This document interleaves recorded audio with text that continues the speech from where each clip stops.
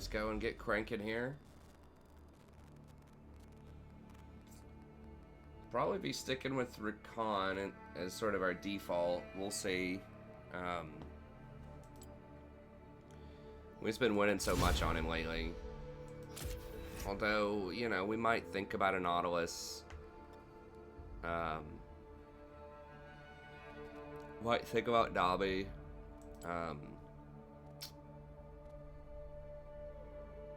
Nami. I think I just said Nami. Still waking up a little bit here. I don't know, we'll see. There might be some situations where we pick some other stuff.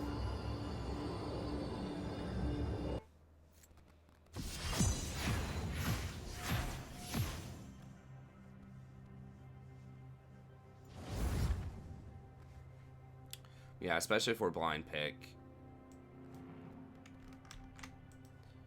It's probably is what we have to go with. But, I mean, I'm cool with it.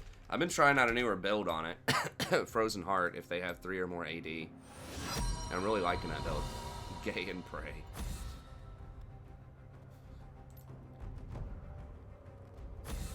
Okay, well, they want Echo, so we can't ban Echo. Could ban Diana. Felios banned. Maybe he's banned Diana. Let's try to take him off of the magic damage. Ignorant thralls.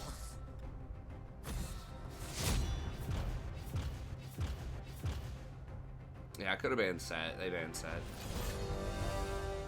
It's weird because like this isn't blinking at all. It's just like a solid color. Hey, what's up, Fane? I will get this yawning fit over with in a second. I did make some more coffee. I saw that Professor Akali was upset that they are planning to nerf Akali again. Go figure. I'm like, dude, look, here's the thing. She's got 100% presence in Pro. Like, she has to be nerfed and changed. Like, I think they're changing her W. The proposed changes. Where they're changing her W to where if she gets CC'd in her W, then she gets revealed while she's CC'd. After the CC ends, then I think she still goes back in a Shroud. But if she gets CC'd while she's invisible, then she gets revealed. Which, I thought that already happened anyways. I guess not all the time, but there are ways to reveal her.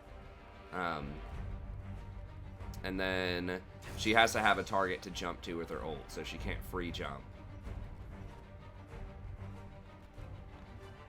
And then, you know, they're pointing out that, like, oh, well, all these, you know, Akali's in solo queue, blah, blah, blah. I'm like, well, that's how it is. I mean, there are some, you know, some champions where it's just really hard to play them in solo queue because they're abused in Pro. Tom Kench. So, you know, welcome to the club. And there are a lot of champions like that. You know, if you're choosing to play someone like Akali, you've got to understand she's got a target on her because of Pro. I talk about this in my one-trick video. That's why I don't recommend trying to one-trick champions that get a lot of Pro attention. Hey, what's up, DM? I mean, it sucks, like, for solo queue, but that, I mean, that's just one of the balancing considerations of the game, is if something's getting abused in Pro play, it's going to be nerfed until it's not pick banned every game. Okay, they're pretty much all AD except for Akali.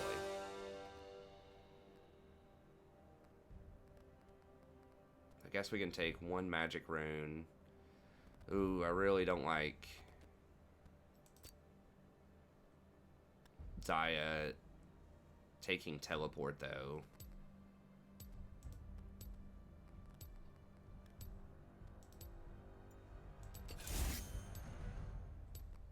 Okay, she switches back.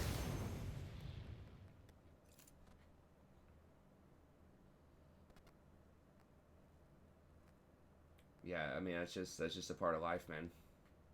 Like, I didn't like it when they did the Rakan nerfs either, when they nerfed his W, like, super hard.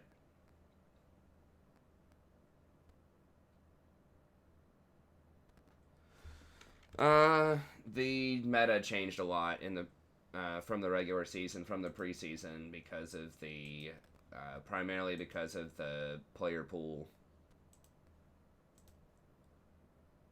I mean, it's not just like my opinion on that either.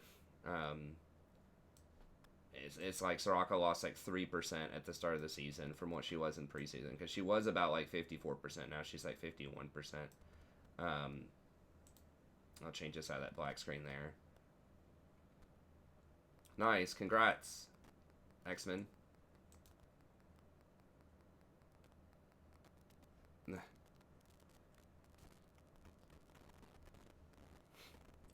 But yeah, there's just been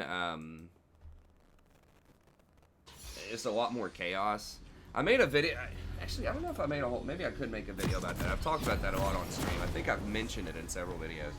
But during the preseason, you've got a lot of people returning to the game that have not played in a long time, and they're going to be rusty, and they're getting matched up against people that are For humans, magic is like people that have been playing all preseason. For us, it is water. Not to mention, it kind of crunches a lot of people together with the soft reset anyways. So it just creates a lot more chaos in games, and Soraka's not as good, because a lot of people are moving back towards assassins and these hard carry like 1v9 champions, and even fewer people are playing tanks than usual. And so, like, having something that can play hard engage and get back in, it's just at a premium right now. And so I think that's why that Jan and Soraka have fallen off, is because they can just be a little too slow. You know, if your mid laner goes 0-7 or something, you got to have something early to stop that bleeding. You're not going to have time to get 2 items. Thresh is the best support. I mean, if you're really good on Thresh, he can be really good, but it depends on what you mean by best. I think a lot of his stuff is really conditional, but you know, if you play it absolutely, positively correctly. I will. I'm gonna be a little late, but I want to get this ward in. I was too busy talking. Maybe take a bit of a shortcut here. Right way. It's awesome. Walk the way that they're walking.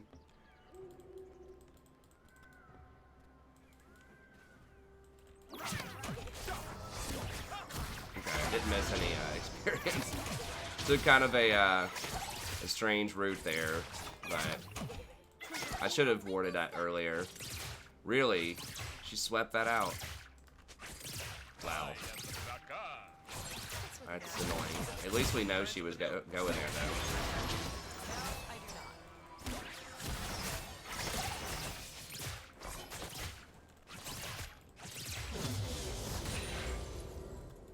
I must know their every move. I mean, yeah, if you, like, flash play and you get ahead early, he can be good. I just think that his matchups against Nautilus and, well, he's pretty good against Leona, but, like, against Nautilus is, kind of rough. They have so many minions. Like, I want to try to go in on this Sona, but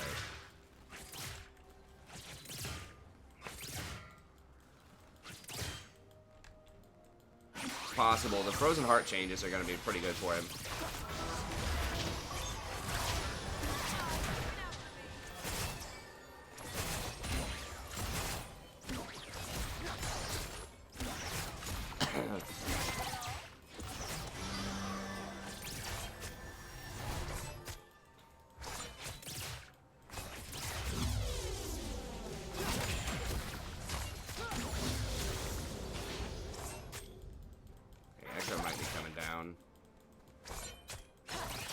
Wish he'd come down here first before he got scuttled, but Zaya, I think we got a problem. Think or no? I know.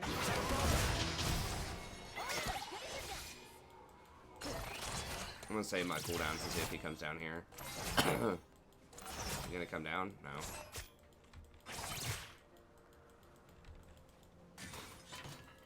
You got it.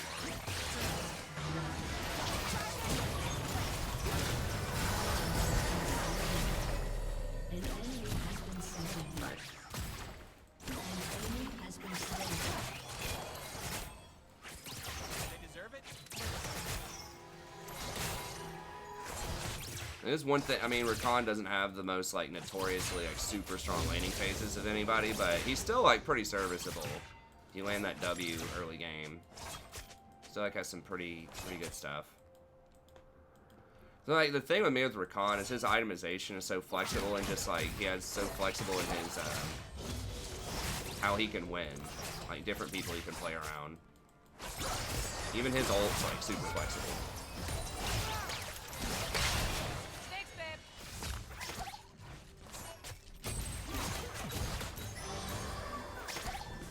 Really want to trigger that, but I can't.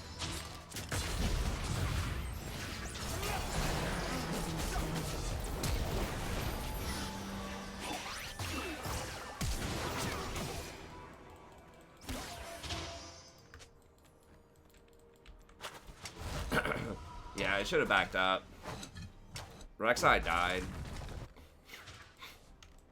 They gone?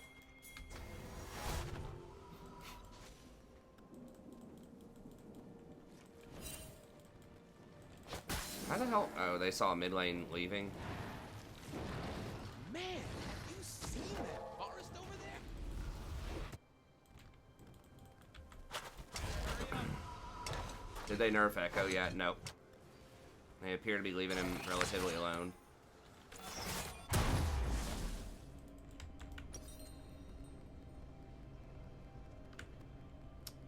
Could get Tabby. I think I'm just gonna get Moby Boots here. 1, 2, 1, 2. Woo! All right.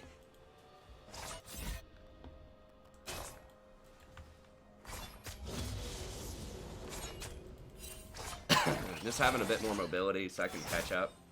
When will Akali get Akali right? Well, the changes they're proposing on 10-3 I think will certainly help. It's going to make her a lot less safe. Where she has to target something to dash. It's pretty huge. She can't just like free dash away.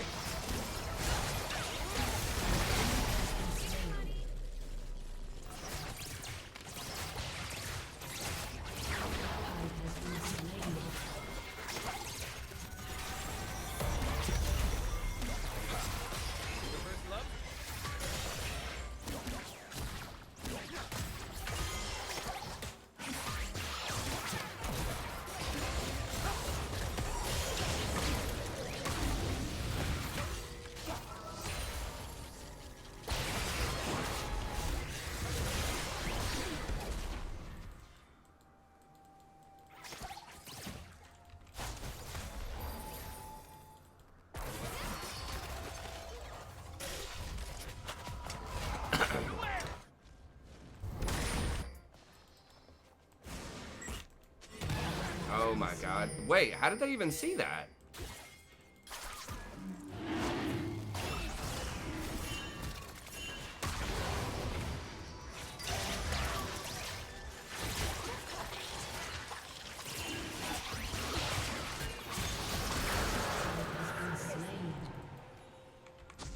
Peekaboo.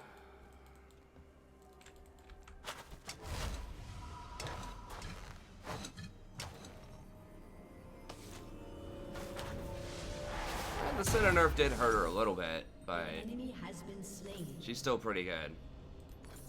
How do you like me today? More than yesterday, less than tomorrow. I mean, his Rek'Sai literally has not farmed a single camp on the top side of the map, which is correct. Do if I This meta, but Would burn this world to the ground, build a castle in the ashes, or live alone forever.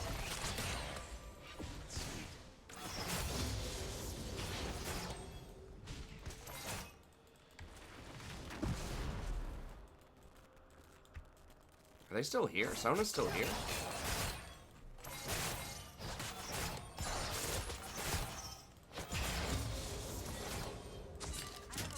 Slowing down my ward generation too, which is really obnoxious.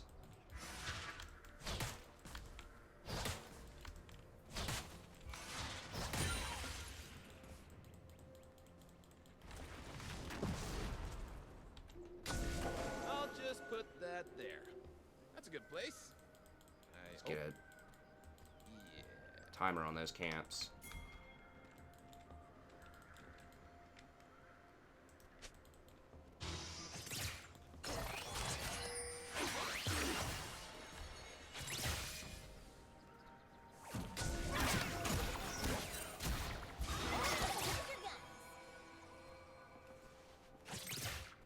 It's gonna push out.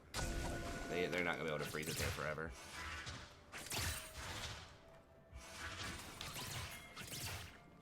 If I vanish, what would you do? I'll never be whole again.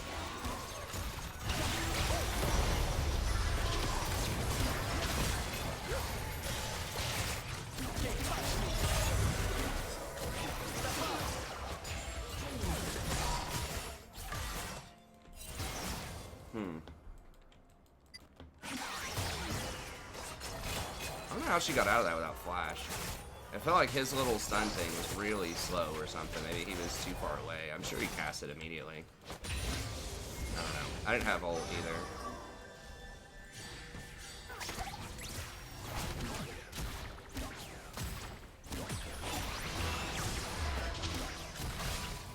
Oh, he's looking out for me.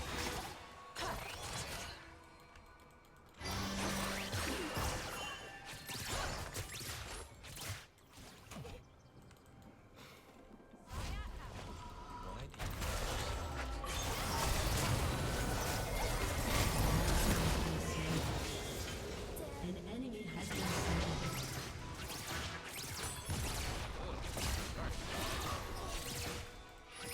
Always there too. There's a collie here.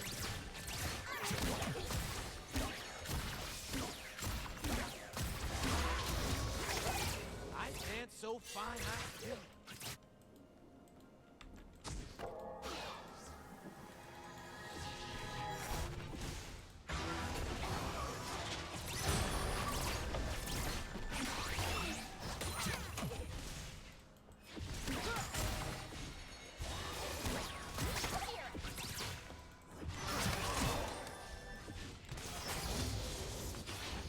They ain't here. That's probably down here somewhere.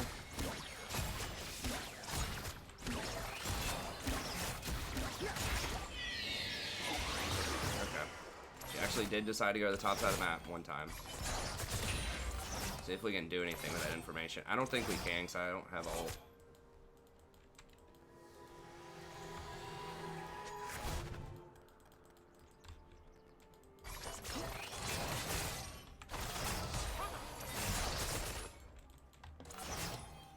See if we can get... I don't really have time to get a plate. Totally forgot. Because I gotta get wards for Dragon. Don't leave without me.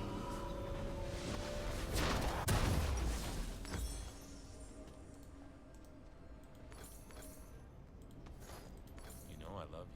This build does bypass that stupid Aegis now, which is just feels so terrible. It doesn't give CDR, it's so expensive.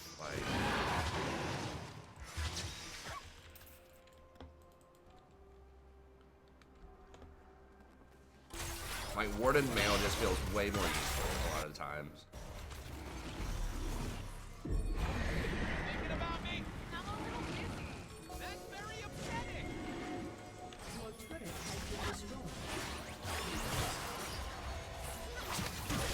We not going in on that? We need Ari. Yeah, I'm gonna have to shut that out.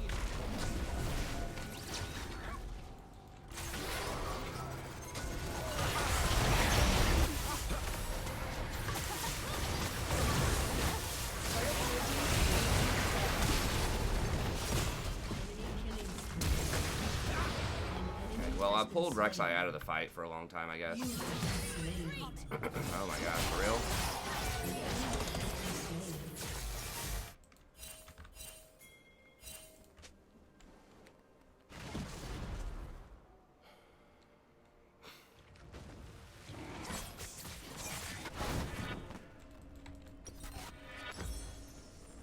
I don't want a war, but I want to be free.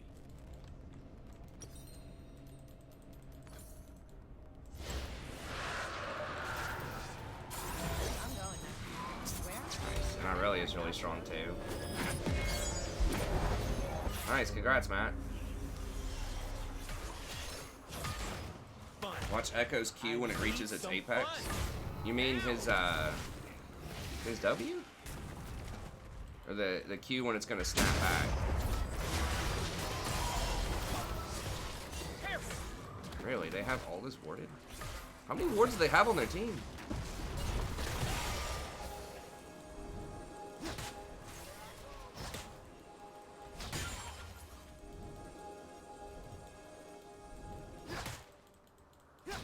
One more.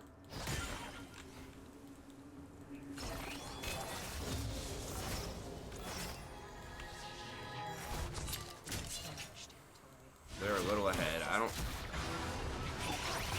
Rek'Sai might be here too.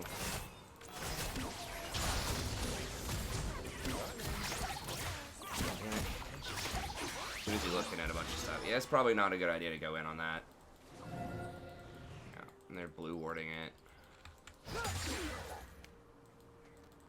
I need better vision before it. Yeah, there she is.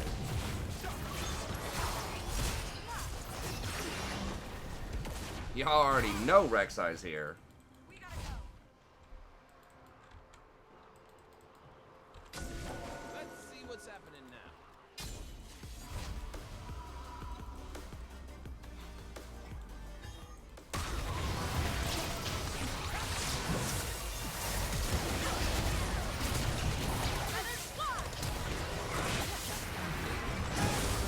Holy shit.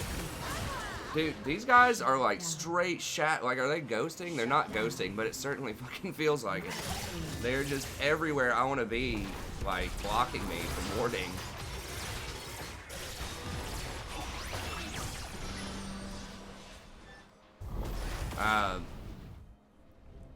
Senna support is okay. I think she's much better at ADC. Her items are just too expensive to support. Because AP is not that great on her. Like, AD support items are pretty trash. Has been destroyed.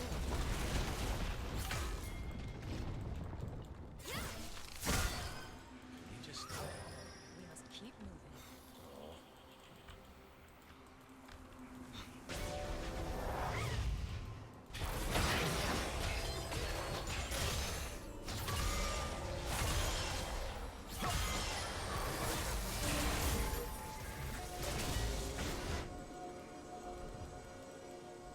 Like, they didn't even have vision of me. I was just dumb luck that all three of them, or four of them, or however many, were just sitting in that bush. will never understand our But kind. we're gonna outscale them, I'm pretty sure. It'll be okay. Oh, there they are, hunting me down again. I should probably come down here for Zaya.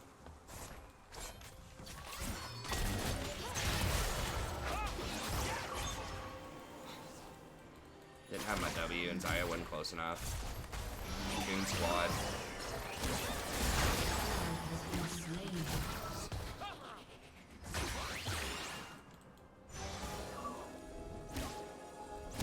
An enemy has been slain.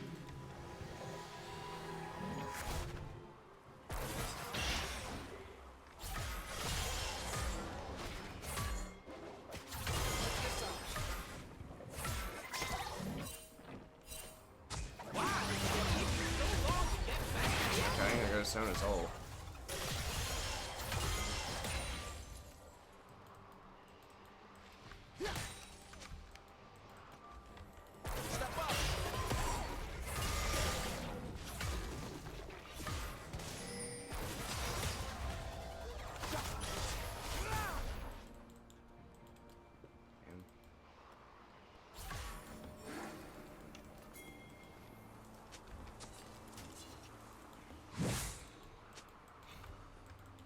I don't need to understand the plan. I trust my own.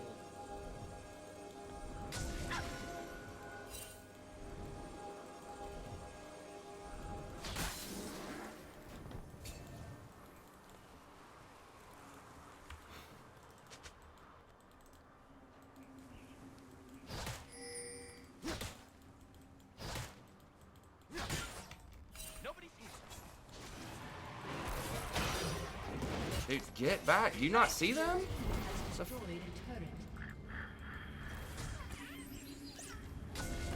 Vision is the first step towards understanding.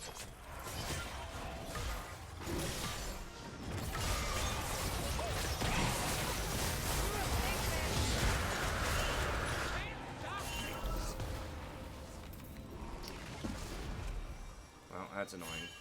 Get back, get back, get back.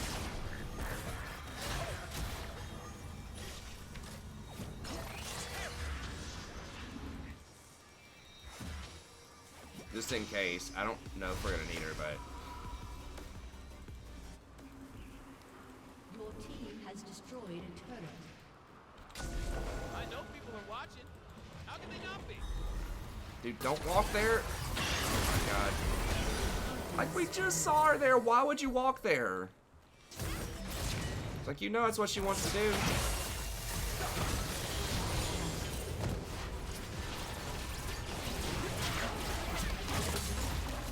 Yeah, she was very close to killing the Echo, man. Chill.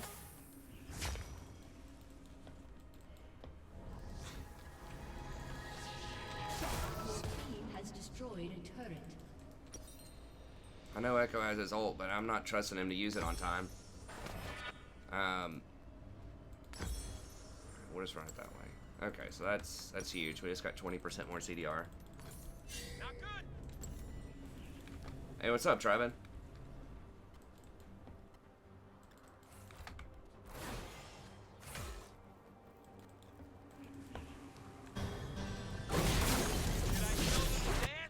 Show them Shut the down. dance. It's not worth Irelia. People like really need to protect their shutdowns a lot more in general. So many people have the mentality of if they trade a kill, it's fine, when most of the time it's bad. Not now. Well, they don't have any, like, they have very low magic damage. Seriously? Man, I'm getting...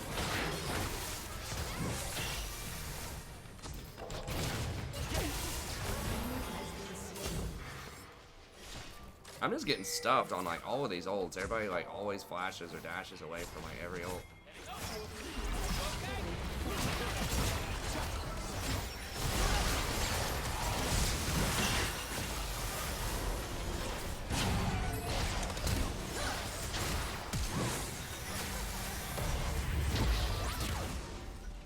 Whoa, I didn't even see that. That Jinx rocket flew out so fast.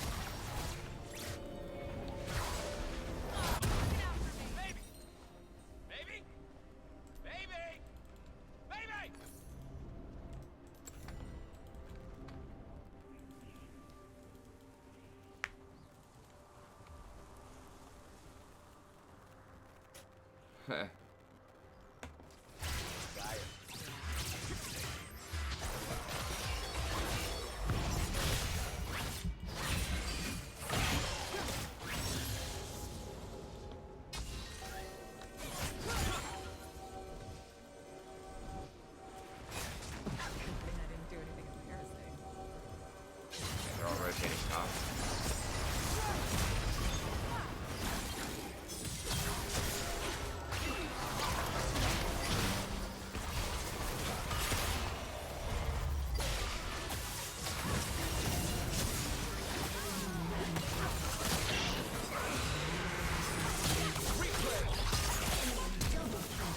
Shit, we're all dead. Alright, there's there.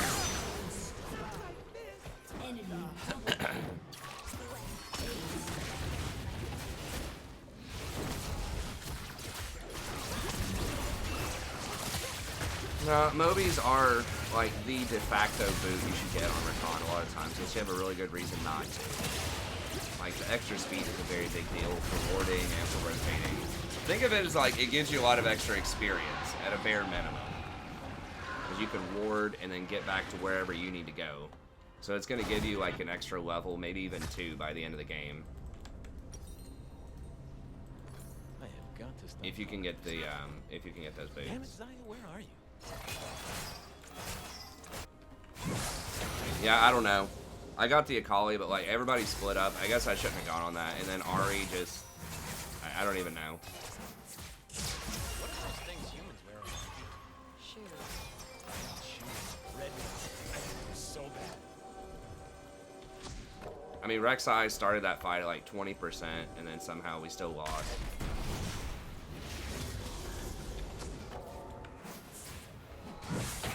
I guess that ult just like wrecked everybody from the Kiana.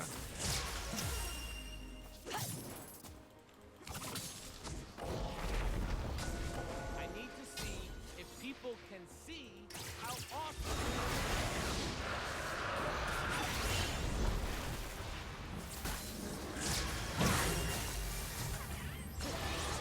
Collie's down here, I think. No one's matching Irelia. Irelia decided to split without her teleport up, so I get a free dragon.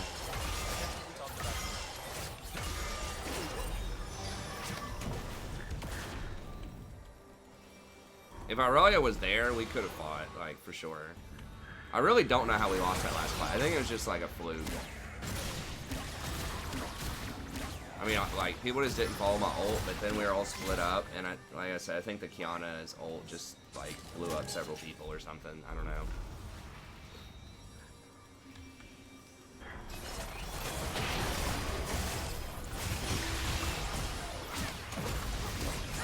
I don't have flash. I could get some over here.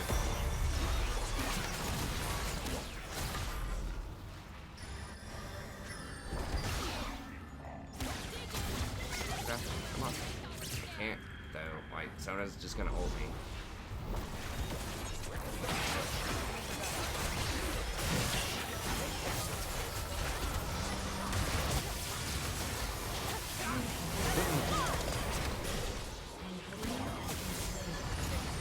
The fuck?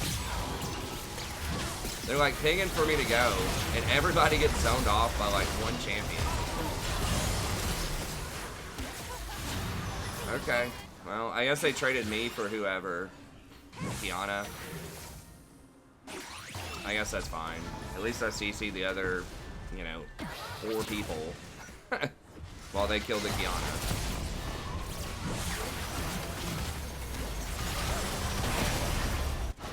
Long ago.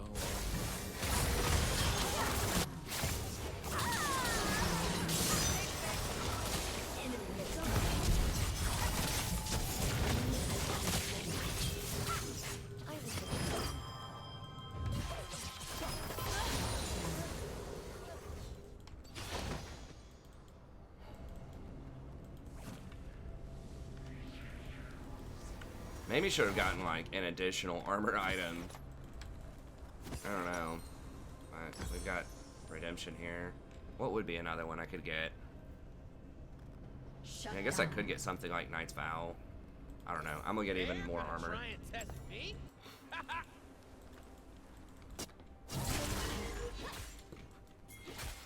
Oh, hell no!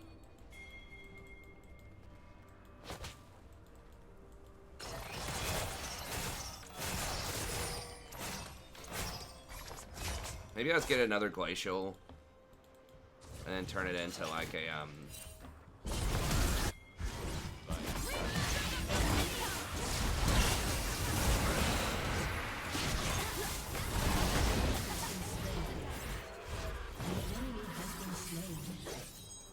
I can turn that into Righteous Warrior or something. Like, I don't necessarily need the mana as much. I just want another armor item. That one has some health. Armor item with CDR. The game's probably going to be over before I even complete the next item.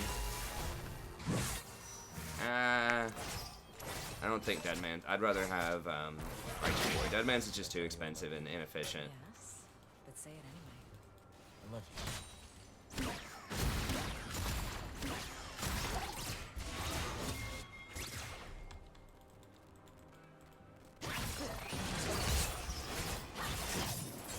Thanks. For what? Not saying I told you so.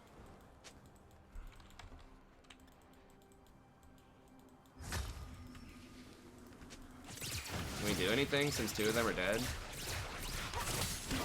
The answer is no. I can't go get vision because no one's even stepping up to get priority. Like, we win these fights. I don't know why this, like, everybody's so scared.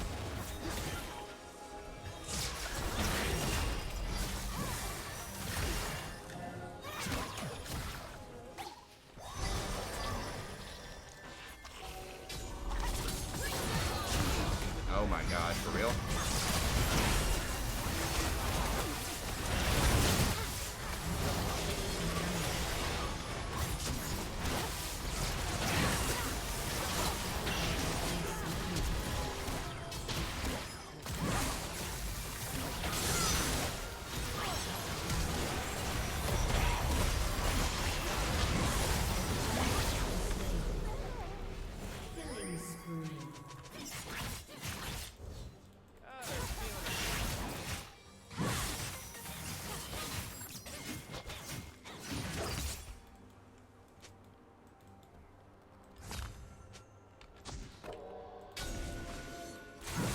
really bad place to put Keyboard. If they have, like, if they have a ward in the back of the pit, it's not going to see it. I mean, I guess it'll see the front. It's unlikely they put it in the very back of the pit if they're on the blue side, but...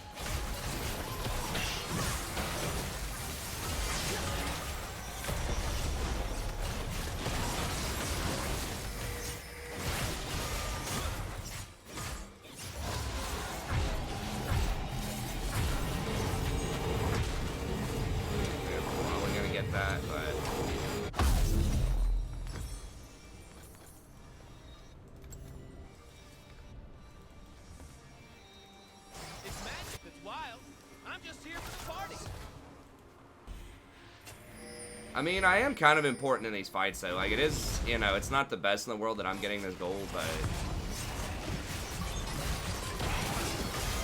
Like, my CC is pretty valuable. You don't want me dying, like, early. And I am, like, most of my items are, like, good team benefit type of items, so...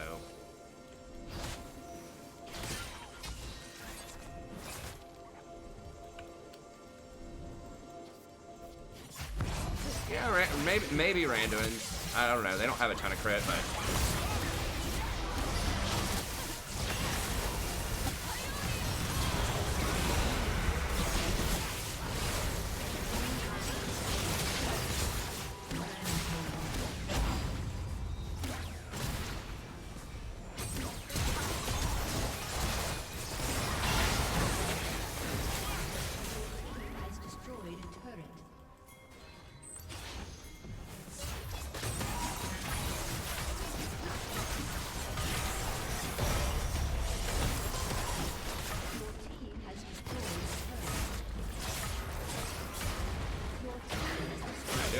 I think we can probably win this. Defend it here. I almost got my redemption too.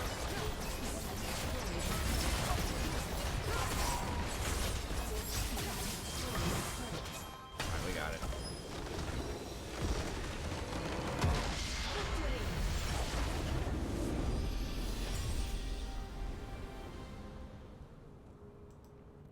Yeah, the thing is, like, Deadmans and Randuins are all, like, 80% efficient or something like that. They're, like, really not that great. And they're very expensive. I mean, the Randuin's, like, it depends on how strong that minus 20% crit is on it. Randuin's does have some, like, decent utility on it. They just nerf those items so much. But Frozen Heart's still, like, 120-something efficient. I think, like, about 120% efficient. Even without the auras. And it's a little bit cheaper.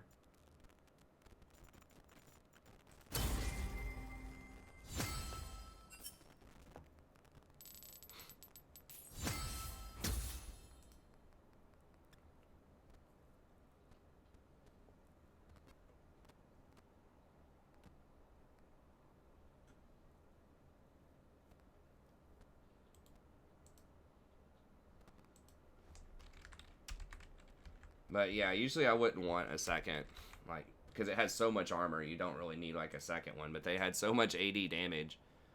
You know, their only AP was a Kali. I mean, I guess I could have just gotten Zeke's also. It's still bad.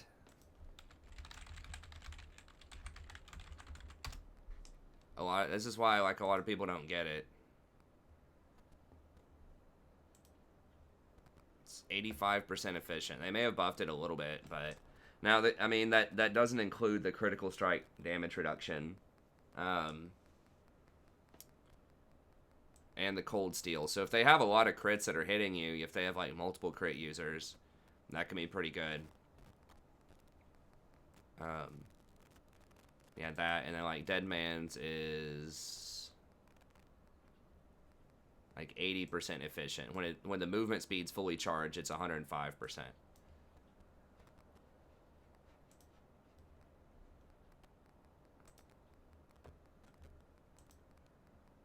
Like, Frozen's 115. And it has an aura that affects everybody always, and it's a pretty strong aura. I mean, attack speed, I think 12%'s 300 gold for a dagger. So it's basically like you're taking off 400 gold off the enemy. Cripples are even stronger than attack speed steroids because it hurts the base of the attack speed that all of the other attack speed stuff is based on. Because it applies first. So it's even better than it looks, in other words, but it's also 400 gold per person that you're close to, about thereabouts in terms of gold value. So yeah, the 700 range is huge. I forgot it was that long. I thought it was like, because they nerfed Abyssal Mask to only be like 350 range.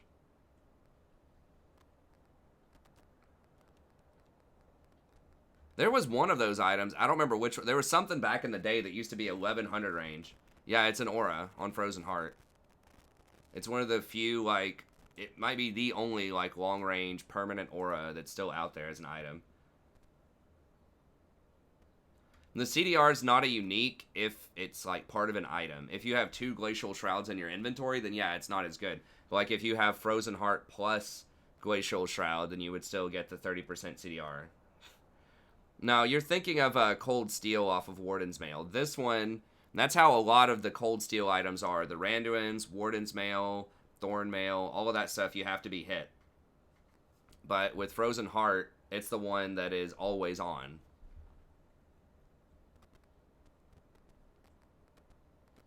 So they don't even have to hit you for it. And I've been getting Frozen Heart recently just because I feel like, I don't know, when I was doing my analysis, I was looking at the 10.2 video, which I still haven't released. I guess I'll release that tomorrow morning. No, it doesn't apply after completion. It's always. It's the same thing with like Serrated Dirks, Forbidden Idols, all that stuff that's unique for the component. It's okay if you have that component within multiple finished items.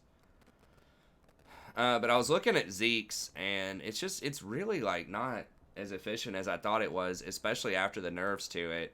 And a lot of times the AD carry, I would say like in 70% of my games, the AD carry is not the most important person on the team. Anyways. Yeah, it's only 100% efficient, not including this. And when you're looking at like this Frostfire where it does the 40 damage, that's nice, but only if you're standing next to him to apply that damage. And with Rakan, like a lot of times you're going in, doing your CC, and then you're getting out before you die. So you're not getting a lot of value out of that damage. And this 30% bonus damage is over 2 seconds, which means that it really only, like, every auto attack is going to do, like, maybe 12% bonus damage, which is nice. I mean, that is significant. But you're giving up a lot of value because with Frozen Heart, if you're next to, like, 3 people or within 700 range in a fight, then it starts to become, like, 160% efficient. So I don't know. And, like, sometimes you just don't need the magic resist as much either. I don't know. This is still a good item, but I'm just trying out Frozen Heart in some situations, unless my AD carry is just completely taken over. Okay, let me go grab a drink real quick.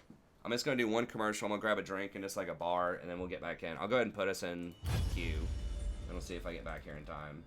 So I'm just going to run one ad while I grab a drink.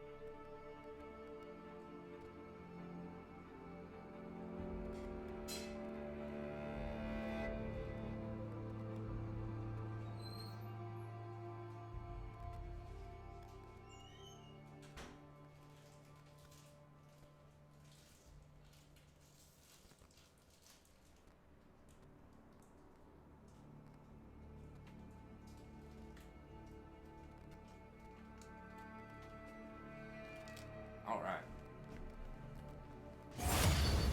Oh, just in time.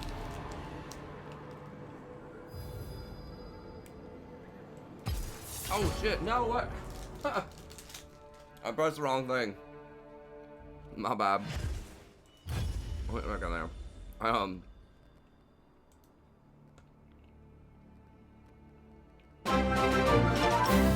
This, For a coaching, Aegis just emailed feels it. like crap, too. Like, I hate this item now. Trolling. We'll just pretend there was going to be a hard feeder on my team, too. You're paying 1,100 gold, and it's just like 30-30 magic-resistant armor. Like, it's not that that's bad. Like, that's alright. It's just... I don't know. I guess it's gold efficient. It just feels bad. Like, it doesn't give you CDR. It doesn't have anything, like, special on it. This always feels kind of dinky to get this item.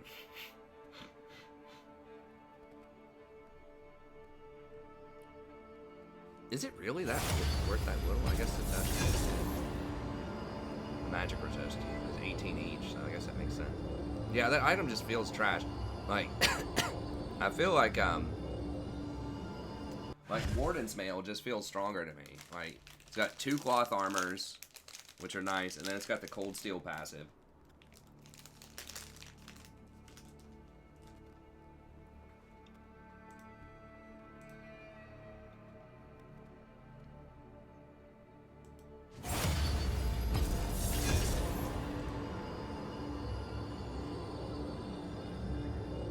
I guess this is actually less efficient, but cripple still feels good.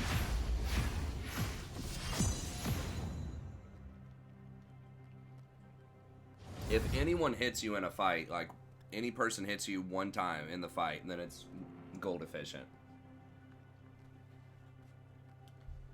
Is that 15% cripple is worth about 400 gold? Oh, my bad. Sorry, no, I didn't even see that DM. That must have been when I walked away from the computer. My bad, my bad. Okay, we'll do that right after this game. Yeah, thanks for letting me know. I didn't even see it.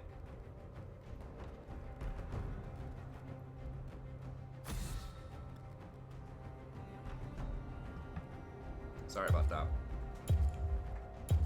Alright,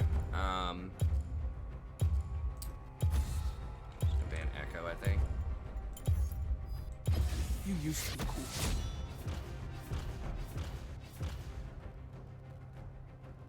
I mean, yeah, ADCs can become very interesting late game, but, wait, you always loved Frozen Heart, you wish it had CDR? It does, it has the most CDR of anything in the game. It's got 20%. That's another reason that I like it. Is because they've taken off the CDR off of your gold item, and a lot of times you want to get, like, Moby Boots or Mercury Treads or something on Rakan. So having that 20... Oh, Locket. Okay, my bad. Sorry, I misread that. Yes, I agree with that. I think that Locket should have CDR. They should just take the armor off of Locket and just add in, like, some CDR and a little bit of health. And just make it, like, the premier anti-magic thing. Thresh. I've thought about playing a bit more Thresh. I want to be a Thresh player. He's really fun. I just don't win as much when I play Thresh.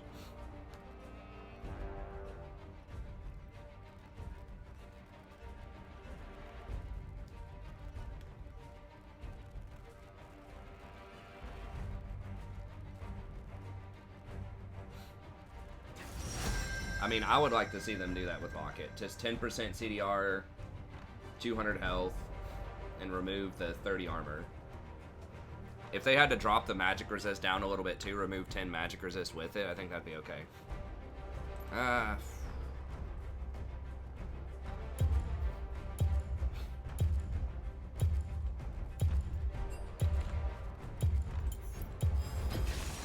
Feel the thorns embrace.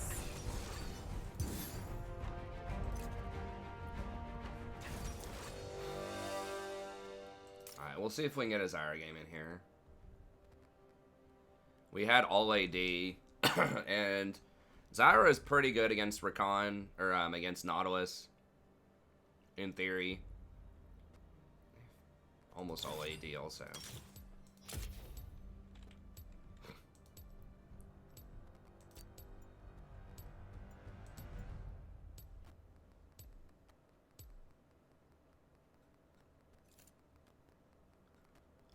I mean, yeah, like, Tarek can be good, too.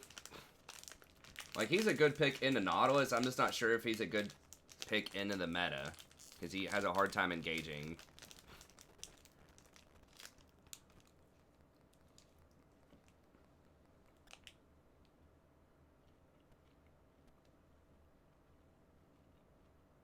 I mean, I guess we do have Nocturne, who's obviously going to be able to engage. Tarek probably would have been pretty good here. In theory.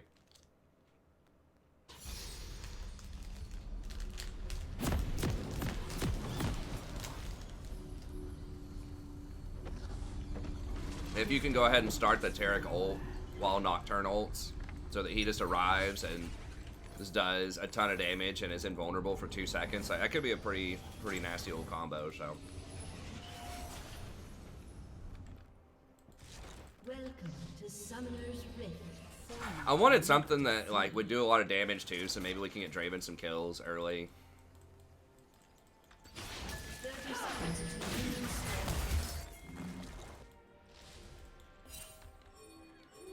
Tarek does have a pretty good win rate overall.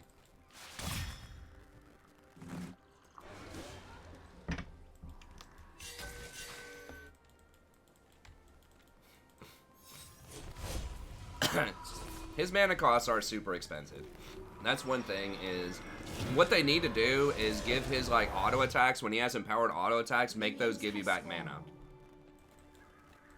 Because, like, if you're just spamming his Q, like, if you auto attack Q, auto Q, which is kind of your combo, just to put out steady, like, sustained healing, he can run out of mana so quickly. So they should just refund some mana whenever you do your autos, and that would make him a lot better. Well, it's your empowered autos give Q charges. That's why I'm saying usually you cast a spell, Q, auto, Q, auto.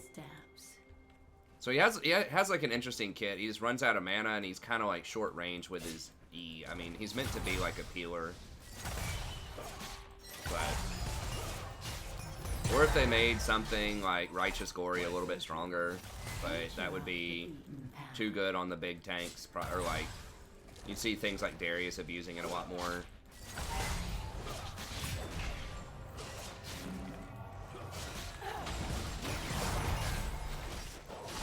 Usually you don't start E, I just did it because they were invading. Usually you would start with your Q.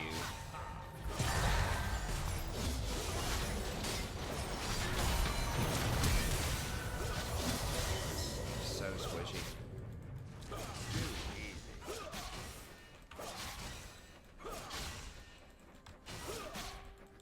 Yeah, I do think that, you know, Frozen Heart on Tarek could be a good thing. They're trying to set up like a flash on me. I think they're sitting there typing.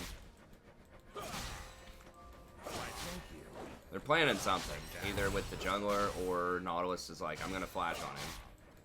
That's why he paused. I think. That's why I'm playing so far back. Okay, Elise is top, so it's not the jungler. It's just he's planning to flash Q me or something. first.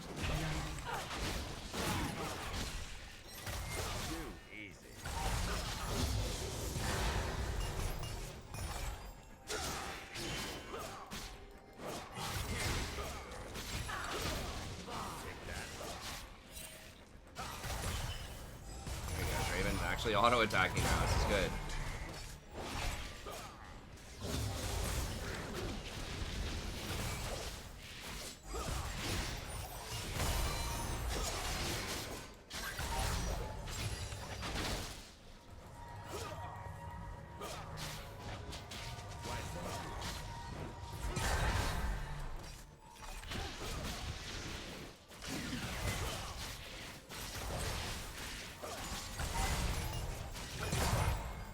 Damn, how did he heal so much? I guess it's just both of his potions.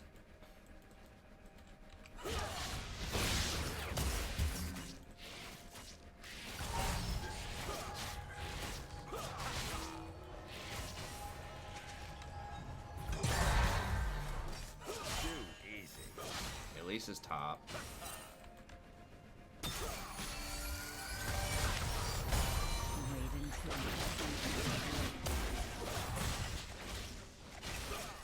mean, I don't know. Draven's just like not auto attacking. Like I've hit him probably like 5 times with things. That's why we can't have nice things. Why, thank you. I'll take that.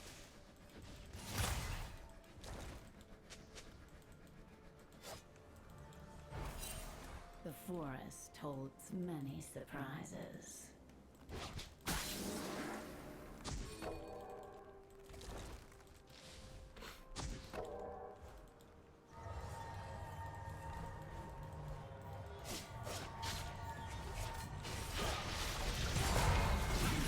I want to put that plant up to block his hook angles.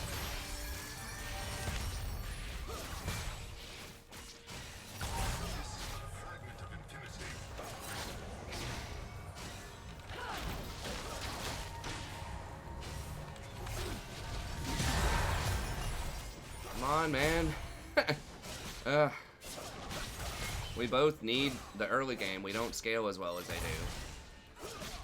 I mean, my scaling's not bad into Nautilus. Like, if they choose to have a bunch of 5v5 team fights, it's not bad. It's just like that's Zyra's really her major win con later is just team fighting.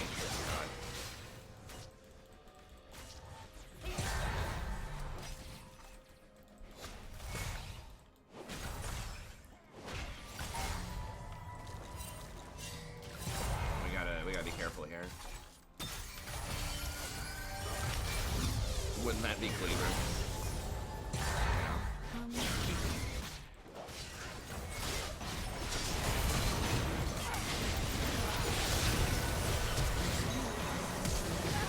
Okay, well, he just hinted.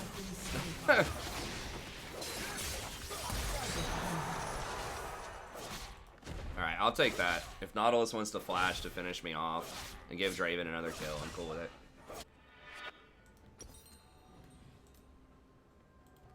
There we go. That's what we need. Things aren't always what they seem. Got the boots early so I can dodge hooks a little bit better. That should be BF sword plus like a Vamp Scepter. Yeah.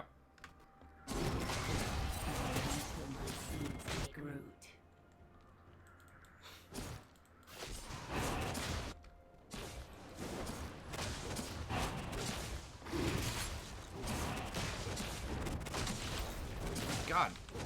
Holy shit, cast the spell! What is the range? Oh my gosh.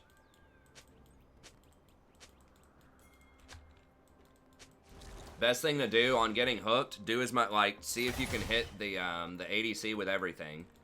Because a lot of times they'll just like focus, like hyper focus on hitting you and they'll forget that you can still blast them for a ton of damage. Kind of like what Jhin did there. He could have, if Jhin flashed my E there, they probably would have won the fight. But he was just so hyper-focused on...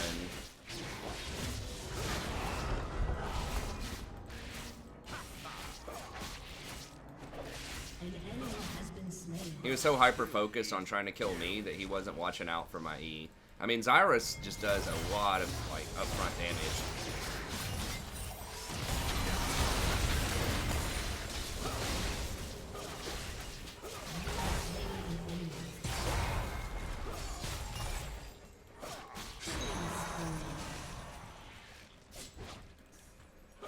I mean, that's what makes Zyra so good, is that she's really good, like, anti-engage. So, like, if they're going into you and you need a lot of damage to counter that, then she's really good at that. She's just not so good at, like, roaming is a little rougher, but in 5v5 fights, or if you don't get blown up immediately by an assassin, then she's pretty good.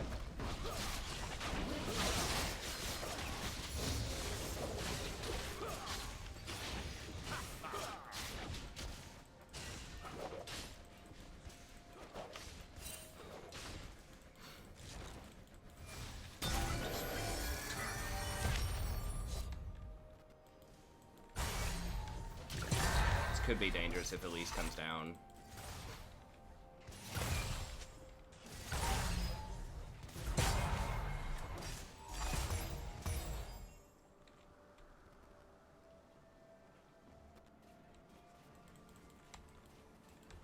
future I'll forgive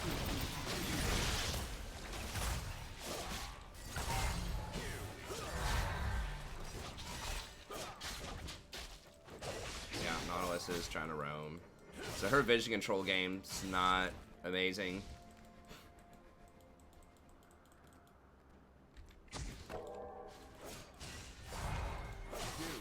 what lurks beneath the soil.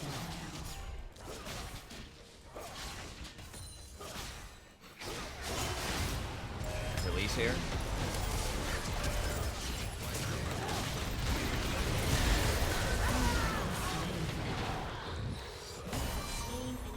Really wish Draven would have turned around and killed the Elise faster, but I guess it's a 1-for-1.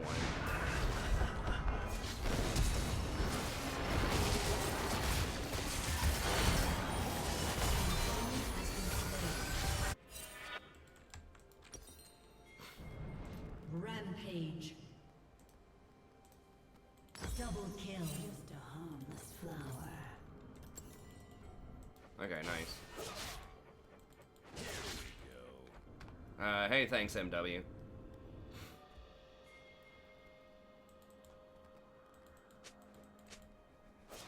Yeah, that's right. I mean, Draven's doing all right. He's just being really cautious early on, but obviously he's going off now.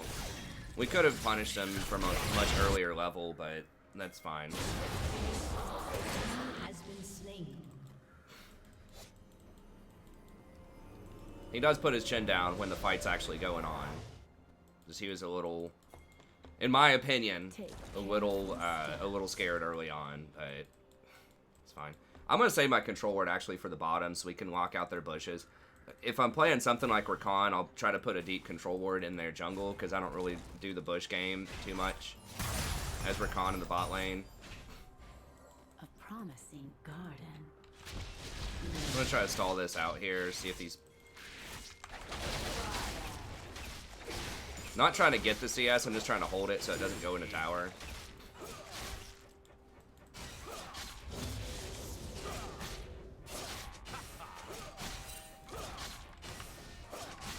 Things aren't always what they seem. But yeah, if you're playing like a hook champion or something that's like, you know, can really abuse those bushes early on, then...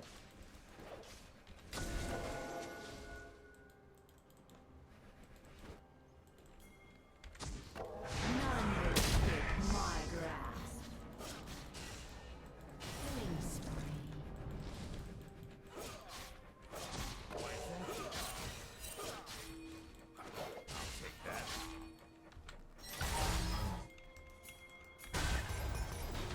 Come closer. Yeah, I don't know. Zyra's like the most, like, Zyra is so dangerous. If she, like, gets you with stuff, though. She does so much damage. An ally has been slain.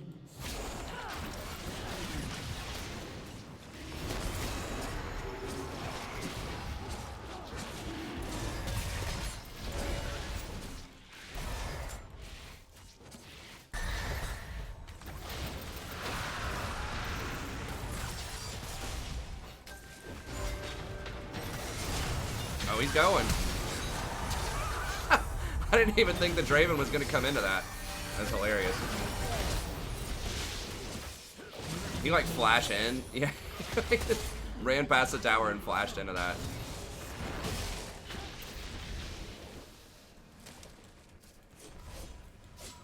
Hey, what's up, Didgeridoo? Didgeridoo? Didgeridoos are awesome.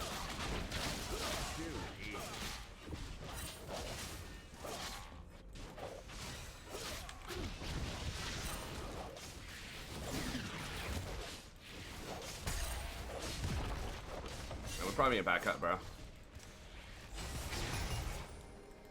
I don't have my ult. What? That grenade. Oh god, Talon, no, dude. I'm walking on wards too. This is gonna be really bad for us. Has been slain.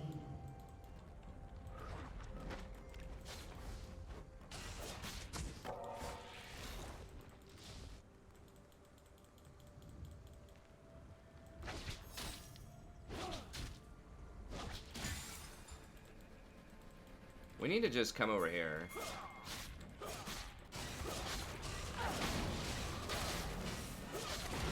I mean, that's warded. I don't know. I really...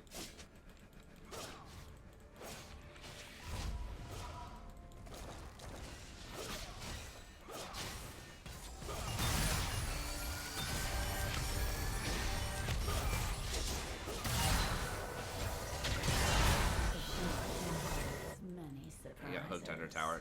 If he baited them to come outside of that tower, we probably could have killed him. But it's still so dangerous because, like, Elise and Vhagar could rotate over. Or TP behind us, because we know there's a ward right there. Vhagar has TP. Well, tower 1 discount dot alpha. True.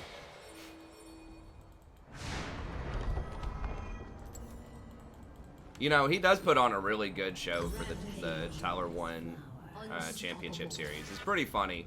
His commercials are pretty hilarious, I think. Some of them.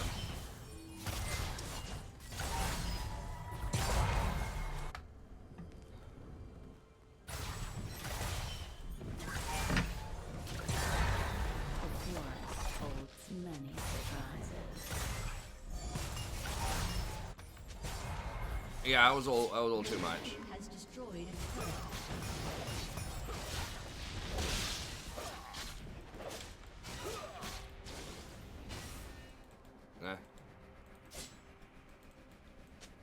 He was like a chemistry major. Can you see, like, Tower 1 being like a chemical engineer or something? I think he was or maybe, no, he was computer science. What's her name? Pokimane was the chemistry person.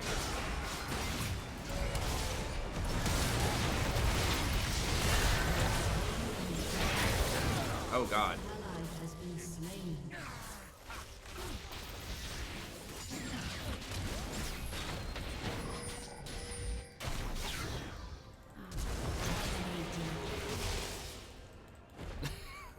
They're too afraid to step up.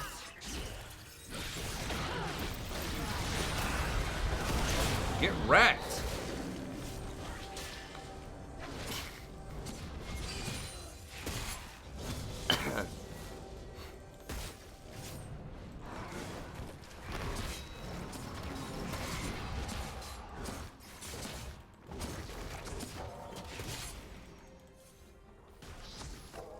Wait until my seeds take root.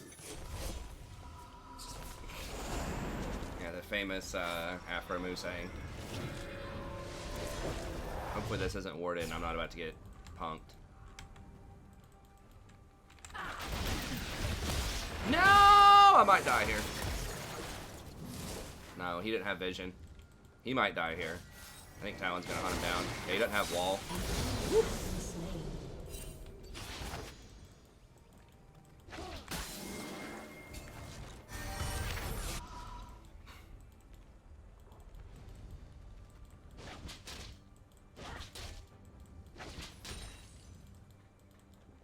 Thugging these kids, man. Thug life. Woo, woo, woo. God.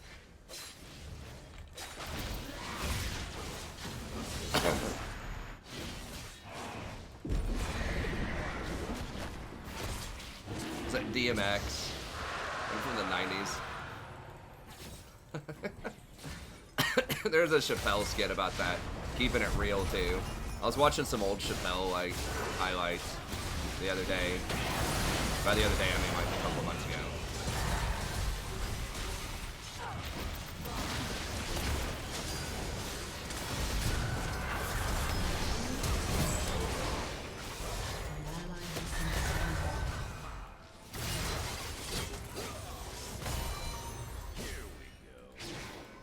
Venture off the beaten.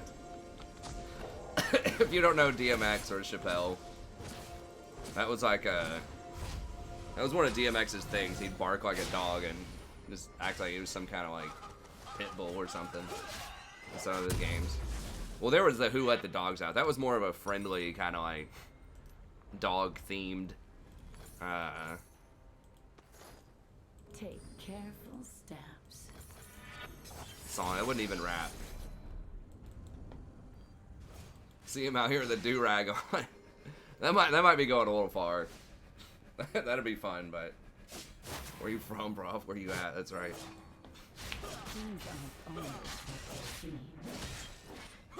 I don't think Tupac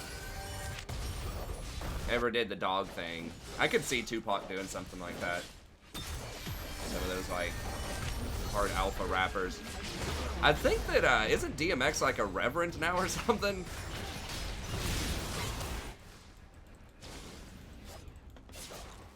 A lot of them unfortunately end up going broke and then have to sort of reevaluate their lives at some point when they're, you know, in their 30s. Or at least some of the ones that like make the, you know, the TMZ news circuit.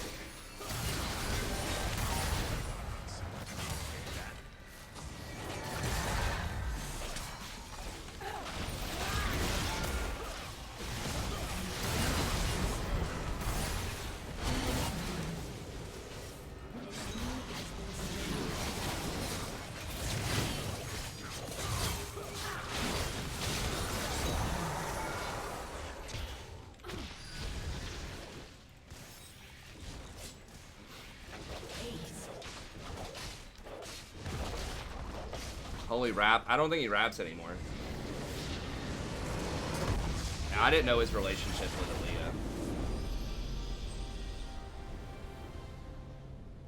Aaliyah. Up in here, that's right.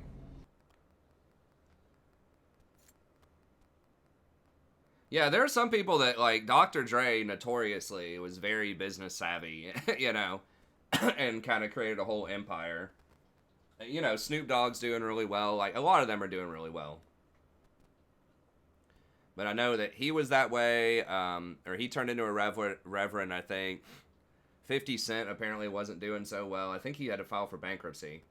But then he's got all this money again. Bankruptcy's really weird. In the United States, like, you can, like, be bankrupt and file for bankruptcy and still have a lot of, like, stuff.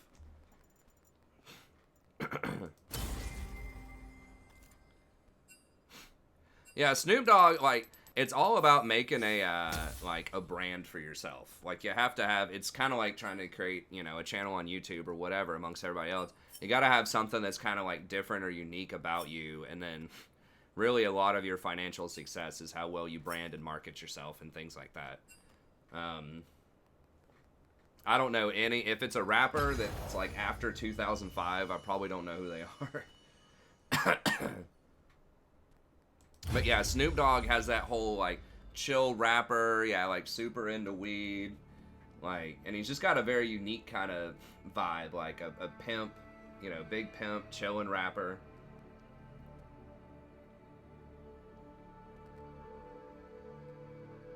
Oh, hold on, we gotta do that coaching session. Almost forgot again. We get that coaching session in here. Right now, I don't listen to a lot of, like, newer music. What do I listen to? Just like chill hop a lot of times when I'm like grading essays or like answering emails. I'll listen to like some lo-fi chill hop station.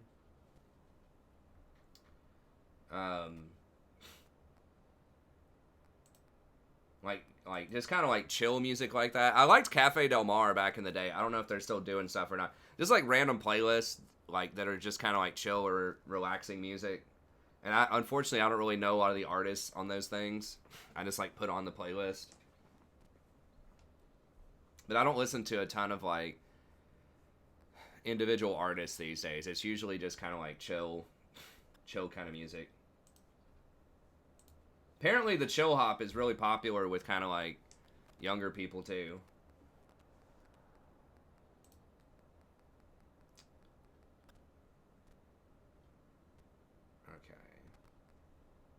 Oh, thank you so much to Matt as well for becoming a supporting member of the channel. Just flipping through my email here. Huh.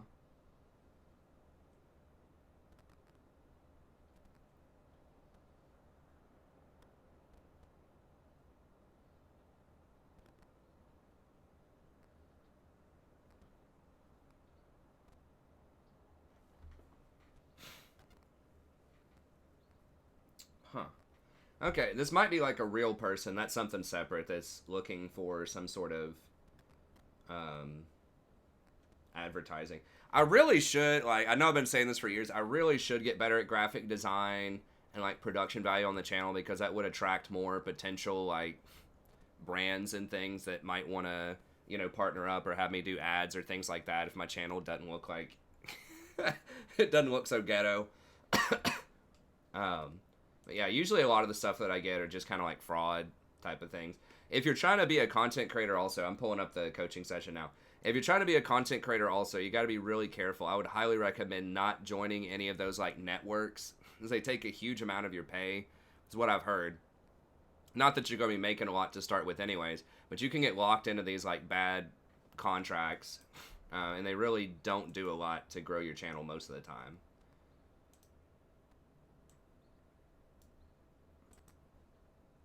I got invited to so many networks and things like that when I had like, you know, under 100 subs on the channel, and it's like, really, y'all are looking to like partner up with me? I'm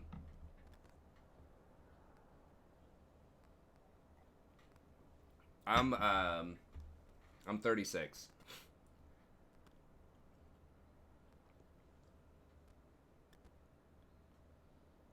What type of professor am I? I teach English. Usually like persuasive writing. My academic background is a 19th century Brit Lit, but I typically teach just intro to research methods and like basic elements of effective communication and persuasive writing. So like the ethos, logos, pathos, kairos, you know, critically thinking about genre, context, audience, things like that. Yeah, we're doing a coaching session here real quick. And then we'll get back and we'll play some more ranked. Let me update my thing.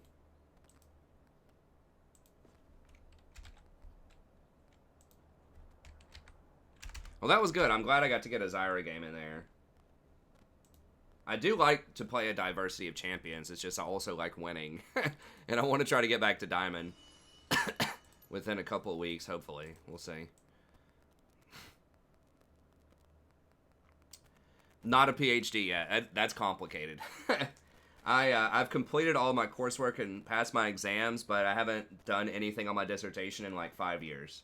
So this year, I'm going to try to complete the dissertation and get that finalized so that I will finish the PhD. It'll open up some extra job opportunities for me, hopefully. Yeah, the good old ABD forever, baby. I was just really unmotivated. Didn't have the best comps experience and things like that. It's just, my research interests are so different from pretty much everyone else in the department, which I'm sure a lot of people run into that. I'm not like a special snowflake. But I just was like, man, I'm going to have to change so much for them to agree to like a dissertation thing. Anyways, let me go ahead and VOD this real quick. Let me take this box off while we're doing that.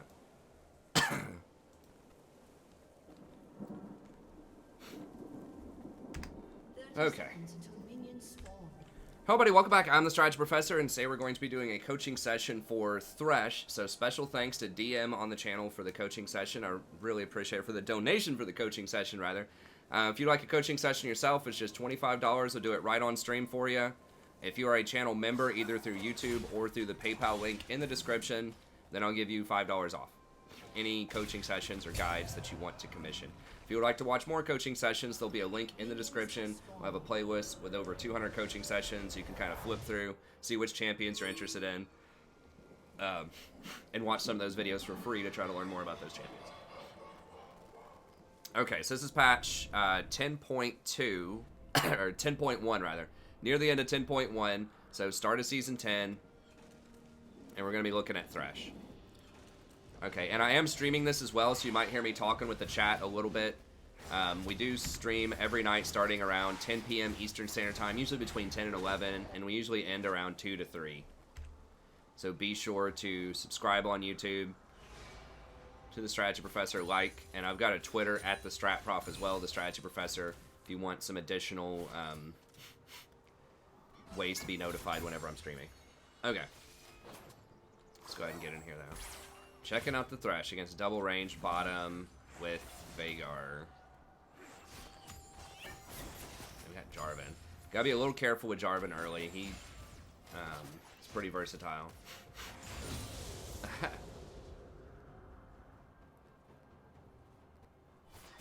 Yeah, I agree, Trevin. Trevin's talking about the PhD experience. Actually, I really liked the coursework, and the exams weren't that bad. The coursework was pretty cool. It's just, I don't know. I've never been great with deadlines and motivation and things like that. I've always been kind of a procrastinator, so I've had a hard time managing the dissertation, but anyways. I get some autos in there. Okay, good. Got the flay. I still think you should go for like a flash, like push for level 2 and go for flash flay all ends a little bit more. We talked about that last time we looked at a Thresh coaching video, because like usually the best case scenario is obviously if you flash flay them and then hook them before they flash out, then they're gonna die most of the time. But even like the worst case scenario is you flash in, you flay, and you force their flash. So you trade flashes and you get extra damage on them, which is good if you're the person who does the engaging most of the time. Like, you know, as Thresh, you're probably going to be the one doing most of the engaging. Then you want to take away their flash, because they're going to need their flash a lot more than you do. So if you can force that flash off of them early, that gives you kind of 5 minutes of open season, potentially. Yeah, get in there, auto. Oh, he autoed a minion. Yeah, try to run. You didn't have Lantern? Yeah, okay, you can walk out. No. You don't have any mana, you're not gonna kill him. Okay, that's fine. Or maybe you did throw the Lantern on her, and I just didn't see, but... I don't know, I think this is too risky. Maybe if Nocturne's coming in. Okay, if Nocturne's coming in, he is low on mana too. I would have flayed him. I think if you're going to commit to that, you need to flay him back to buy time for the Nocturne. But I think just in general, I would have just backed there. It's really dicey trying to do that. I mean, Jarvan died on the top side of the map, but... Or no, he got a kill on the top side of the map. But he could have been in the area too. It is a lot of minions there. If you flay, it doesn't pull aggro, though. It's only if you auto-attack or have a single target ability. And that's point-click, would it draw the aggro, so... Yeah, I would have, if you're going to commit to that, I would have gone in, flayed, and just maybe run ahead of the minions. Just try to cut him off. Just make him try to juke your hook and just waste a lot of time. You just stall for Nocturne right there. Alright, you got creep blocked. If you flay, it pulls the minions too, so you can actually pull the minions further forward off of them. That's like a really advanced Thresh tactic that you'll see like the Challenger Threshes do, is they will flay the minions and pull the minions out of the way and then hook them. But anyways, okay. That was a good catch.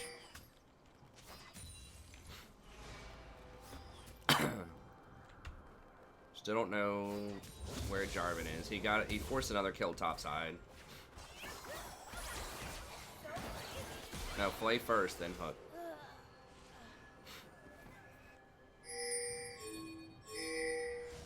She's gonna blast plan over if she's smart. Okay, she's not. Okay, nice.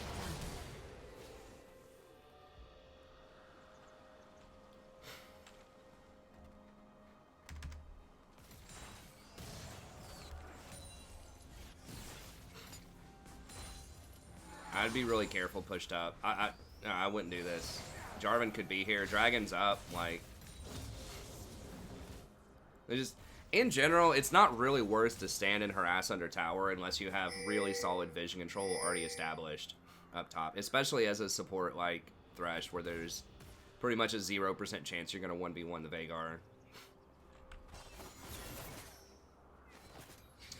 And I would actually do the Relic Shield on Thresh instead of the Shoulder Guards. Yeah,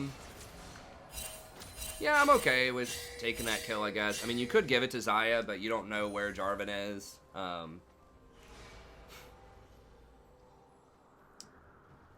But yeah, I would do the Relic Shield, and the reason is Thresh does have some AP ratios. His hook is actually pretty good.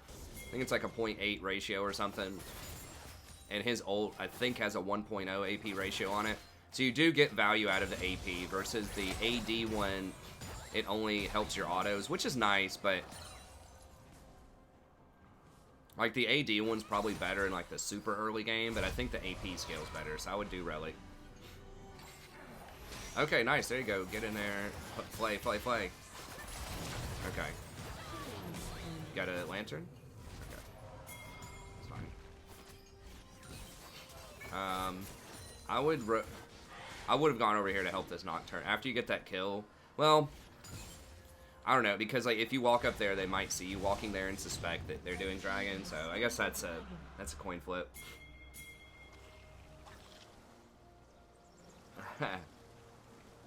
I mean, it kind of looked like a KS on the Vhagar, but at the same time, Xayah couldn't reach him right there, and if you weren't sure about his flash cooldown, if you didn't time it perfectly, you know, maybe you just go ahead and kill him. Also, Jarvan could just come flying out of the woodwork and like turn that fight around, so I'm a proponent of just taking the kill unless like it's 100%, you know, there's not going to be any complications. I would just cut straight through here earlier if you want to make this play, which I think is pretty good. You gotta watch out. She's level 6 or 7.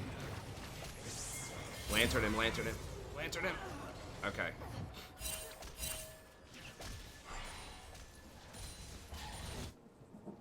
Yeah, I agree with you, DM. I would err on the side of just take the kill. Because I'm the same way. Like, I've tried to hand it off so many times in situations like that, and their flash just comes up, or, like I said, Jarvan just flies in, or your AD carry messes something up. Auto? Okay.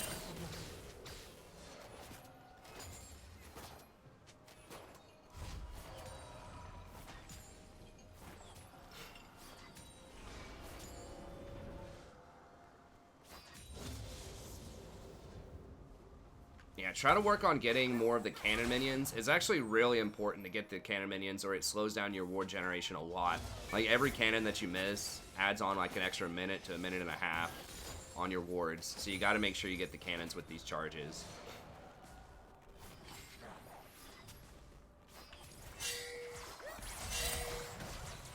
Now, we were talking about this on stream earlier. I've actually been looking at Frozen Heart a little bit more on Rakan, and I think that could be a good option.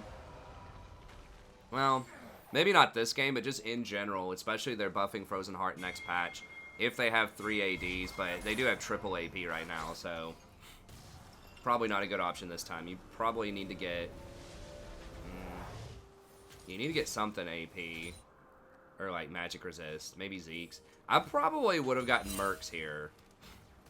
I know that's like blasphemy. Thresh really likes Mobies, but they have so much AP and so much CC between like Nico, Vhagar, and Syndra that I might just go with Mercs. Oh, you're rushing Locket?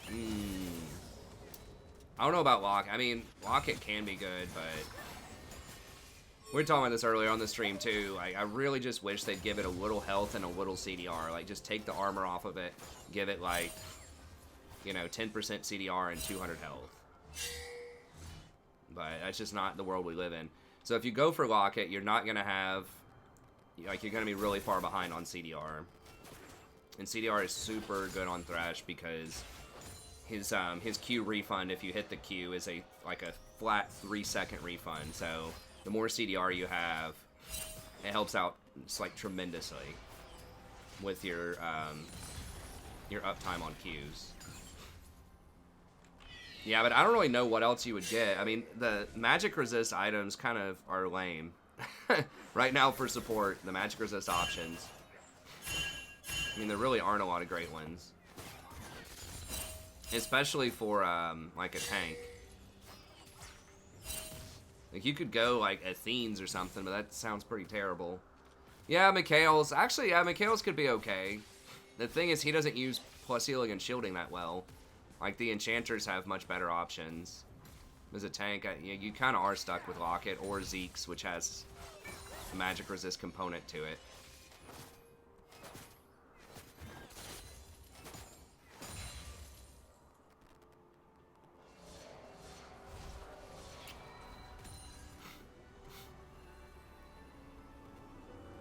Yeah, so I may have just gone like Merc Treads and Zeeks. Just because. Yeah, Stoneplate. That is true. A lot more people are going Stoneplate in like the pro scene these days. Okay, nice. Nice, that's a free hook. Okay, perfect. That was good.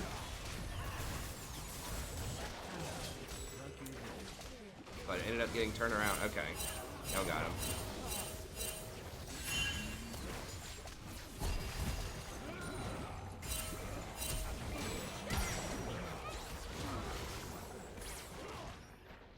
Yeah, Stoneplate might actually be... Nah, I wouldn't do Abyssal Mask because you don't have that much magic damage on your team. You got like a little bit with TF, but Abyssal is really overpriced too. But I do think Stoneplate's really good. People have been doing that more with Nautilus, like in the Chinese and Korean pro scene the last couple of weeks. It's 2,500, gives you some good resist at all levels. It doesn't give you CDR, which kind of sucks, but I think that might actually be a good go-to item here. Blue team's turret has been destroyed. Thresh is kind of in the camp with Rakan too, where it's like Knight's Vow feels really bad. At least Relic Shield works with him now. But Knight's Vow still feels pretty bad.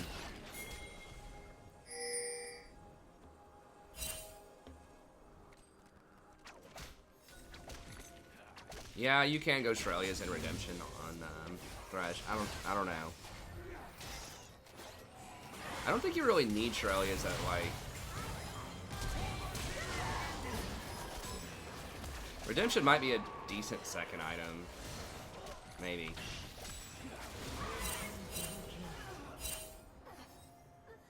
The extra plus healing and shielding off of Redemption would make your Locket shield bigger, and that would double down on you guys having a really good team fight. You'd have the shield plus the ult. Bring back Ancient Coin.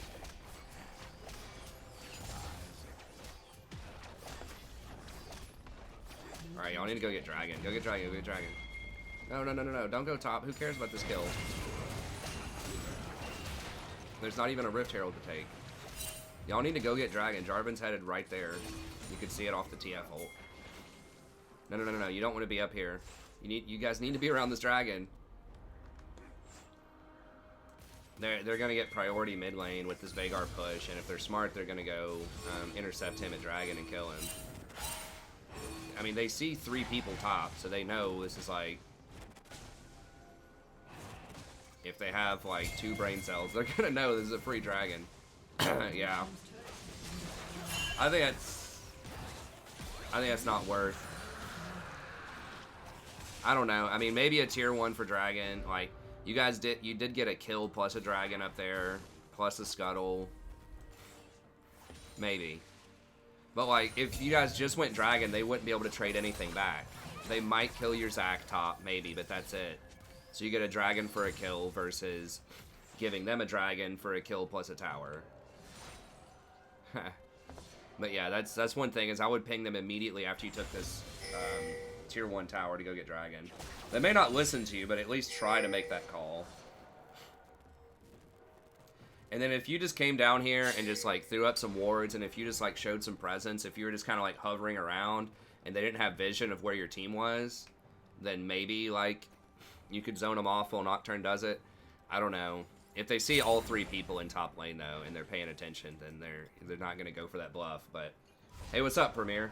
I mean, it's not terrible. It's just you gave them a little bit. You gave them a little bit of resources you didn't have to give them.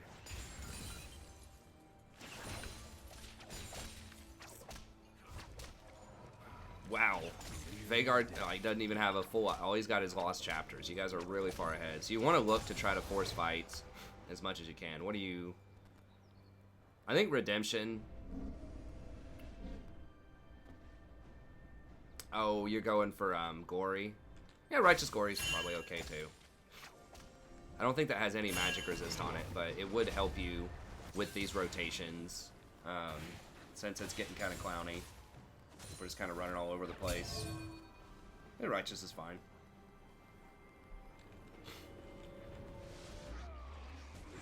Your team fight is already really solid, so...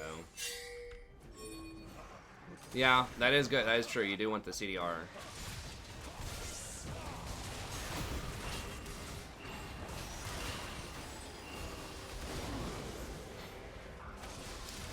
Okay, so let's see. Yeah, that was a little spooky going in there. How did you get caught on that? So Rift's spawning. Okay, so we know Jarvan's there. Urgot's around. Zaya's bottom. And they know you're here now. I would leave right here right now, because... Well, you do see Nico bottom too. But yeah, they kind of... That's tricky, because your boys kind of abandoned you there. But with TF... I don't know, TF has his ult. That's tricky, but after you cleared this ward, I probably would have just left. Because your Zaya wasn't in a position to come in. And she's got a lot of your gold.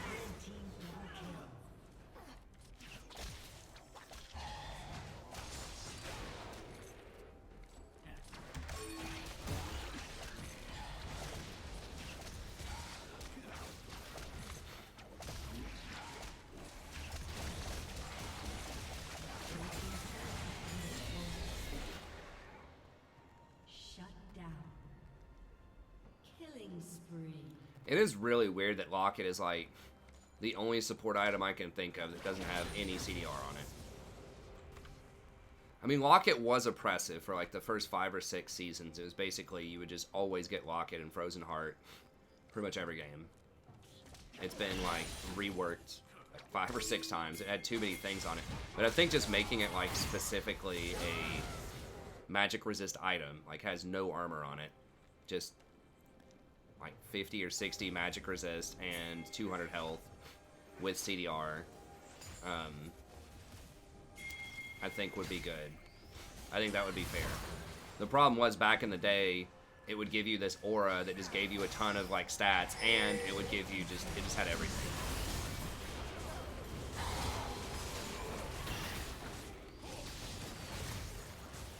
But they're kind of afraid to buff tank items at all because of pro play. Because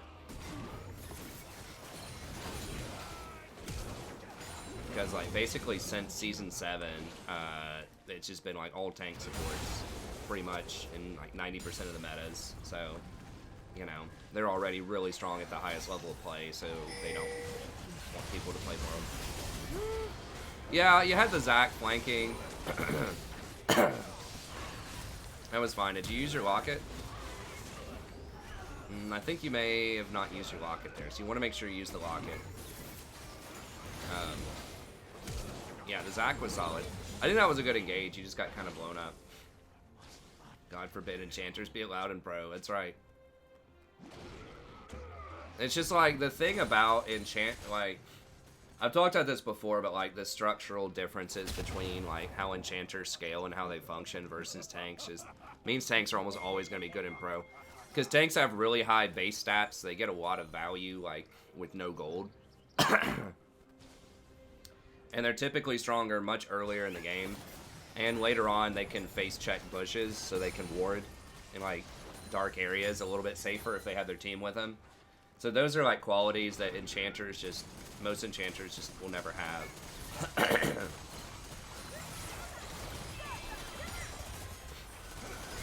Oh, nice. Versus enchanters scale really well off of gold. And so they're going to be a lot better in solo queue where there are more kills. And you just aren't punished as much in the early game. Karma does get played sometimes as an enchanter in pro because she can have a really strong early game, but...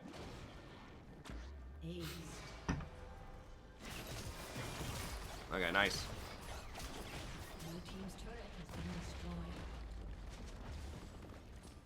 Not sure what you're building with the Spectre's Cowl.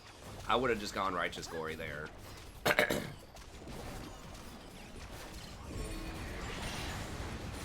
So it's gonna be tough, like, to get enchanters back in the bot lane in pro, or to get tanks like functioning at a pretty high level in like, you know, gold and lower.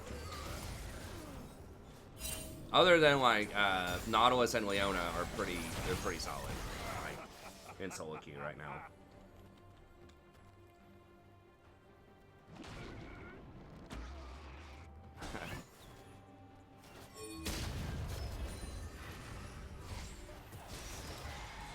But like your Peeler tanks, your Braum and your Tom are almost always going to be a lot worse in solo queue than pro. Though Braum recently did get some buffs, and with the buff to Frozen Heart, like maybe...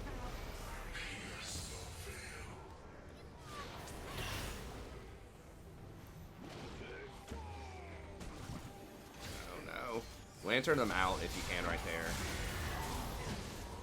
Yeah, I would just toss him a Lantern and run away.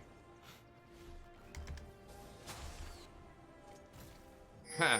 I mean, I love Braum too. He's too strong. That's why, like, in pro. So they have to, you know, nerf him or, like, balance him around pro.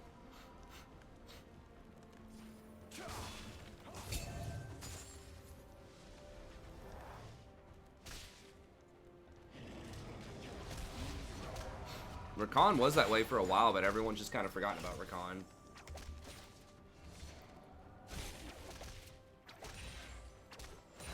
Actually, no, you're right. It doesn't bring him through the Veigar stun. I think it would stun him on the way out. That's a good point. I forgot about that.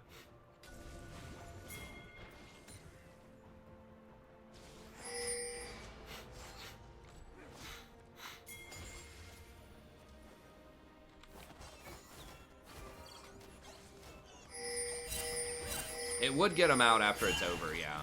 It doesn't get him out immediately. It would also give him a shield.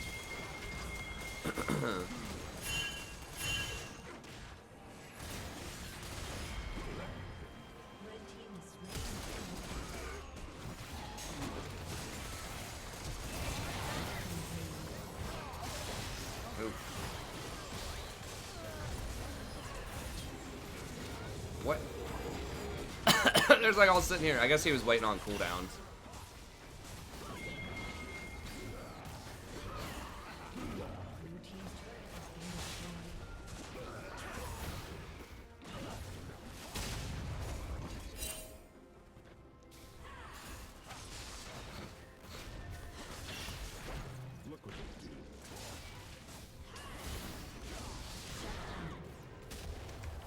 Alright, what do you got here? I still don't know what... Okay, you got Zeke's, and then Spectre's Cowl is... I don't know. You go an Adaptive Helm or something? Yeah, that's right, Ludo. Yeah. I don't know. It's a tough situation. I think a lot of... maybe previous ADCs had been like that, but a lot of the newer ADCs are like ones that have been reworked or reimagined are becoming more like the ones that are like becoming a lot more priority in the meta, do have abilities and do a lot more damage early on. So like Misfortune. Oh god.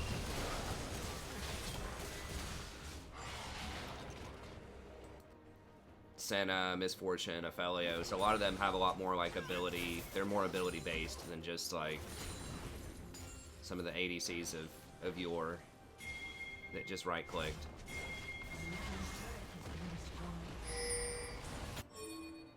Even Vayne, who's like, you know, the queen of the right click, she still has to reposition a lot of times with her Q.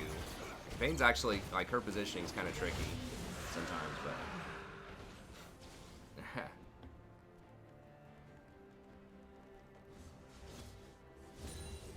I think ADCs are becoming a little bit less homogenized.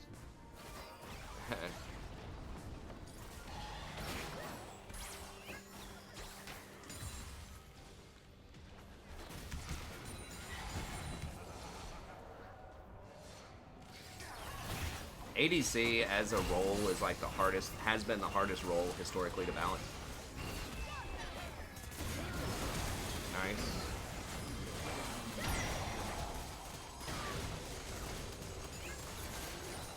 Because they all kind of like historically have done a similar type of thing, so you just do whichever one does that the best.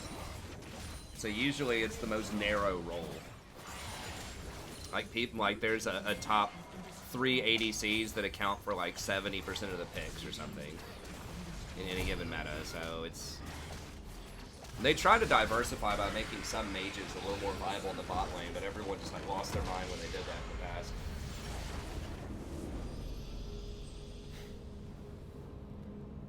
Alright, so I think the biggest stuff to work on that we saw sort of early on is just trying to go for that flash flay early if you can. See if you can get those, see if you can get some of their flashes early. You did a good job of going for more flays, which I think was pretty solid. There are a couple of times around warding where you're just looking and seeing where they could be, where you got caught near the Rift Herald. That was kind of a toss-up because you did have allies there, but you were split up. So I maybe would have just warded it and then backed up and just reassess because Xayah wasn't there. It could have potentially been a 4v5. Nico did show bottom, but it wasn't until like you were already kind of getting engaged on. And then the macro thing that we talked about where you try to get everyone to go for dragon instead of chasing a kill top would have been nice. Talked a lot about the itemization. I do think that Stoneplate is something... let me pull this up here real quick. I do think Stoneplate is something that more and more people are doing. Let me pull up a thing here and see if they're doing that on Thresh or not.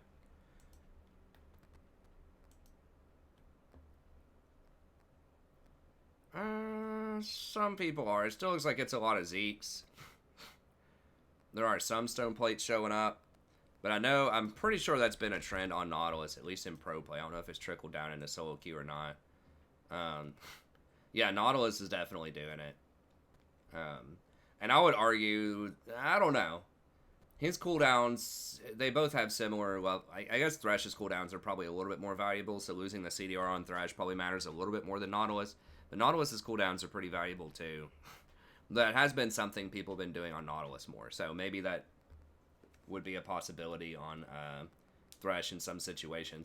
I do think that Frozen Heart's probably going to be really good next patch if they have like 3 ADs on their team, which is very common right now in solo queue, where you have like one mage middle and then the top and the jungler AD and the bot lane's AD.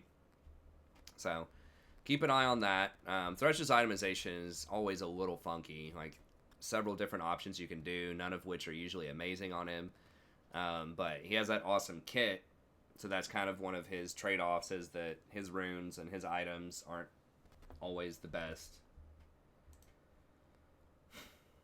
Yeah, Stoneplate has been like really dormant for a while. A lot of people just never really got it, but lately that's kind of been the craze. People are kind of going back to that item.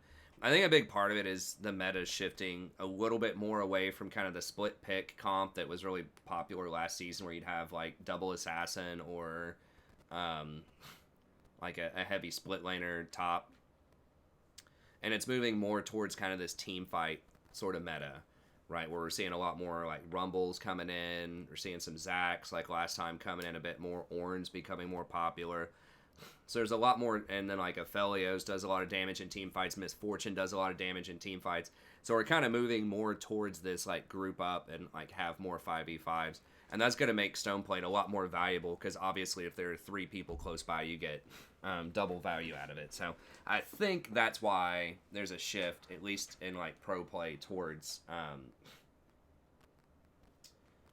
that item a little bit more. But overall, I thought it was pretty solid. You know, you missed an occasional hook every now and then, but I think it definitely looked pretty good otherwise, as far as like the decision making. You did die like a decent chunk, but most of the time your team got something really good out of that as well, and that's just going to happen as Thresh sometimes, because he is pretty squishy until you get several items on him. He's a lot squishier than most people think for a tank, because his base armor is really low. But anyways, okay, that's going to be it. Thank you very much. Hope you enjoyed this. Be sure to like and subscribe.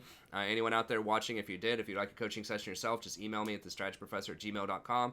Just $25 on stream. If you're a channel member, $5 off, so $20. If you want to watch more coaching, check out that playlist in the description. Come by, check out the stream. Starts around 10 p.m. Eastern Standard Time most nights. The stream's going to continue, but that's just it for the coaching session. So thank you very much. Have a good day. See you next time. Okay, stream's continuing. But that was just it for that one coaching. And I need to start, I still have a decent little stockpile of those coaching videos I need to release. I was doing pretty good about it last week, but this week with the classes, I fell a little bit behind.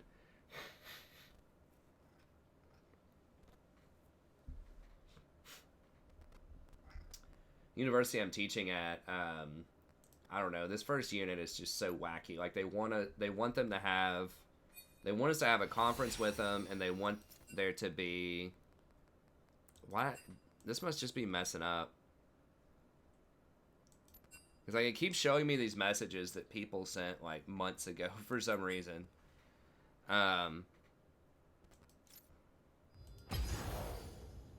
But yeah, I talked with students at conferences. I don't think I've ever seen a large population of students, like, more confused.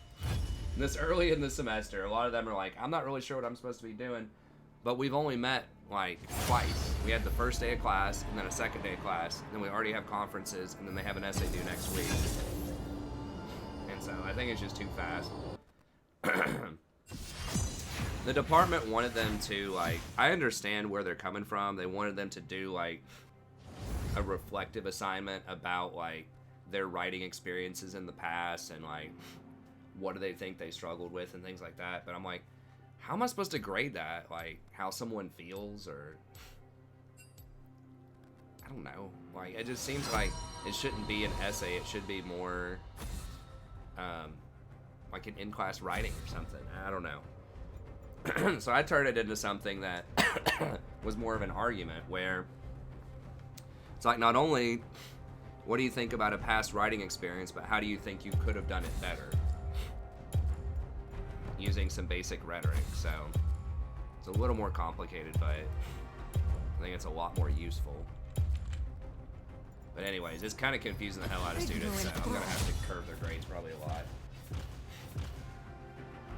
Because if everybody's confused, then, like, I pretty much interpret that as like either a failure on my part or a failure on kind of the structure of the assignment. It's just too fast. But we'll see. It's fine. I mean, as long as they're learning something and thinking a little more critically about their own writing, it's fine. If I have to move the grades a little bit.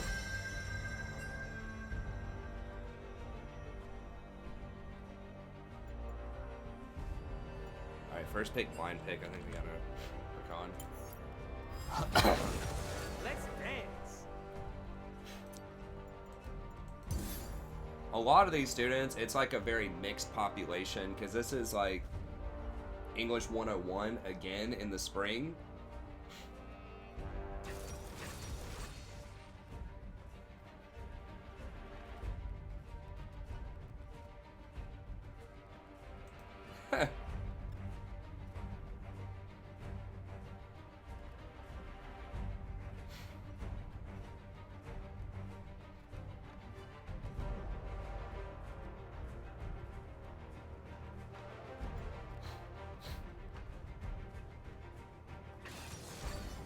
I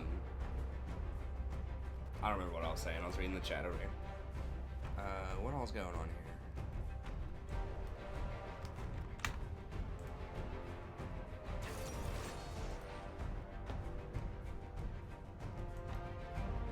here? 83 million subs.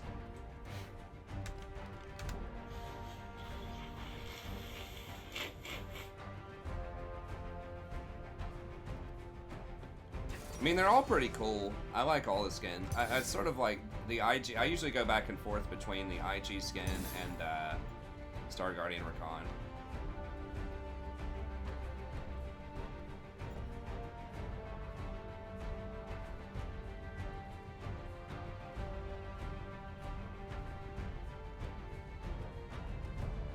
It seems weird to me that, like, the official YouTube gaming channel would come in to, like, my channel and say something really basic, like more live gaming. The point of that is to get people to click on their channel, or something. I don't know, something nefarious, I'm sure.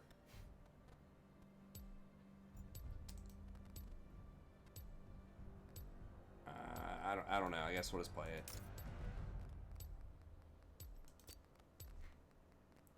They're mostly AD.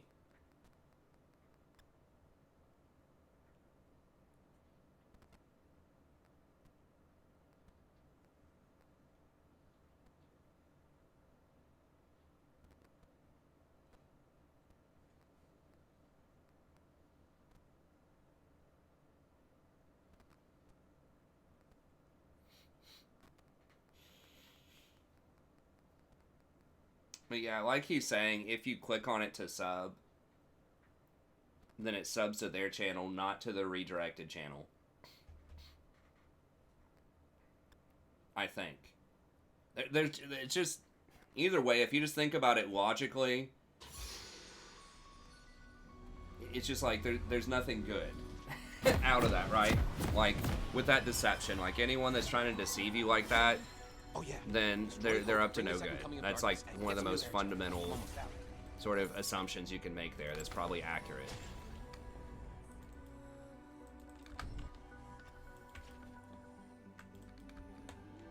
Welcome to Summoner's Rift. I don't apologize for doing my thing. 30 seconds until minions spawn. If the first time someone like interacts with you is a deception, that's usually not a good sign. Most good guys are just kidding themselves. Unless there's like a very specific reason for it, but like a masquerade ball or something, you know, like I don't, do people even do those anymore? That'd be pretty cool. Minions have spawned. Did that masquerade thing in Witcher 3 like last week. It was pretty fun. There's a lot of like the side quests, or I guess that was actually like a main quest, are pretty fun in that game. It's one of my favorite games I've played through in a while.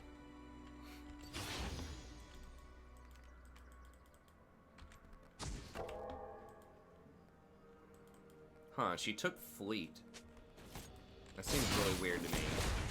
They don't even have that much hope. Right? I thought she's supposed to take GTA.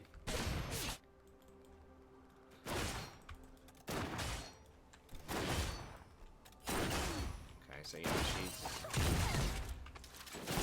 Through my work, you shall transcend. Wow. Let's destroy Potentially gonna get free buff.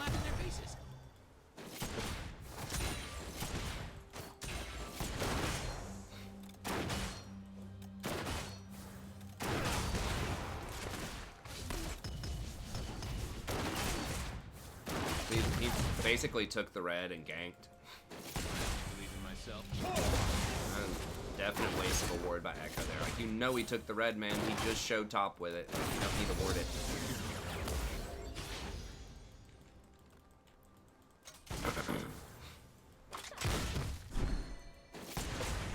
Echo should have at least taken Gromp. I mean, Gromp, I think, is like one of the... What should have...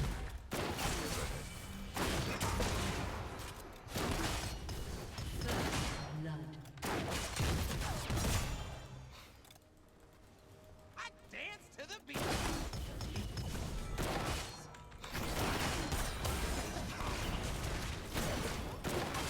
Take a little trade there.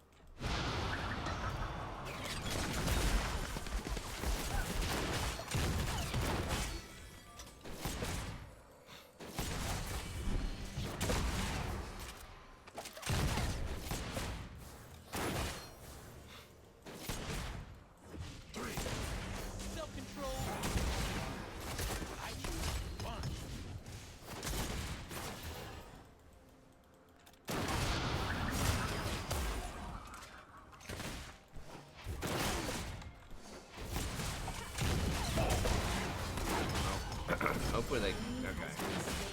I just say, they're playing around top. As long as we don't die bottom, they gotta be careful with Dragon coming up, though. Mundo? Mundo can probably take it at level 4. Almost every jungler can take it at level 4.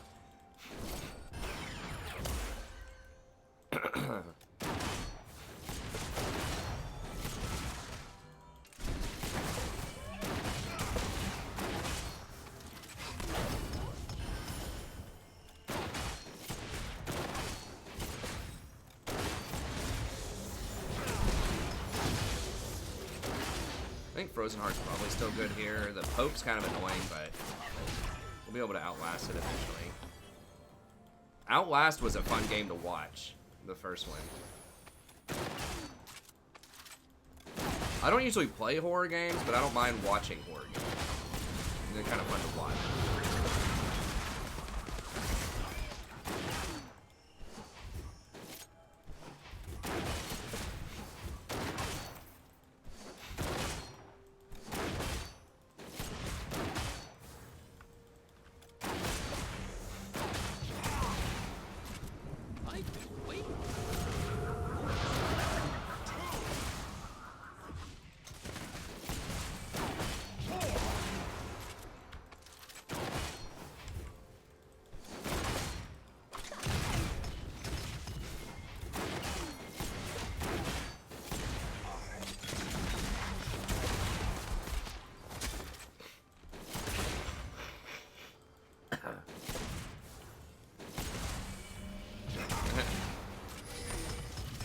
I haven't watched that much in a while, though.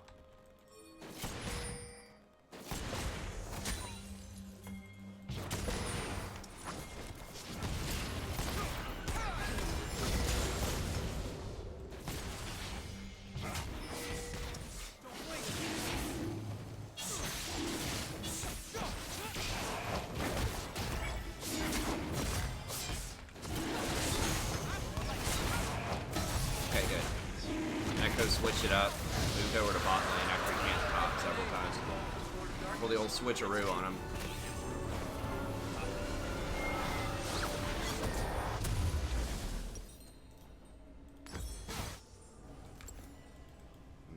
I kind of want a control ward. They're pushing in. He's not going to get zoned. I'm just going to wait on this control ward for a second. I'm going to lose a bit of experience, but I do have Moby, so it does allow me to get there a little bit faster.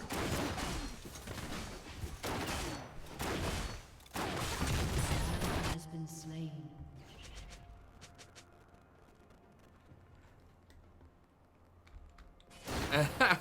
Safe is for nerds. Yeah, my wife doesn't like scary stuff either.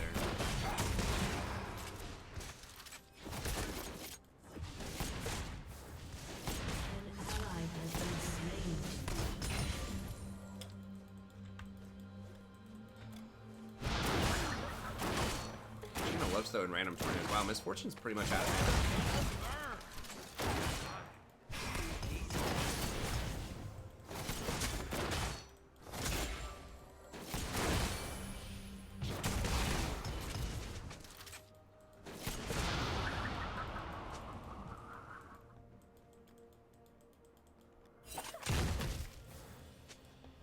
Used to be a square. Then I embraced the darkness. Woohoo!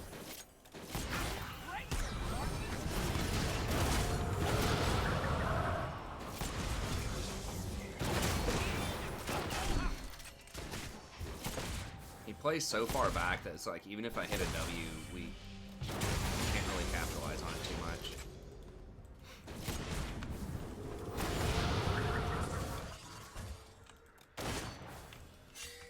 Safety is boring, Riku. Let's start fighting.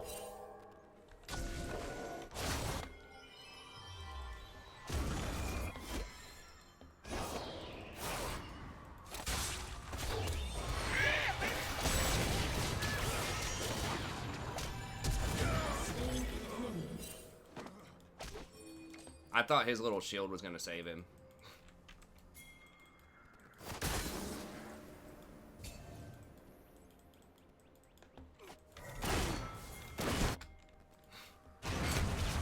Echo's going for red instead.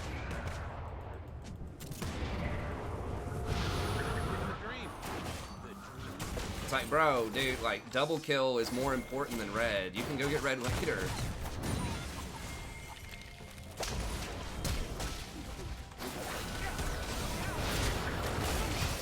Get the misfortune, what the fuck? Okay, oh my god, I'm about to have a heart attack.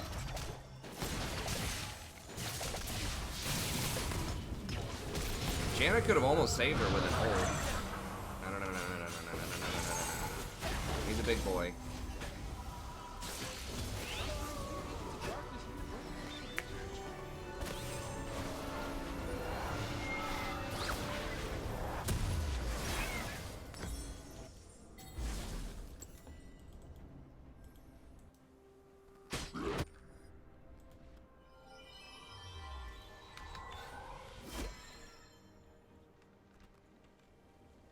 Life sucks without Zaya, but it is less complicated.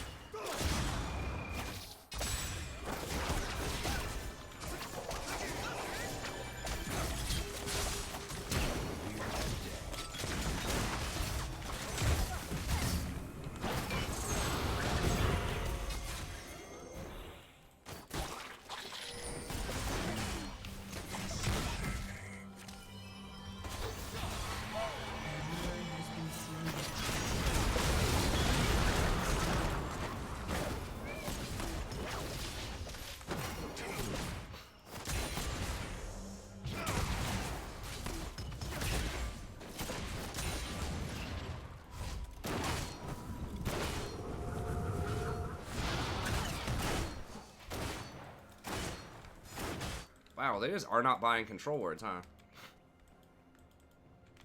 I do what I want. No Star Guardian can say the same. We're not gonna be able to kill that Mundo. Oh, maybe.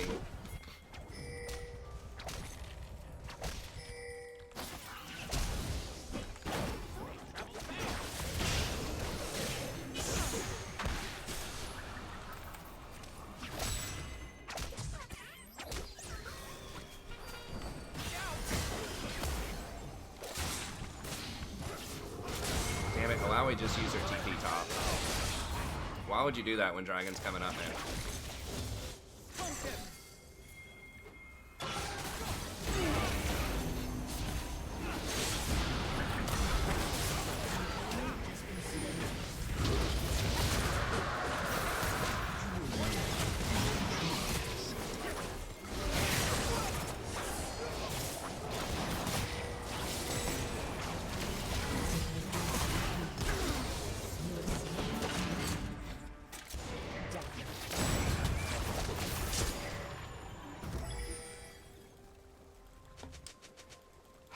That was unfortunate.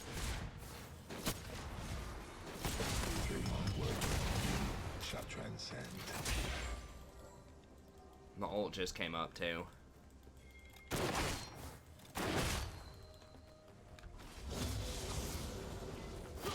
Down. I'm gonna go stare in the mirror. It's daily affirmation time. Did he canceled his ult, right? He only fired 2 shots, right? Or am I misreading that?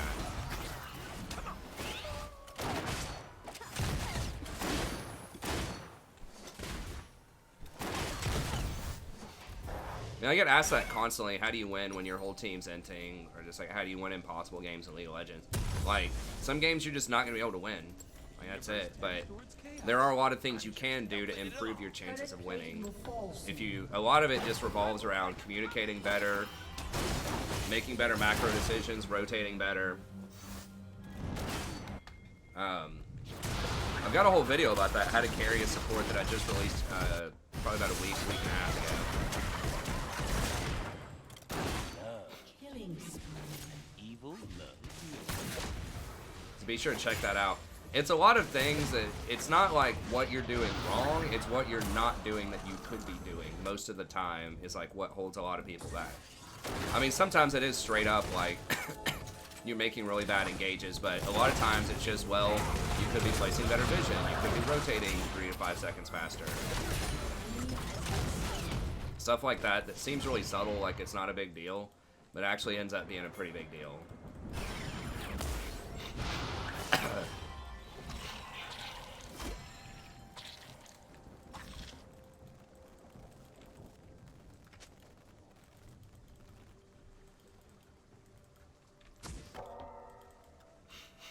Pretty confident I can get away from Mundo.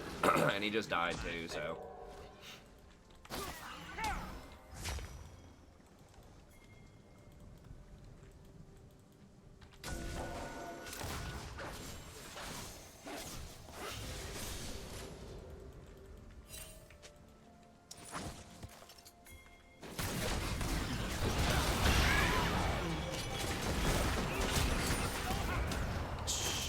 A little short.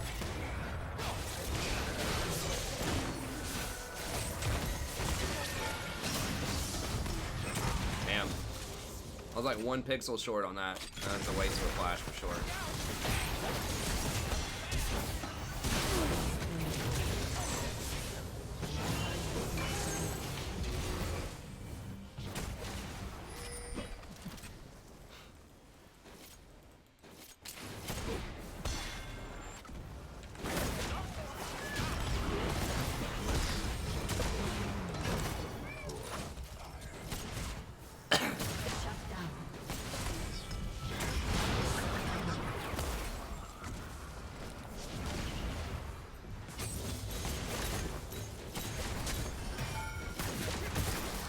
No! Okay. Thought I was gonna die there.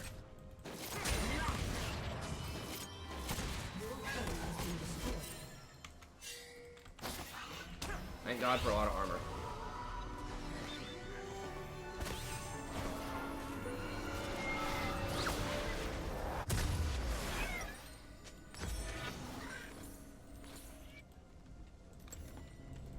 I am bad because I'm free, and I am free because I'm bad.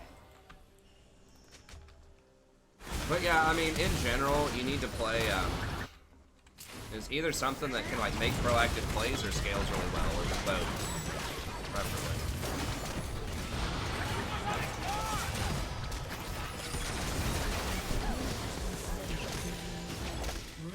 I had to make sure I shut that Janna up so she couldn't ult. Reset that. Plan really failed.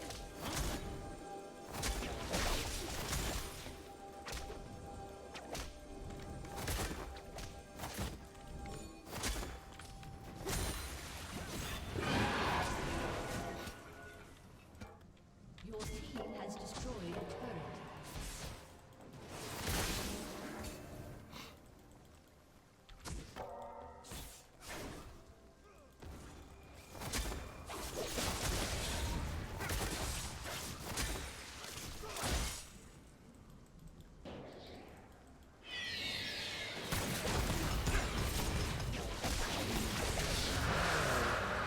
Is watching.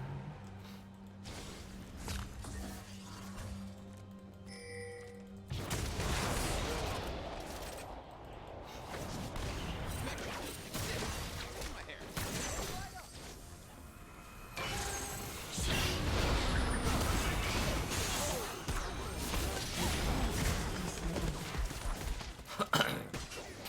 So just like right there is a good example. Like because I have such proactive vision, Echo was able to make that play, and I was able to help him out with it.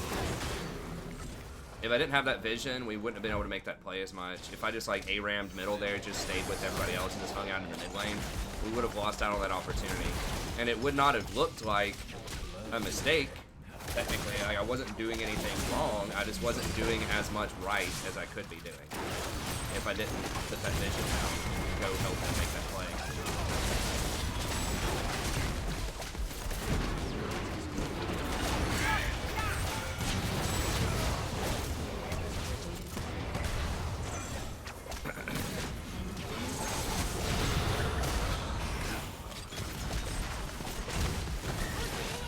Whoa.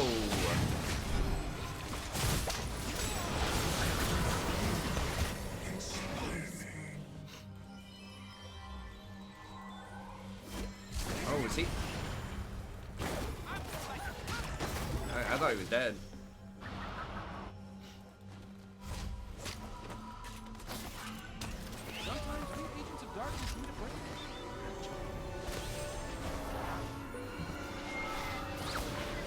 I mean, sometimes you're gonna lose a lot. I mean, I was on a few days ago. I was on a huge loss streak. I still am probably have a negative win rate right now on the beginning of the season. I mean, sometimes Dancing between the rules. it's tough out there. But if you just consistently keep doing the best that you can to try to increase your chance, you know, with your team, then you will climb. It might take a little while, but if you just continue to become a better player, then eventually your rank will reflect that. It just, a lot of times it's just not instantaneous. It takes a little bit of time. Unless you're like a challenger smurfing in silver or something, you know, you're not gonna have a 90% win rate. Self-control is for starters. I choose fun. I know there's a ward there, but I need to make sure that I'm not gonna get jumped.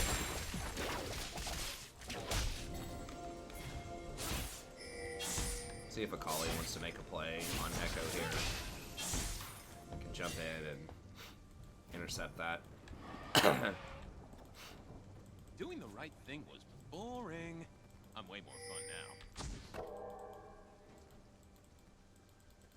So I'm trying to move my wards up around the Baron area.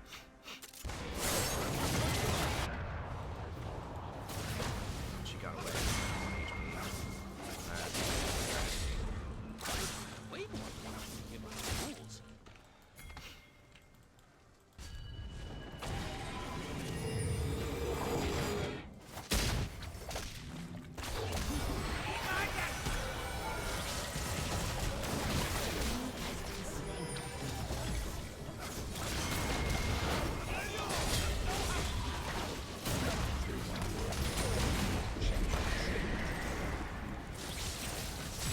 The defensive rift. I guess maybe he was running out of time with it. Can't say I've seen that too often. Using Rift Herald to help stall out our push.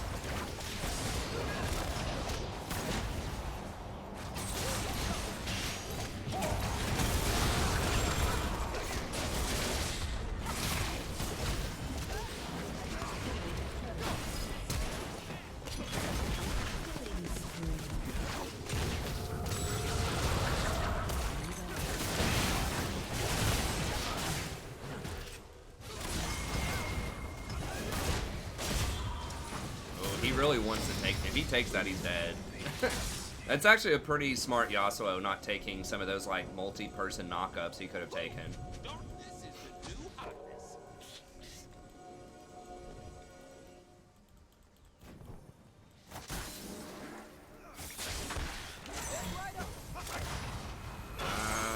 No, not with Mundo there. I didn't see Mundo at first. Safe is for nerds. I do. Water Drake makes it so much more difficult to ward. Then I have to put my control ward so close to the wall that they can clear it. Yeah, if Mundo tries to flash over and steal that and we kill him, then we just get Baron, so.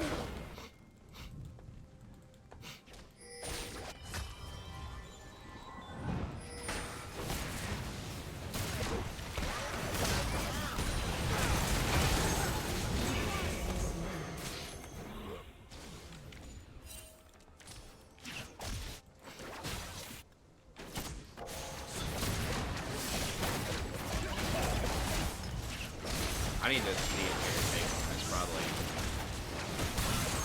I have more armor than Echo does. But I also need to zone if someone jumps in.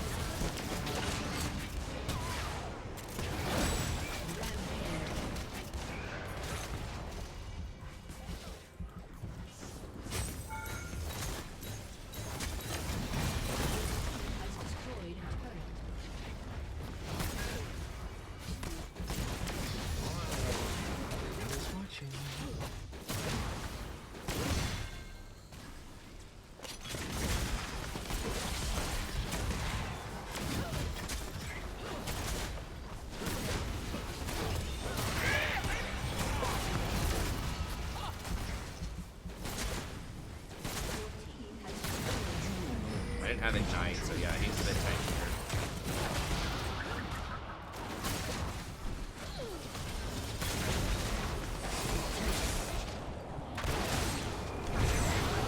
TF is getting some progress mid lane here. He's got open mid.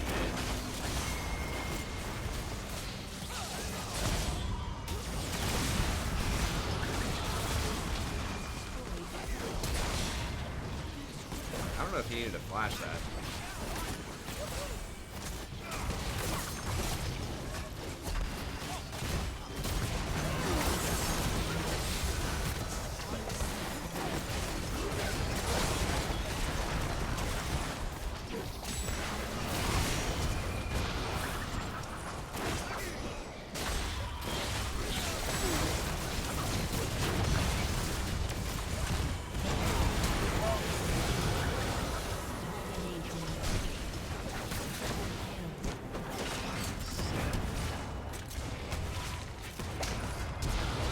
Damn, I don't have mana. No!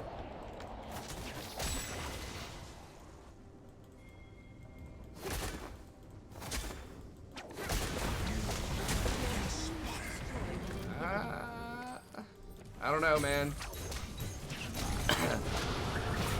I think we gotta run, dude. I don't have any mana. Shut down. Hey, that was a little greedy. That was a little greedy. Safety is boring, Riku. I think Jen was right. We should not have been there. Right, darkness? Forget my name, just call for the Lord of Darkness. TF's mad about Jen leaving. I mean, Jen was right, though. He was right to leave, I think.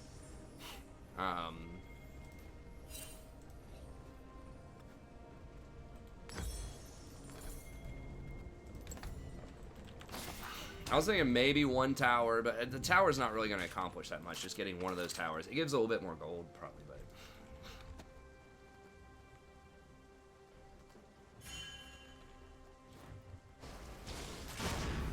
We got, Living the dream. Soul coming up soon.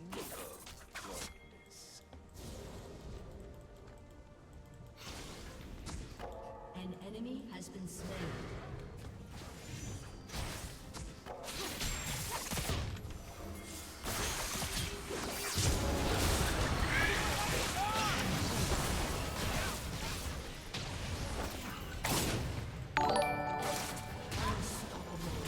Hey, thanks for the sub, Dolphin. I appreciate it.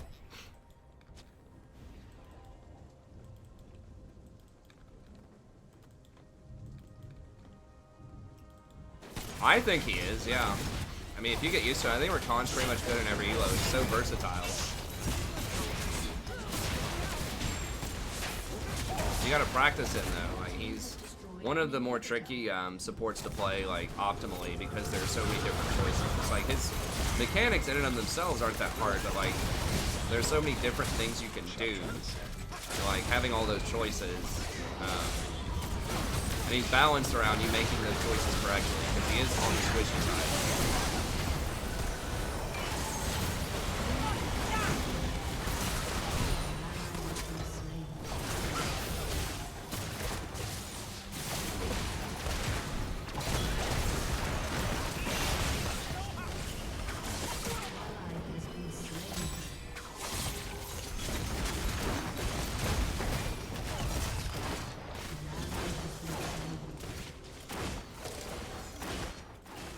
I don't know if we're gonna be able to get this or not. I mean, if they don't come over here, no, they're coming.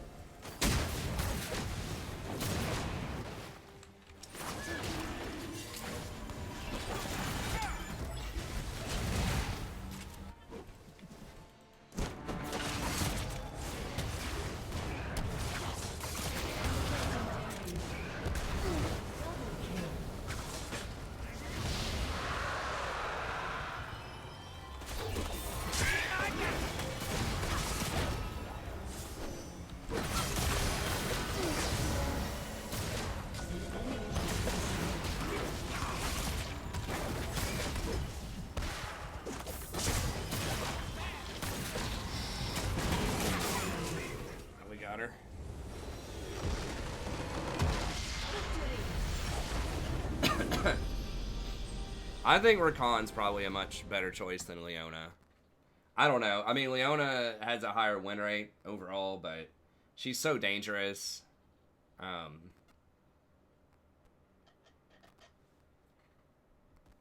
But if you do get ahead, she can be really good.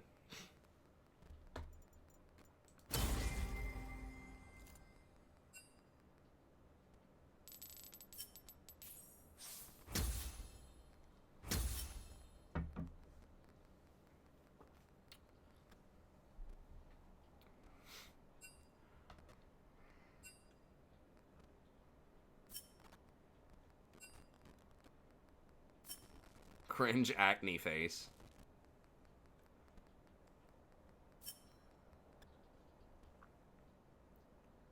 This guy's mad about something.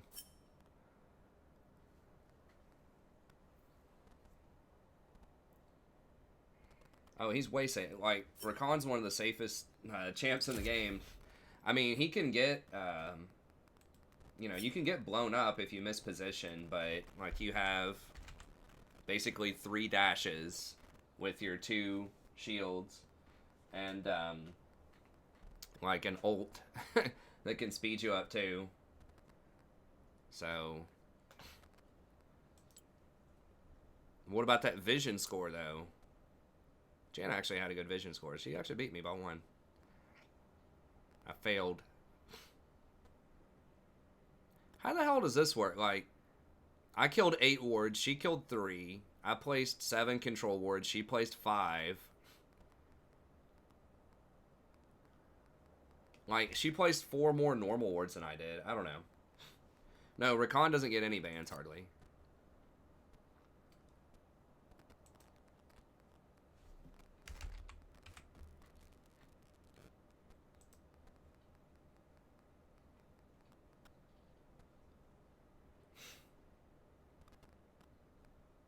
Well, we've been winning a lot, also.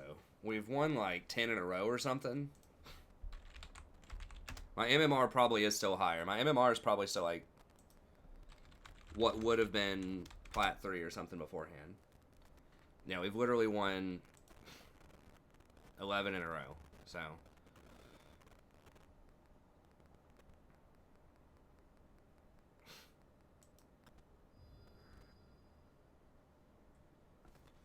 Yeah, a lot of people just, they don't, like, Nautilus, Leona's going to have more bans than Rakan will. Nami might start drawing bans. She's getting a lot of all caps videos about her. Okay, let me refill my drink really quick. I'm going to swing by the restroom. I'll give the cat a piece of food. I'll go ahead and put us in queue, but I'll be back in like 2 minutes. Okay, so I'm going to just run one ad here. Some of you might see it. And then I'll be back in a second.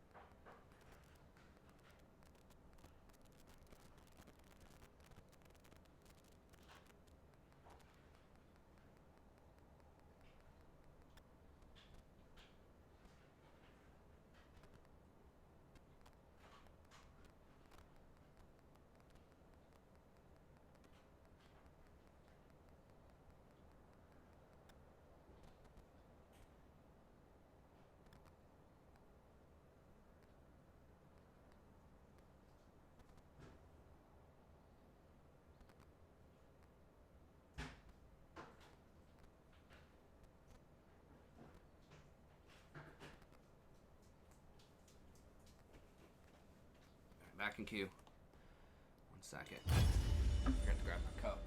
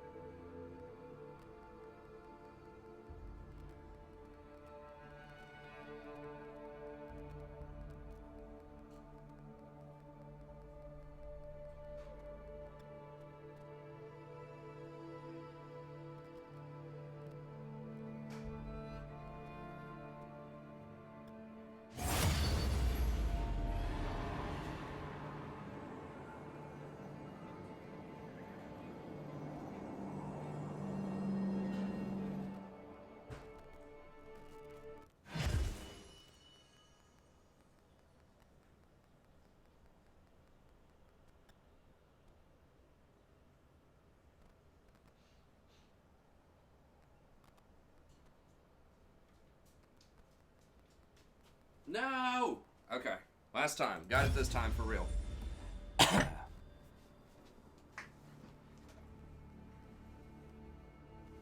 It really doesn't give you a penalty until you miss like 5 or something.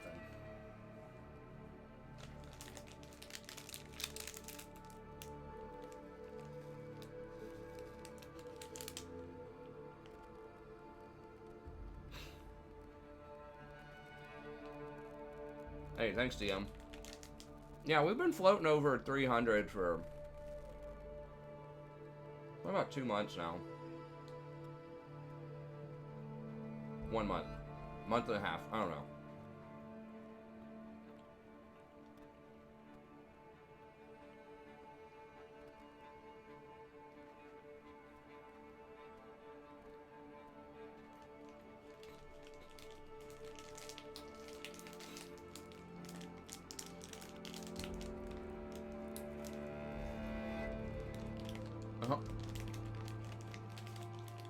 Controversy. Nah. I'm cool without controversy. Even if there are less views.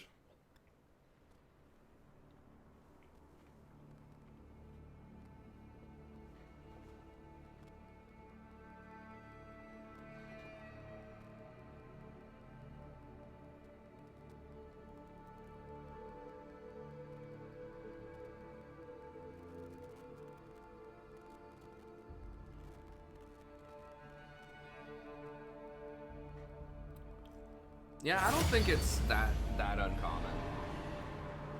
And a lot of people just view and chill. Also, it's this time of night. A big part of it is I get put on playlists. Like people who are watching like League playlists and stuff, and people just like fall asleep with their YouTube on autoplay, and then they just end up here. Because like. You know, YouTube wants to keep them watching stuff as much as they possibly can. And I'm probably one of the few sort of streams with over 100 viewers like this time of night. I think once you get past a certain threshold, it starts recommending you more and more and more. So there's like a... it really likes to snowball content creators, typically.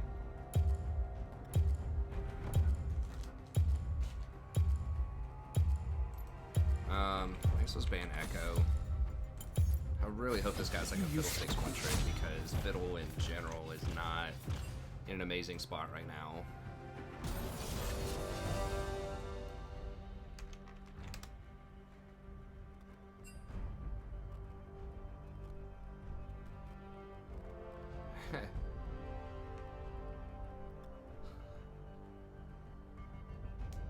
Yeah, that's right.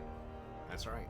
And they're trying to push their live streaming content a little bit more too, which is really smart. I mean, that's one of the best ways to monetize, I think. I don't know. I guess if people are watching little 10-minute videos all over the place and watching a video or watching a commercial basically every 10 minutes, like, that's pretty good. But the live content, it like builds community, and that's a huge thing that they want to do, and that's really smart. But it gets people to like want to keep coming back and get invested in that community. It keeps people on the platform. So I think it's really smart. They haven't, I haven't seen anything that says that that's literally what they're doing, but I feel like that's what they're pushing a little bit more. So they helped us out in October and November. Hey, what's up, Lataro? Thanks for the sub. I do have some older videos on gold efficiency. I could try to update those, but yeah, if you look, just do like a little search bar. I can find it. I don't know if we have a command for it or not. Let me see. Items. If we don't, I can, yeah. Check out that itemization guide there. I think that's, let me click on it and see.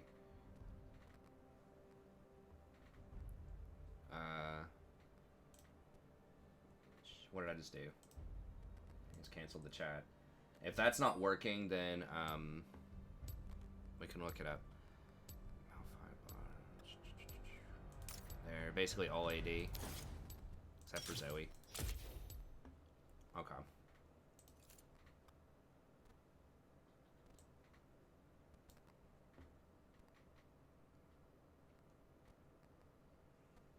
Yeah, there's a really good website called, it's like League Wiki. And they tell you pretty much all of the gold efficiencies. But I'll walk you through different items and add up different stuff and talk through scenarios in that video. So the gold efficiency isn't always everything. Sometimes you need certain things, even if it's inefficient. But a lot of times it is a... it can be good. Well, this dude's platinum too.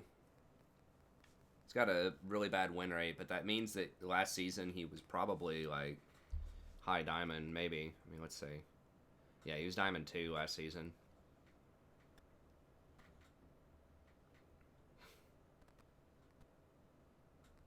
Although this guy was masters last season, that's not that's not good for business.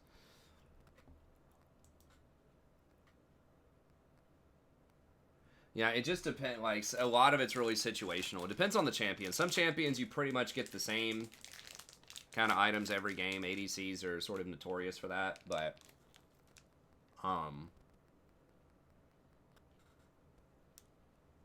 Hey, what's up, Black Falcon? Yeah, if you'll email me, you mean, like, reading essays or, like, helping you with essays?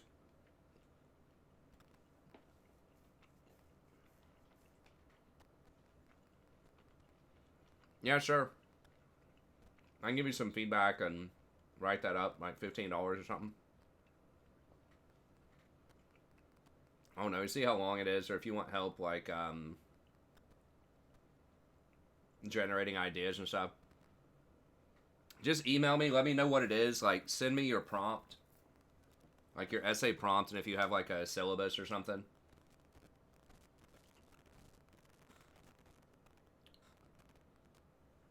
It's only 3 pages? Okay. Yeah, just send me your prompt then. I don't know, maybe...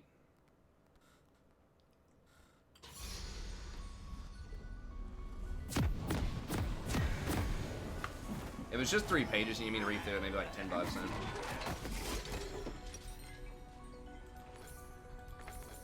Good guys. How quaint. I just learned that word. I like it.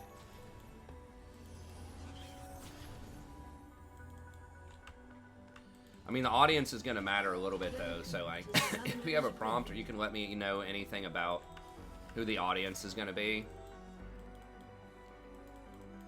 then that'll help me figure out, like, the best way to direct I you. only believe in myself. And Saya. Yeah, that's right, Didgery. He's one of the most flexible champs. First blood. Why? How did that... Oh, he got hooked? Is that what it was?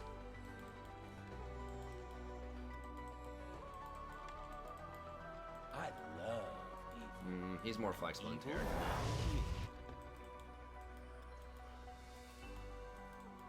Minions have spawned. I don't know if Tarek's troll. But...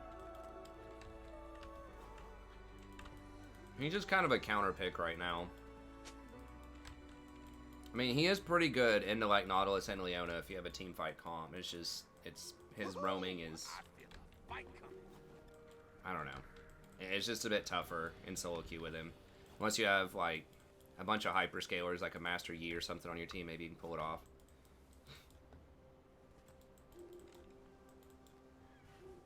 I'm gonna have to. I don't want to miss XP. Boring. I'm way more fun now. I'm assuming Kha'Zix's gonna start blue, so we'll just... We got the kill, Kha'Zix did. That's not good.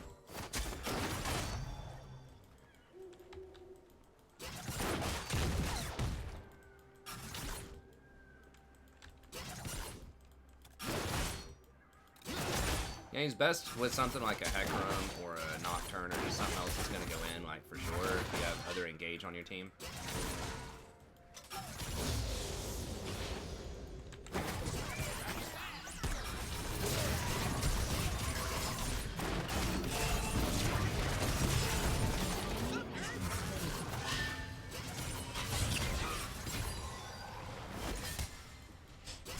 Huh. Well, that guy was Masters and he didn't flash my W, so, I don't know. Last season, at least. Like, you got it, level 2, if you're level 1, if any sort of engage champ is about to engage on you, you have to flash. Like, if it's a Thresh hook or a Pike hook, Blitz hook, Rakan W, anything, like... That's one of the biggest power differentials in the whole game, is like level 1 to level 2.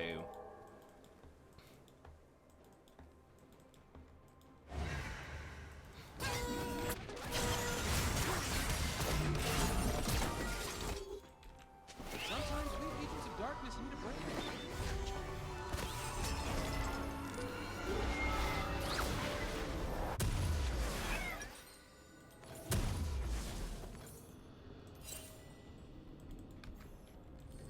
Because, like, the thing is, usually you're gonna have to flash anyways.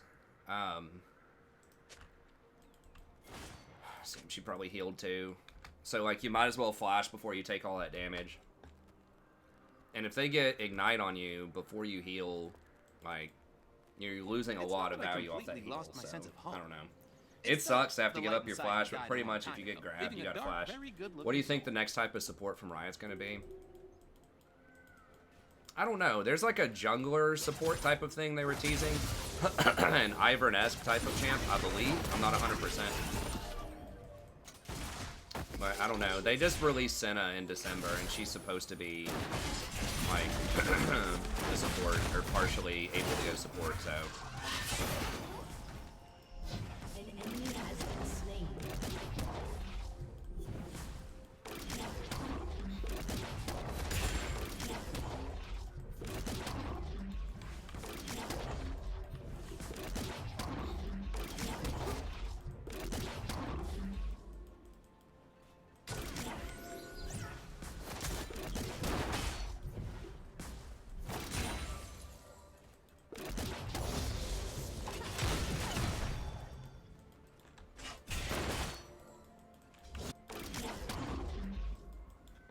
Most good guys are just kidding themselves.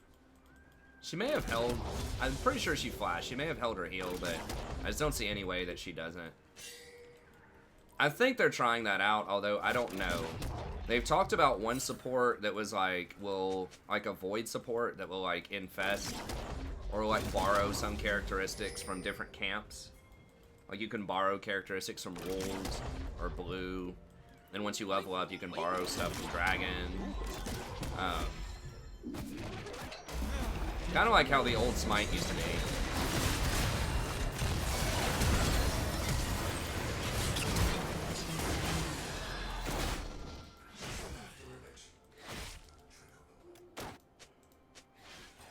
I think Kha'Zix flash.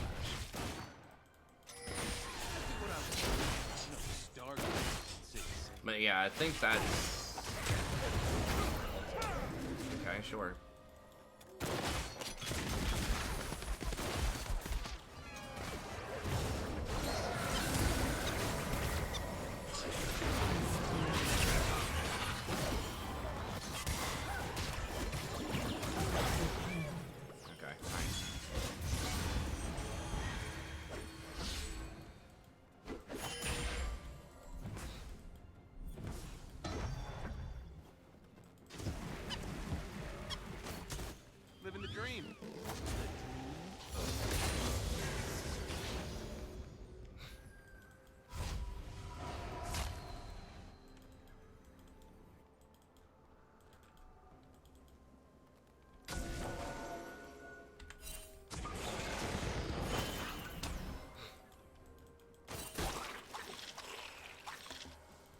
go by, but I guess we'll stick around. I don't want to miss a ton of experience either.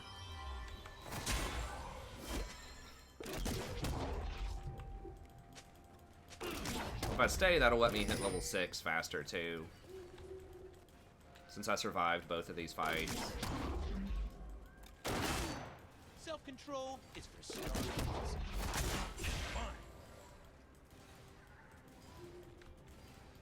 I'm gonna stand this far back so he knows I'm not gonna go for it. Volibear and Fiddlesticks are getting changed fairly soon. I think that Jungle Chant's gonna come out, and I don't know much about the rest of stuff that's getting released. Their last couple of Yumi was really problematic that they released in the, like, the spring, I think. Who was there? Like, Senna is okay.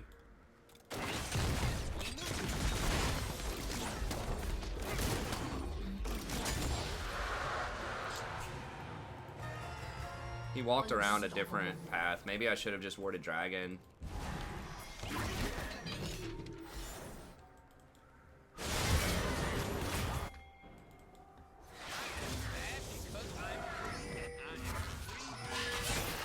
Oh, no way.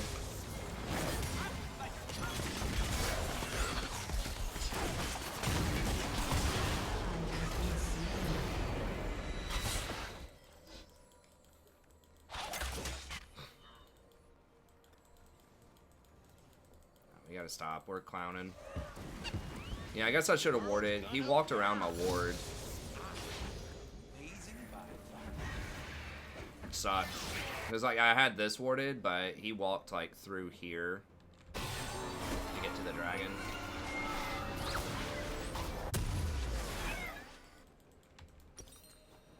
I think we'll still go for that. When Zaya and I were abandoned on a desolate planet, I realized something. I don't like being alone.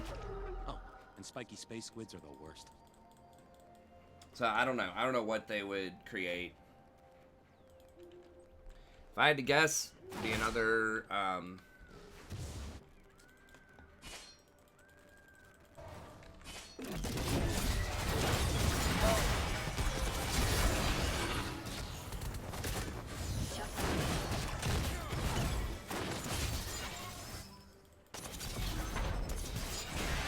yeah, Flash.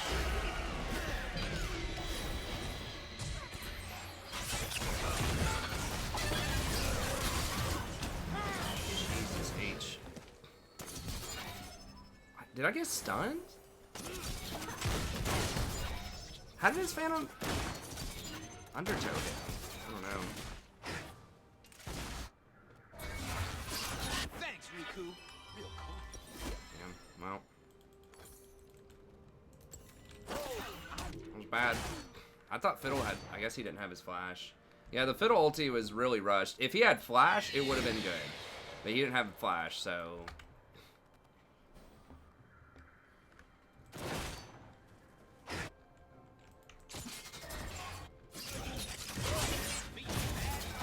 Oh, that was nice, nice block.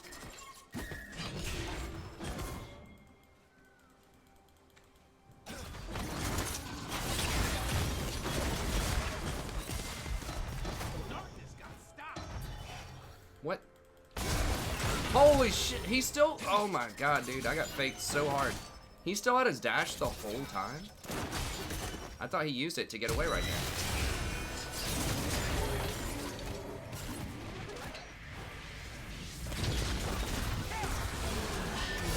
No freaking way, okay.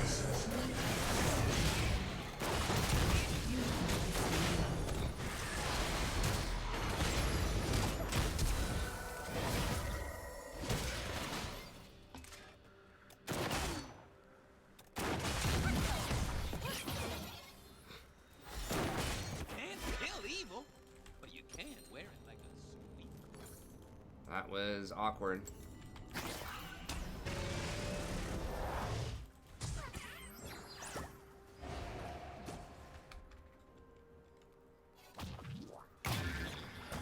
I don't know how he ran in here in ghost mode and then got over here without a dash. I don't apologize for doing my thing. I guess he faked us out. Enemy rampage. God.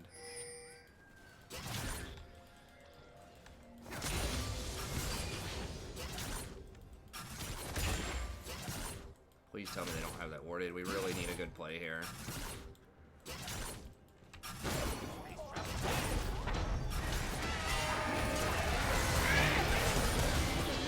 Okay.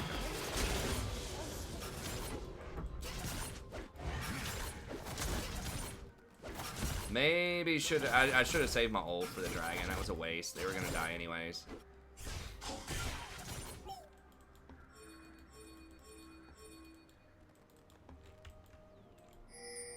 Safe is for nerds. I do danger.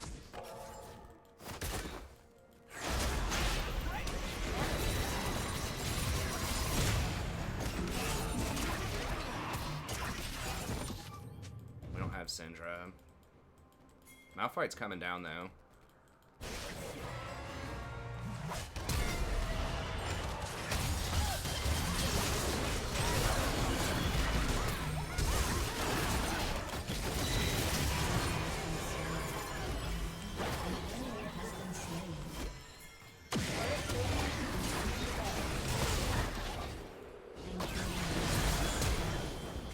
An enemy has been slain. I don't have enough for a jump. Wow. That was a catastrophe. Enemy double kill. Aced. Getting blasted. Yeah, Volibear does stop movement with his roar. So that does make him useful against like Lee Sin and some other like mobile champs in the jungler and earlier elos. Like he's really easy to play.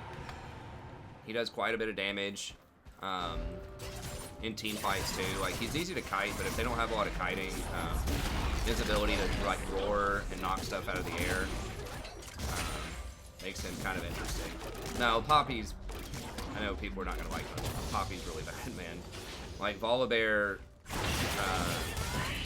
I think brings more to the table, like as a jungler or something, than Poppy does. Perfection doesn't The flip's pretty nice. Also, his flip for someone like Yasuo.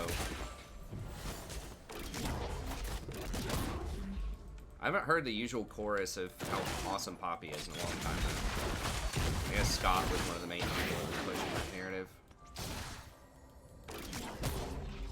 Safety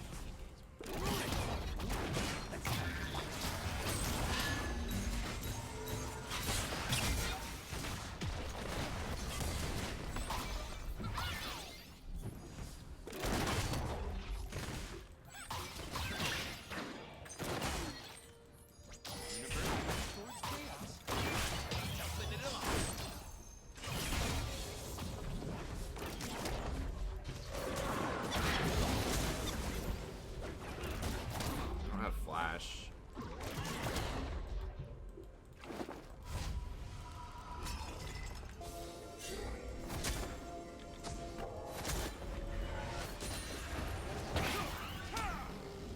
This Pike actually has some pretty good vision control in general.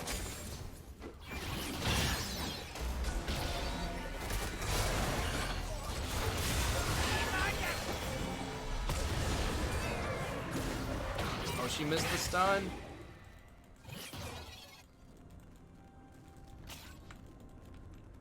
Turret has been destroyed.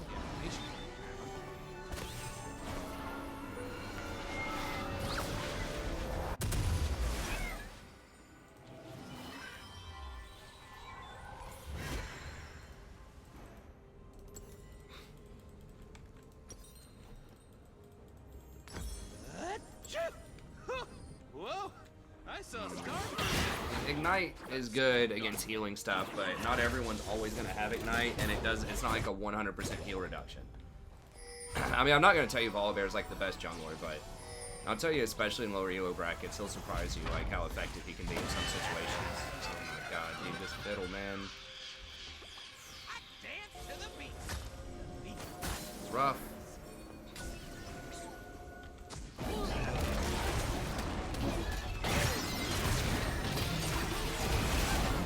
Really? Nobody. Like, nobody can do anything about that?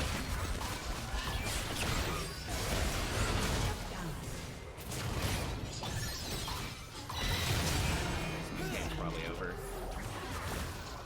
Like, who was zoning him off?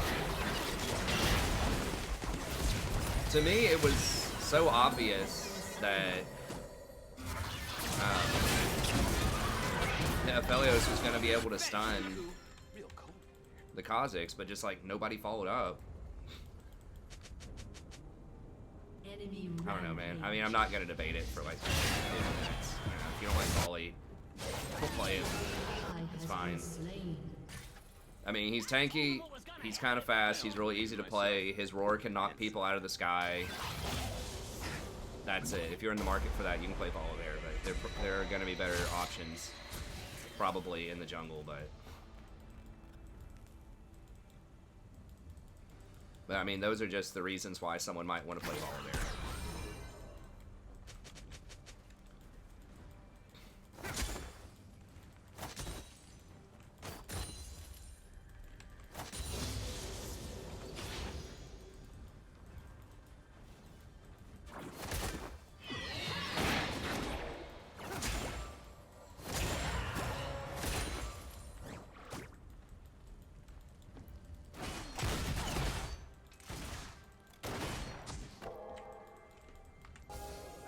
I'm trying not to get wrapped up in like talking about this, like talking in circles about something for like 45 minutes. Basically, like someone asks a question, I'll answer it. They say something, I say something. They say something, I say something, and that's probably Your turret has been destroyed. probably need to move on to something else at that point.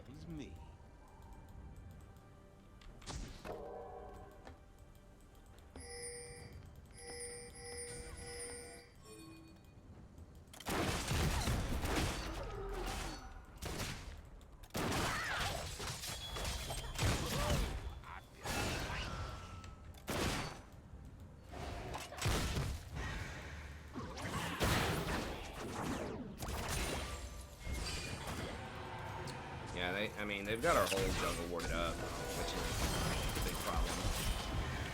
It's just getting faster. Yeah, it's probably warded. Doing the right thing was boring. Everything's pretty much warded. Can we do this? I don't know, man.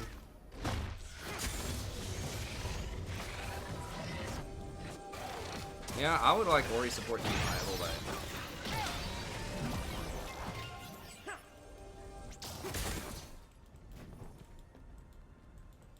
Ori support would be cool, but people like having her in the mid lane though, so I don't know if they're ever going to make her support.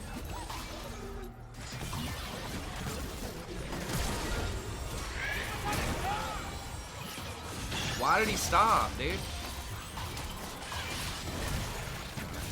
Like, why would Malphite stop going in there? I'm getting trolled so hard.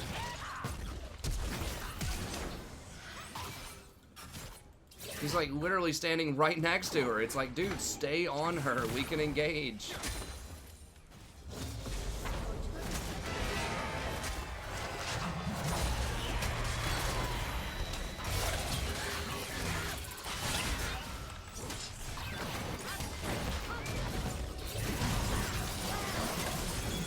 Really? You get to do that?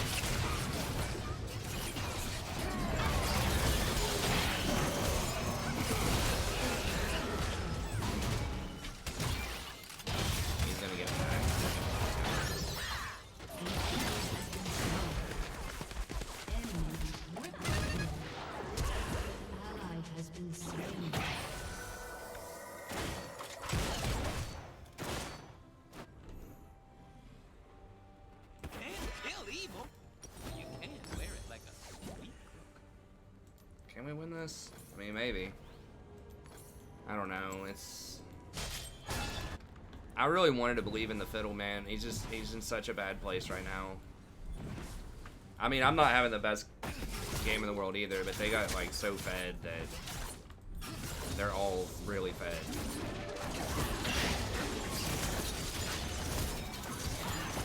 I guess Syndra's fed. I don't know. Like, I'll wait one more rotation and see. When did things start falling apart? I think it was around a dragon fight. Most good guys are just kidding themselves. Yeah, when we basically got aced and then they got our first tower bot lane with Rift. Syndra got picked, walking in a dangerous direction. And then Kha'Zix got a flank and kind of cleaned everybody up. Kled's not really carrying. Kled's 1-0 and 9. Kled's kind of the least of our problems right now. Life is way more fun when you give up. I mean, he's doing all right, but say that if you're gonna say anyone's carrying this game, it's probably either Kha'Zix or Pyke. Like the Pyke's had really good vision control. He's made some really good plays.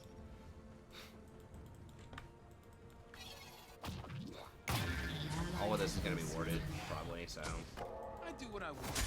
No Star Guardian can say the same.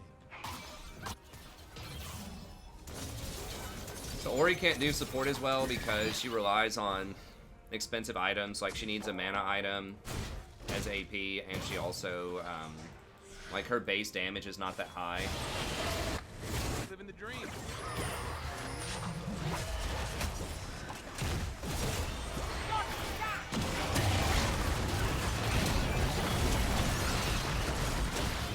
No one can kill the Kha'Zix? Like, what the hell?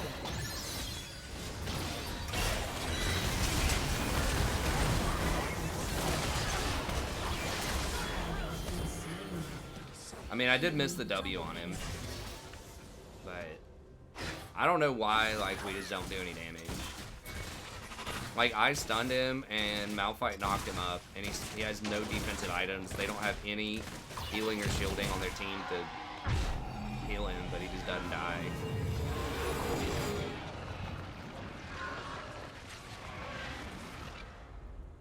But yeah, it's just her itemization's bad. That's what it is with a lot of mages. AP items for support are just terrible. The reason that like Zyra and Brand can pull it off sometimes is because they have such huge like base damages that they don't need items early on to do a lot of damage.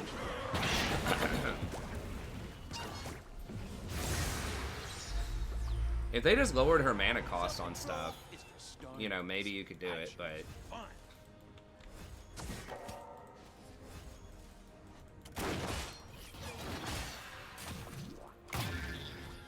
yeah, I think we're outscaled. Oh, we just move on to the next one. That's fine.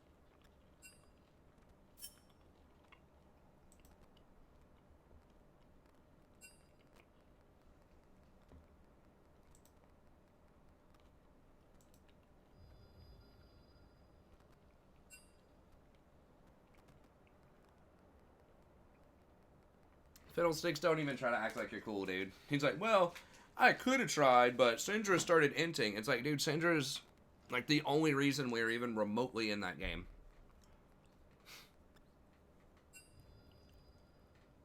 I mean, I don't want to dogpile on that Fiddlesticks too much. It's like, dude, but like, let's be honest. You did not play well that game. Like, don't try to blame Syndra for that.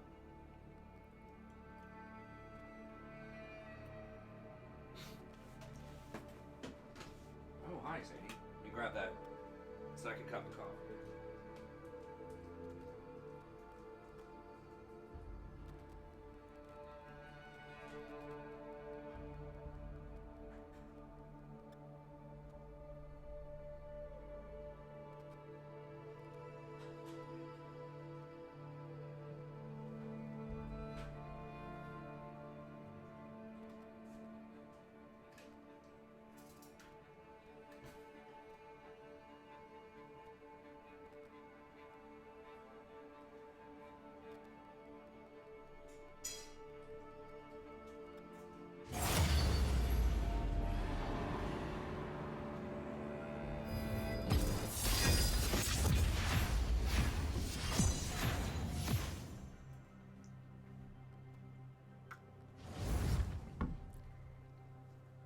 Hey, what's up? Not that dude.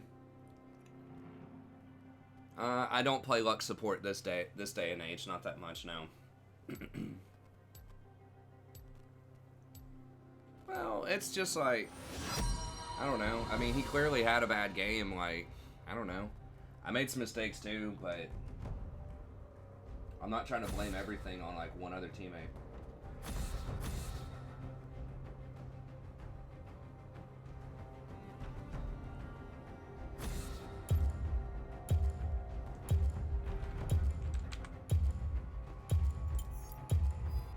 You use it cool.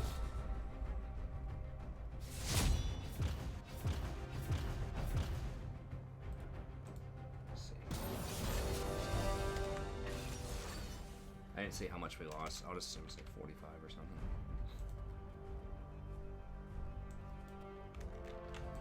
Like, I don't really know. We just got outplayed pretty much in almost every position. Like, the Pike played really well early and outplayed us bottom a couple of times.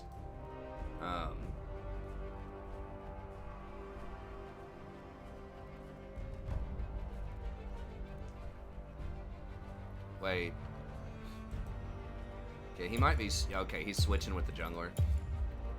Ghost on Camille is a little weird, but... It's Rakan in the dark. Rakan's kind of tricky in a Cassiopeia. No, I know. I know you weren't talking about me, Mitch. I didn't think you were. I think they are switching, although Ghost is weird.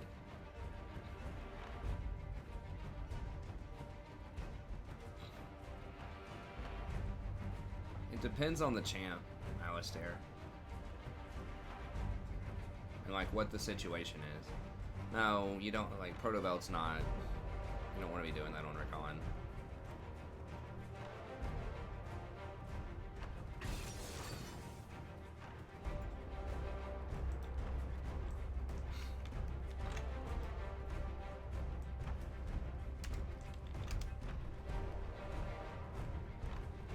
I mean, it's okay, but you just, there are better options.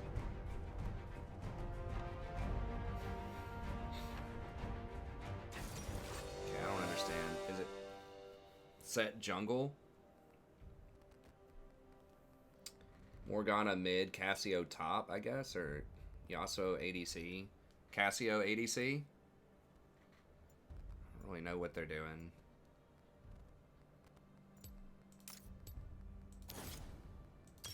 Probably either Cassio or Yasuo ADC.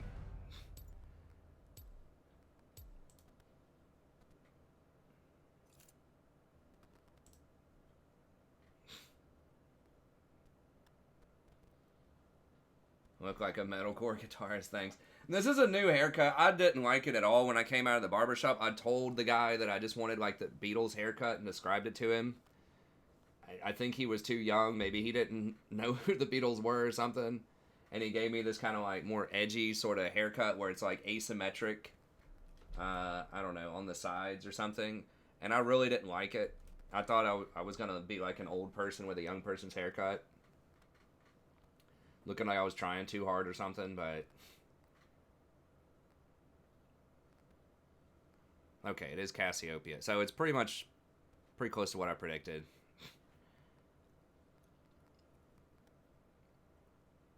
So maybe I could have taken an extra magic resist rune, but I might have to get Mercury Treads against their comp, which is really awkward. But with Cassiopeia's stun on the table or Morgana, it's fine.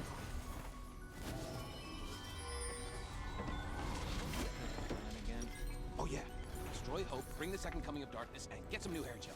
I'm almost out. Man, I'm really liking the Frozen Heart build, but there's just no point in getting that against their team. I guess I get early Athene's maybe, because it has magic resist on it. Or Mikhail's is kind of awkward. I could do Mikhail's, but...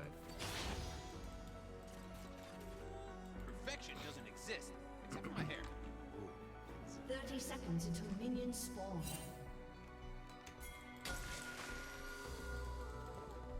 I got it warded.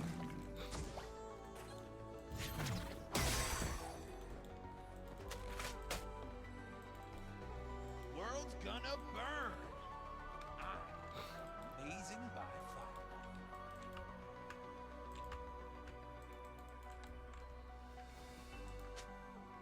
Minions have spawned.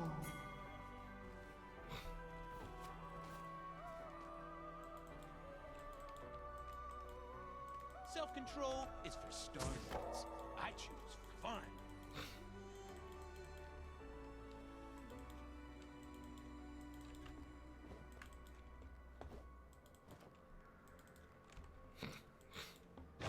How did the music change? It is a special edition to his skin. I think all the Star Guardian skins have a different kind of soundtrack when you come in. It might be the same, a version of the same one, I'm not sure. I dance to the beat. I don't have my jump though. I think walking that way is probably bad.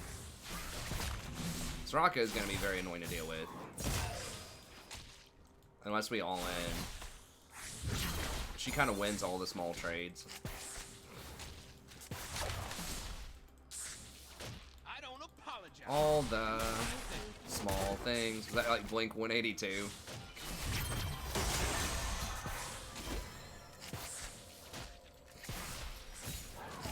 Where are good bands like Blink 182 when we need them now?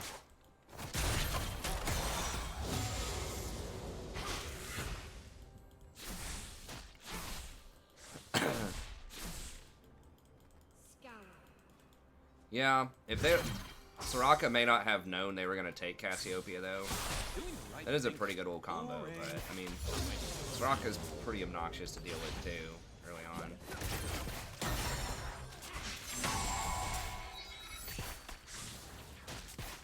Copyright infringement. Hey, if I'm singing it, I think that's not copyright infringement. I think karaoke is cool, as long as you don't have, like, another video up.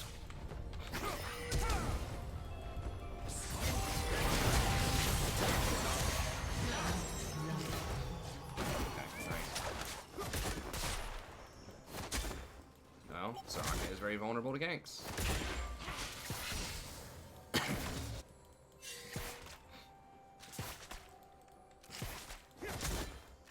Like 8 minutes on her flash.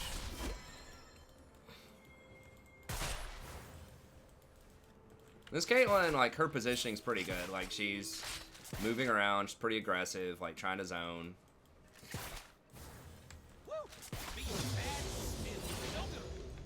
Does feel like we're starting to run into the diamond people again. Boom.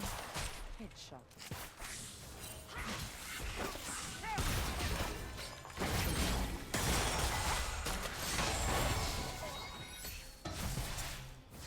Cassio's almost out of mana, though. We really don't want to let Cassio back to get her tier. If we can hold her until we get a BF sword, that'd be great.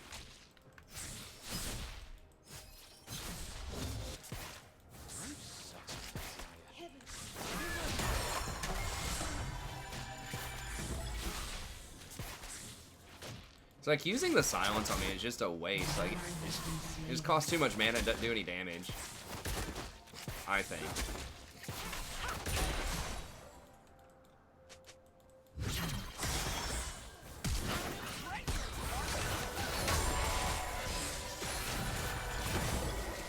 She would have set that trap better. That's unsettling.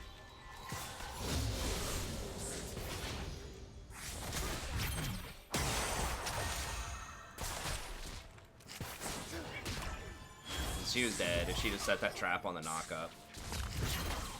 She doesn't have flash. As soon as I say something nice, Forget my name, just call. always let me down.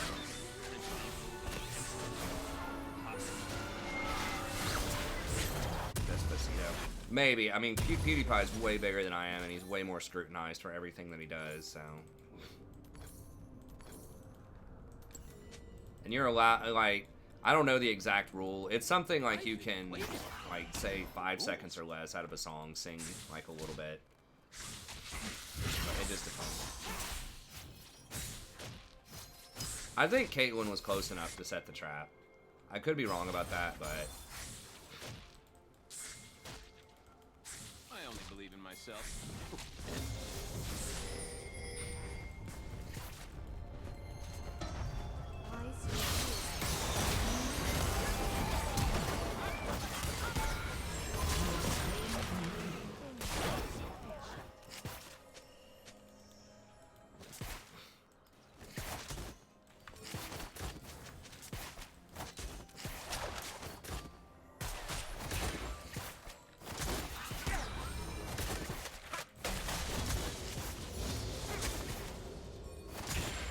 coming, dude. We had to push the lane up.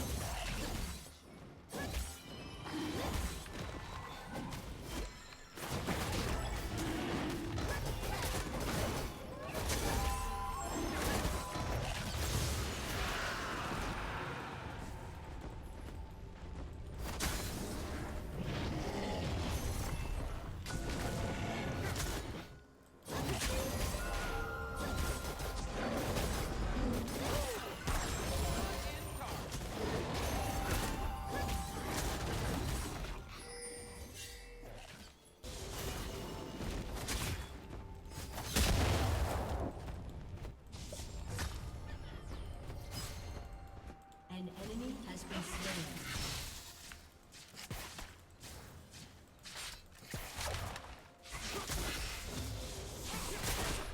Nunu's playing well.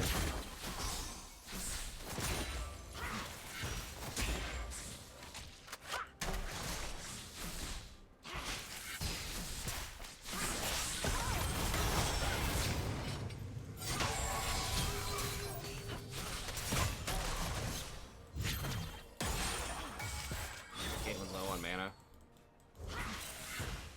Oof, that movement speed that Soraka gives out is pretty deadly on the Cassio.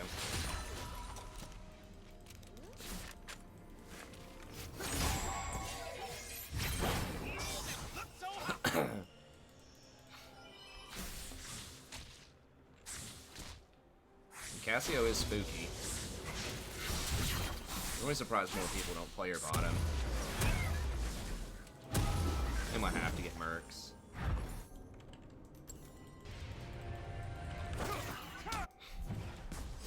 At least they can't get dragon.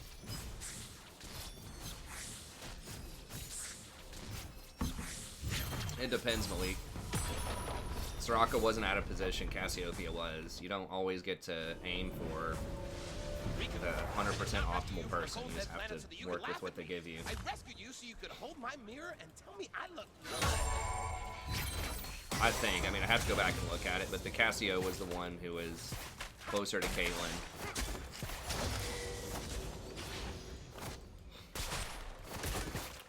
Ooh, daggers are bad. So we got some long swords instead. But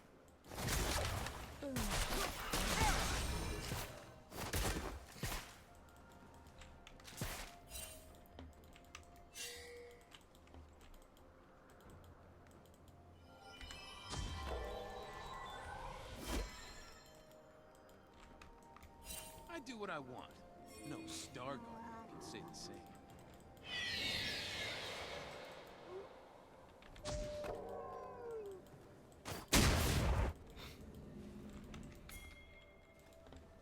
An enemy has been slain.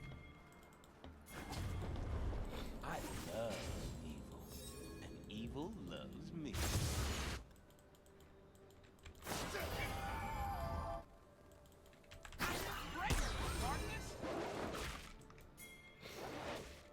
I don't know where she... Oh, there she is.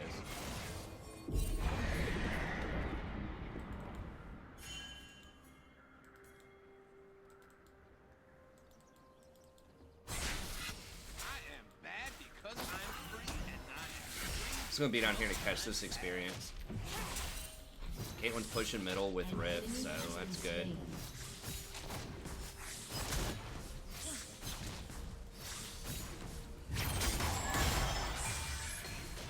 An enemy has been slain.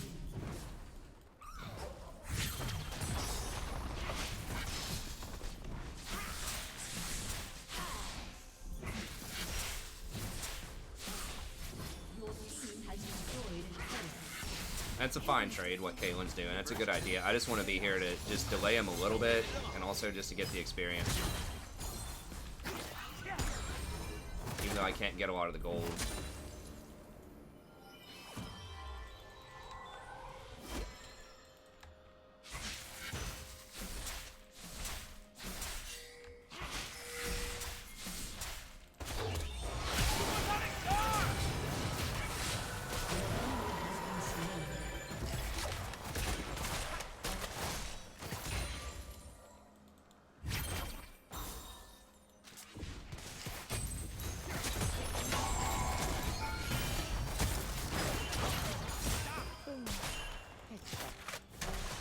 Set coming. We can probably beat Set. We have Runic also, or Cinderhulk rather. Yeah,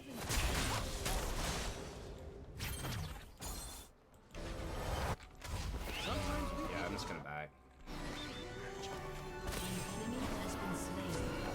Kind of a random board. I should have at least put it in that bush, but.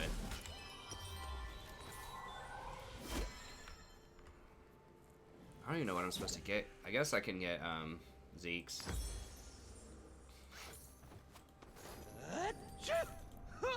Whoa! I saw stars for a second. Some dark, evil stars. Yeah, we kind of gave up the dragon to do whatever to back, but we had so much gold. I feel like we kind of had to. Well, I don't know. Maybe that was incorrect. How is he farming so much? I've had a like he hasn't farmed his wolves all game. Boring, Riku. Let's start a fight. You even have to get permission to record someone else's stream. It depends. Yeah, I mean that can be a copyright strike. But like you'll see some people will like record clips from streams and post those up. It's usually with permission from the streamer because it helps hype up the stream, or like it promotes the stream. Although the person who is doing the promotion is getting some money out of it. So like of really big streamers, you'll see like Tower 1 highlights or I'm a Cutie Pie highlights, whatever. I'd already pressed ult, but the Cassiopeia's miasma stopped me from Wing onto the Soraka, so I tried to put some damage on the Cassio.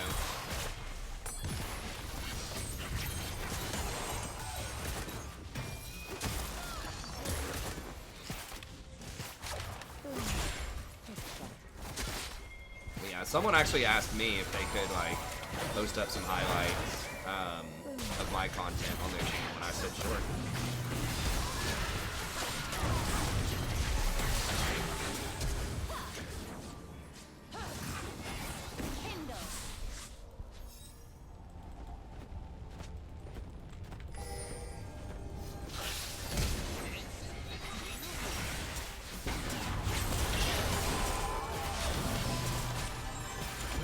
Come here. Yeah, you ran away, dude. Alright, let's get out of here. You literally ran the opposite direction of where you needed to go. Good in dark. Dude.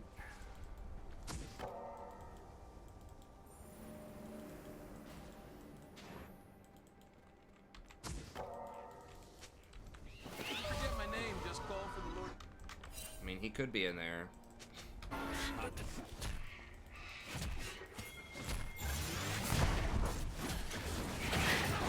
What?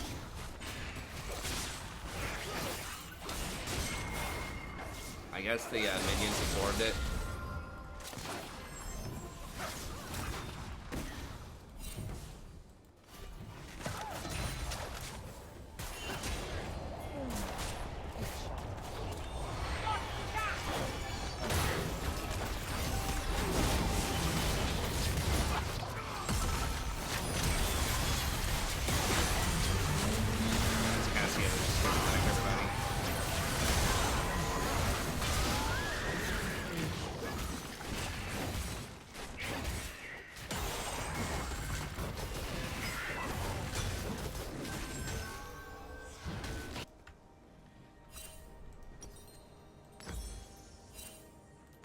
Figure out what I want second. We could do a Mikhail's. I mean, Mikhail's does cleanse off the slow from Cassio as well, so maybe we just do Mikhail's next. Yeah, Ornn's really good against melee AD champs.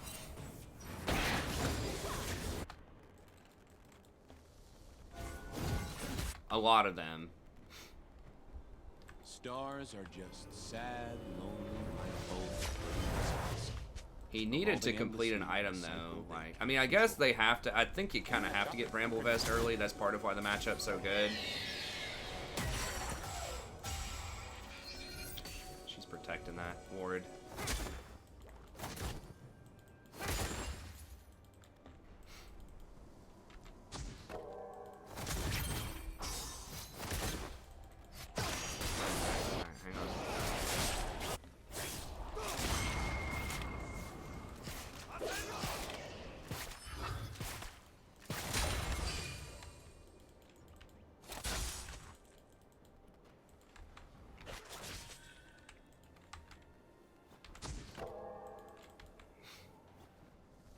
Unstoppable. Living the dream. Need help. The dream.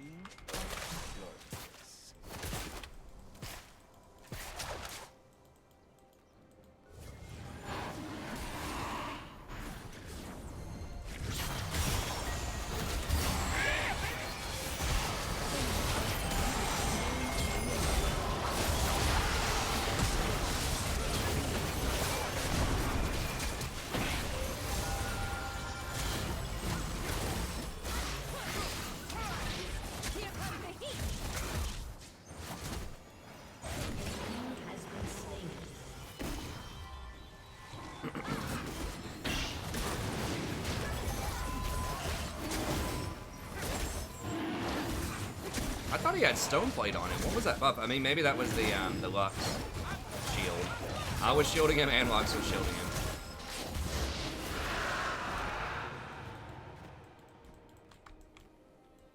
Oh, that ward got cleared?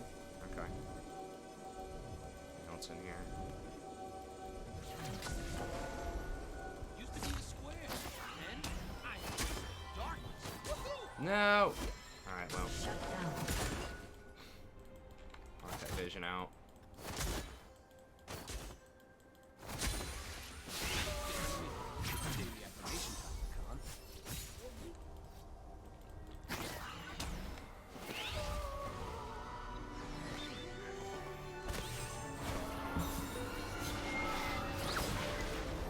But I mean, yeah, it's as far as like streams go.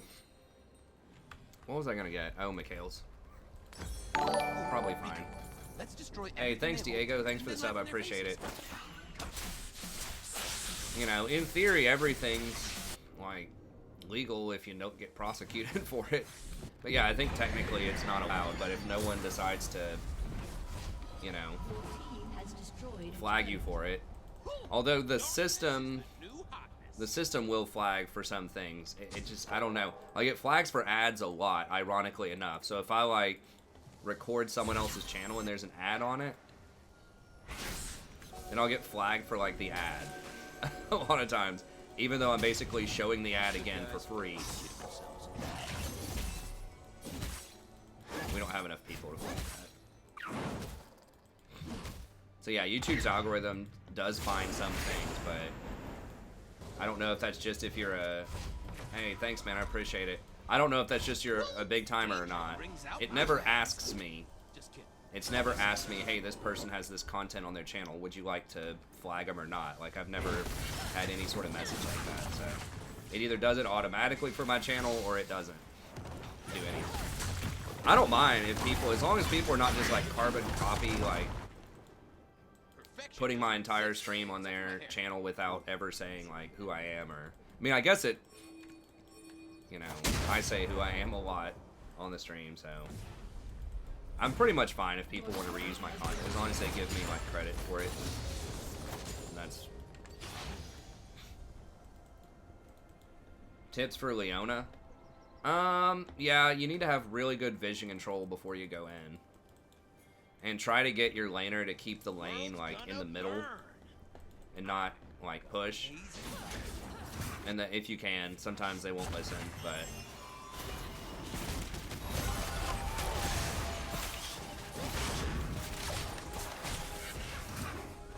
we don't want to fight Cassiopeia in that tight space. Self-control is the start. I choose fun. Oh, I forgot the walls are down there. And just look for roaming opportunities as much as you can.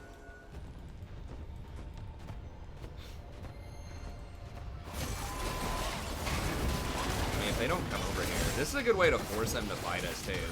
If they want to fight us, we're like way stronger right now, or we should be in theory.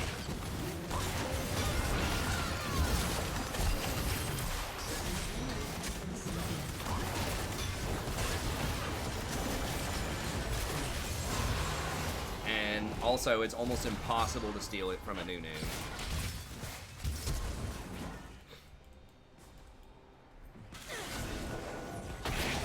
Because Nunu's Q does like 980 true damage, which is more than any smite, and he can smite on top of it, so he can take it at like,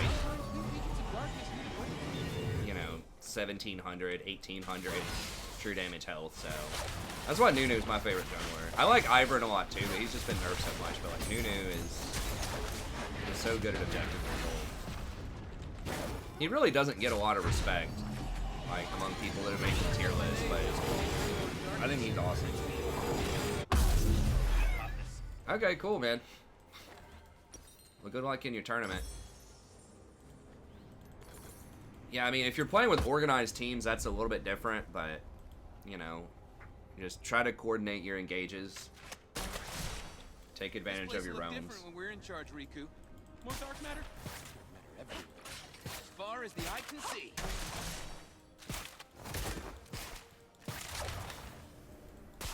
Your team has destroyed a turret. This Caitlyn's legit, though. I think everyone on our team's pretty good. Feels like pretty high-quality players. Making good decisions.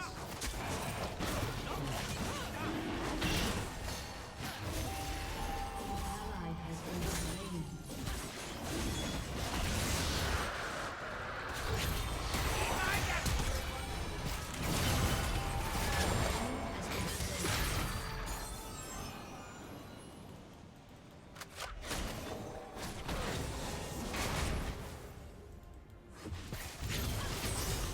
I'm not sure about Set. Like, sometimes he feels like OP, but sometimes he feels kind of worthless, too.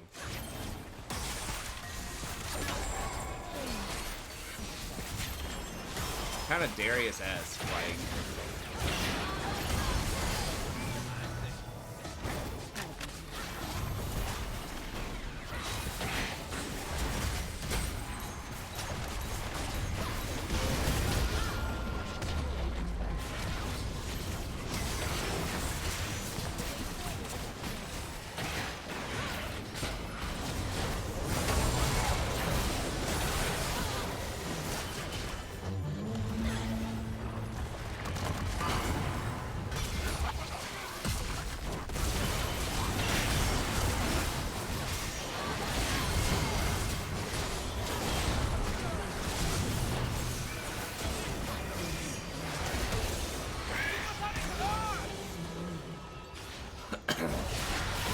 No man left behind. Saving Private Orin.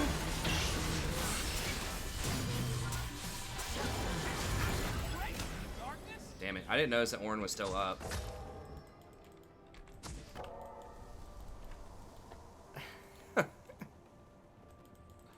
Stare in the mirror. It's daily affirmation. Oh, it's just mostly random people, just like at your university or something.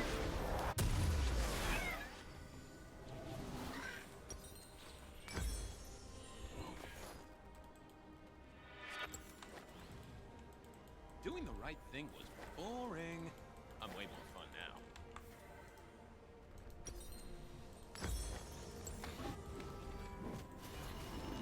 Saving Private Orange. That's true. It's really dated. When did that movie come out? It was like 2000s or something.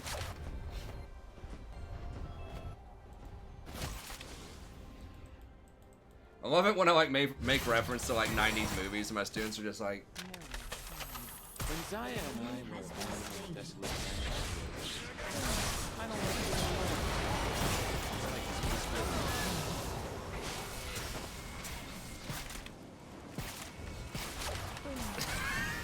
alone. I don't know why I love that emote so much. It's just like troll as hell.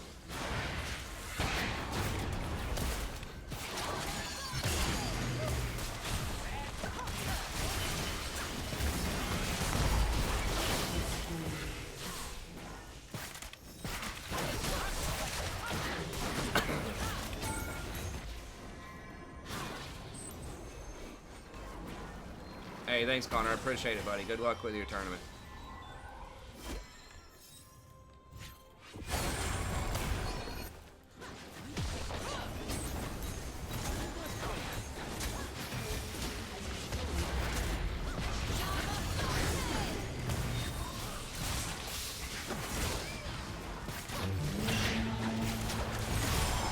Oh, the silence, though.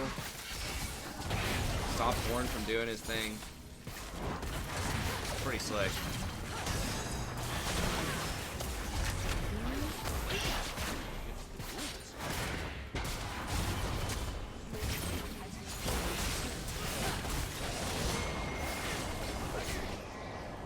also is just waiting to make the big play.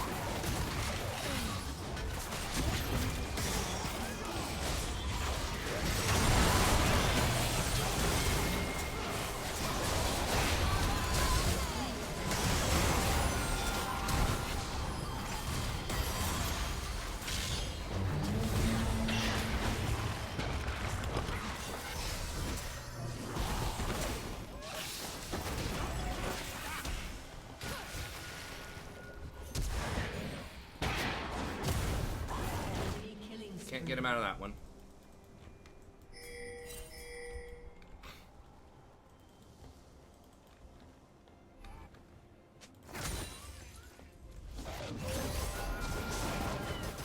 Yeah, they're coming. I'm not even gonna try to ward. We gotta hurry. Maybe I can try to zone.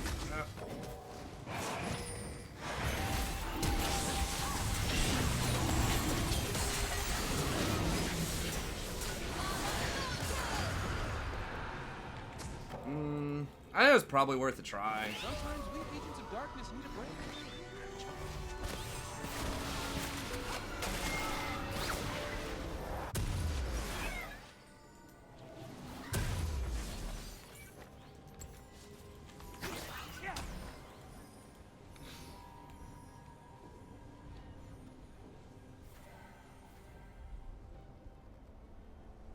'98. Yeah. I don't even know if I ever saw that movie. I think I may have seen parts of it, but it was just kind of like a really popular movie around the time.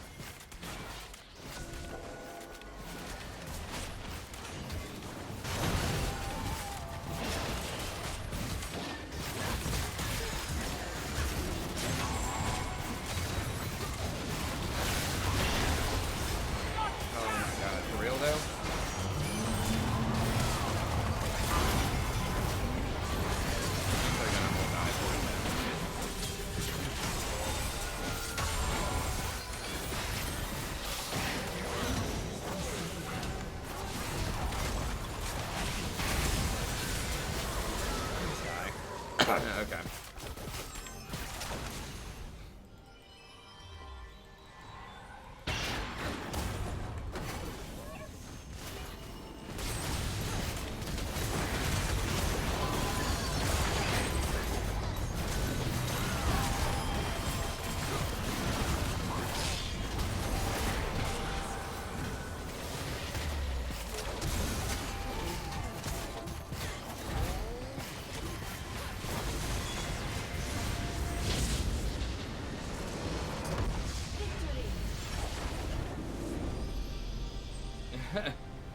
Ornn.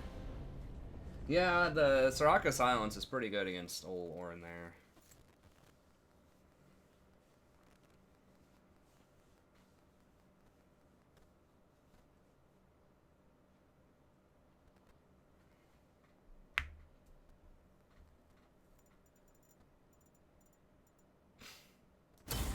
Yeah, that was a good team. Everyone, I think, did really well.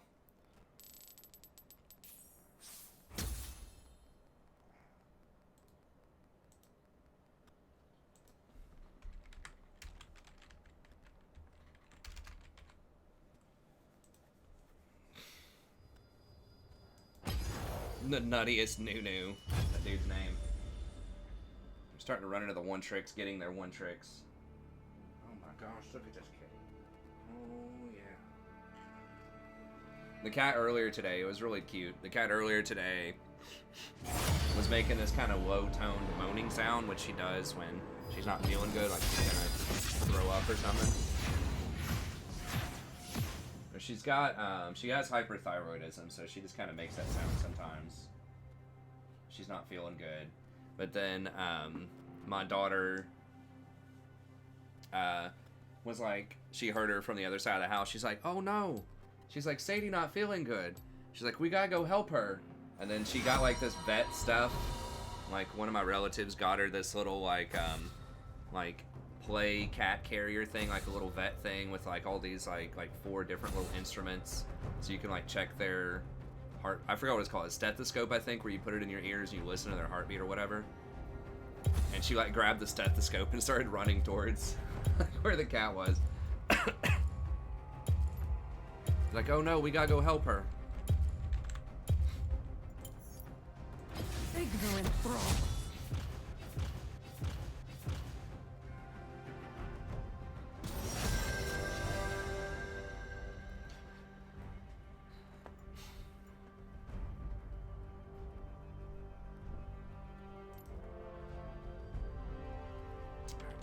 Whatever. Just want to win, man. If we get a lower pick, I might be able to pick something else as like a counter pick, but I think that Rakan's just my best blind pick.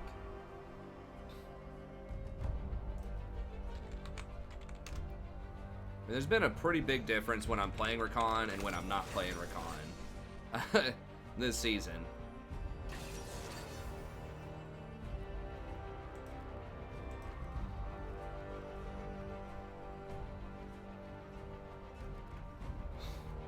So far, anyways.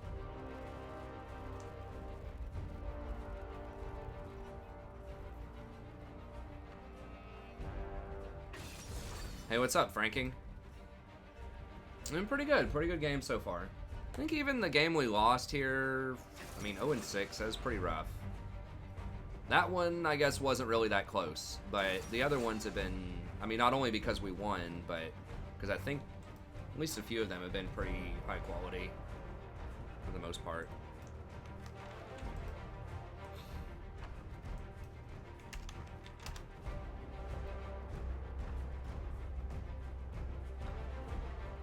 Yeah, Diana's really strong in solo queue right now. We're almost back to 50% win rate. That's good. I crave food. Doesn't really play Zaya. This guy's 29% on a collie.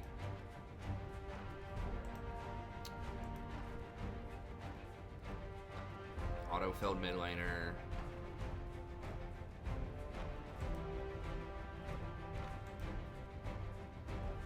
I like your Ashe. Might dodge this one. He's a sampler. Playing one of every champ. If it's 13 games, you have like 9 different champions.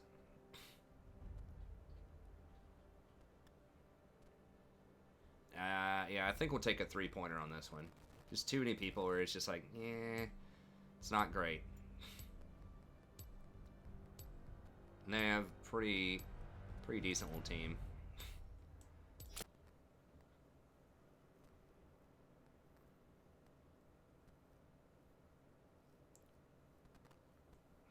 Several like mid golds too, like gold 3, gold 1, unranked.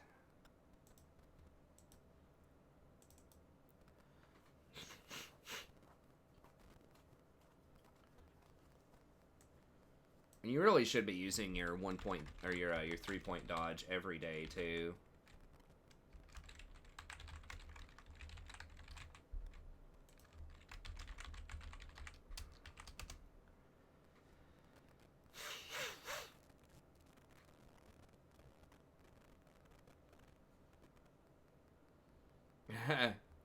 What's up, Jason? Yeah, it's tough, man. I mean, we ended the preseason in Diamond 4, and we got placed into Gold 2, so... It keeps showing me all of these, like, messages like they're new also, so that's kind of...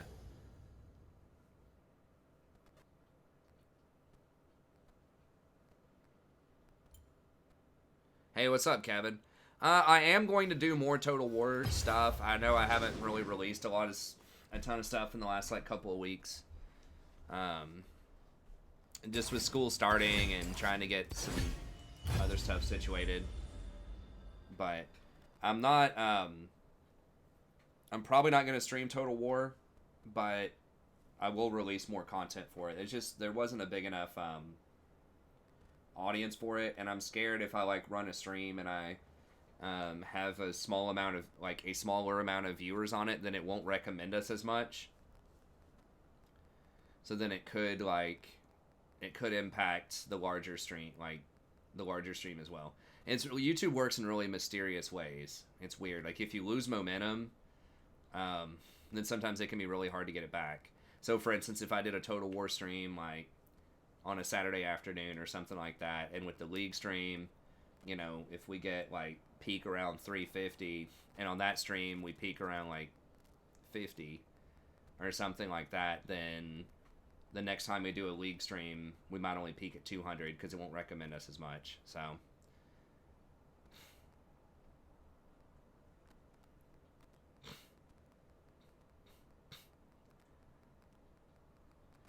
yeah, typically it's about 6 slots down from where you were. Iron 1 definitely feels a little low, but that like it starts you there, and then if you win more games, then you go up pretty quickly.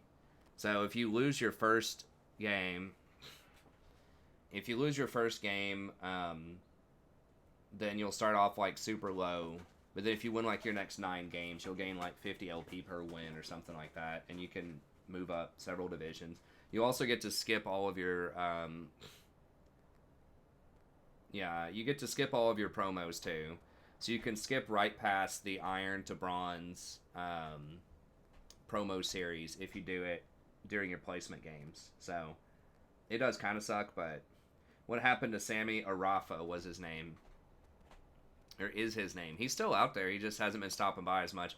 I think he got a new job. He got like a promotion last year. And I think he has to be in at work earlier or something, or maybe he gets to sleep in later. I don't remember what it is, but basically he lives in Saudi Arabia, so his time zone is, I think it's like 8 hours ahead or something. Might be less than that. I don't know exactly, but pretty much when we start streaming, it's like 6 in the morning or something for him. So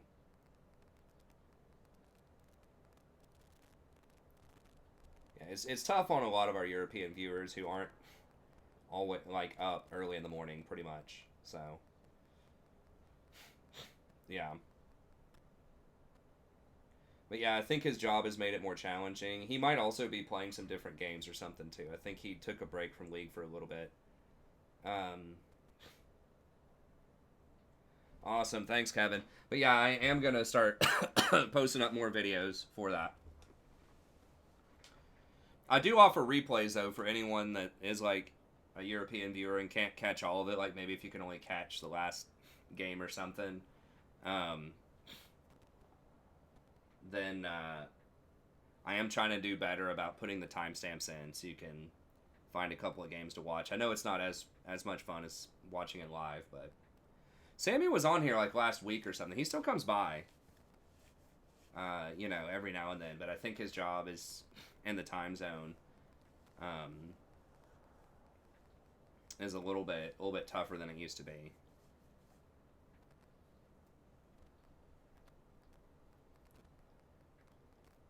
He does like to come out on viewers night, so if we can get that going again, but that's been kind of hit or miss the last 2 or 3 weeks. There just hasn't been a lot of interest in it.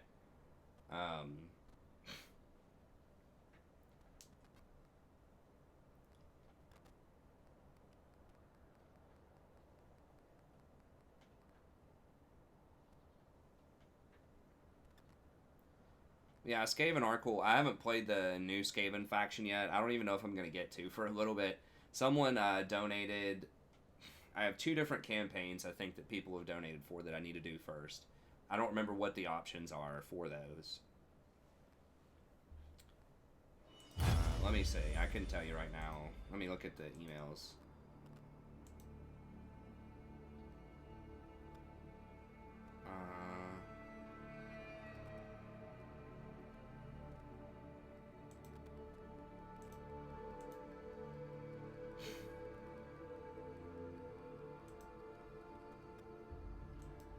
Alethanar, so a high elf one.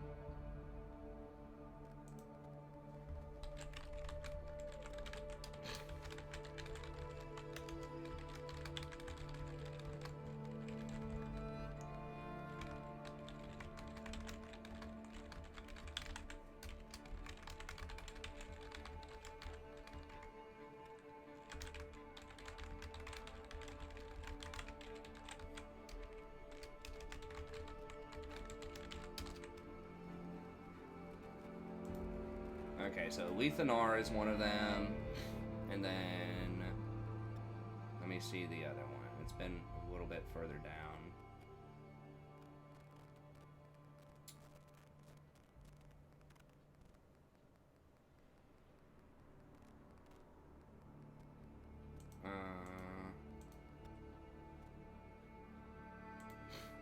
Because sometimes people just write it in Streamlabs, but then they don't send me an email, so I have to like flip through. Okay. Okay, so this person just put it in Streamlabs. Mortal Empires campaign with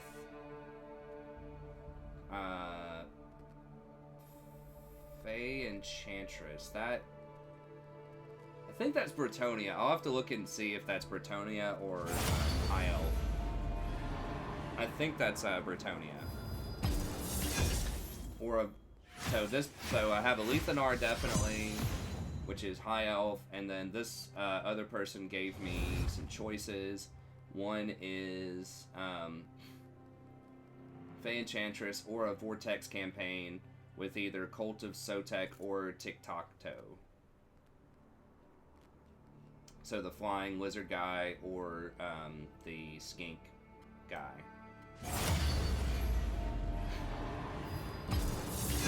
Yeah, it's mostly Rakan, but I might be able to play one of those other ones. Hey, thanks for the sub, Kevin. I appreciate it. But yeah, that's kind of what's up on deck here for the next two campaigns. I just have to ask them both if they want SFO or not. I usually like SFO mod. I haven't seen. I think they nerfed Magic again pretty hard. I'll have to go in and look. But if they nerfed Magic again really hard, I'm not sure. I'm not sure if I want to use the mod anymore. Because like Magic can be like OP, but like not getting to use Magic at all is really annoying. Like they increased the cost like an insane amount. Like the when they changed it like back in November or something. Like spells that only cost like 4 Magic in the base game were costing like 12 or something like that. They also banned Diana. I meant to ban Echo. Oh, they banned Echo, okay. Yeah, no problem, Trail.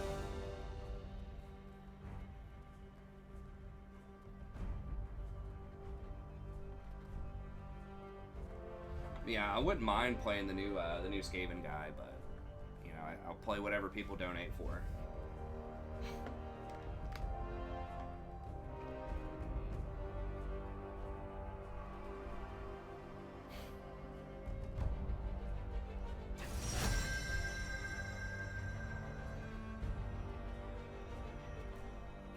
Senna's still kind of annoying to play against, but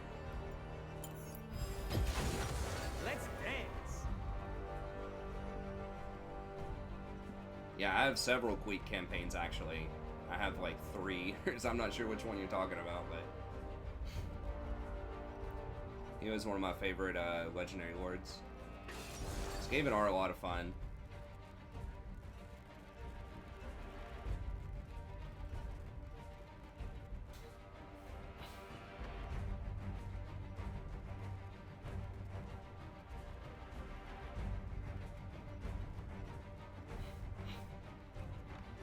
My favorite factions are probably like Empire and Vampire Counts. I like Dark Elves and Skaven too. Those are probably my 4 that I sort of changed my mind about a lot.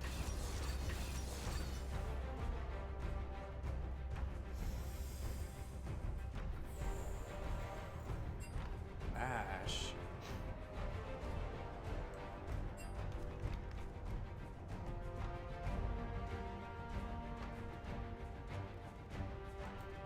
Where's this kid talking about? He's like really high.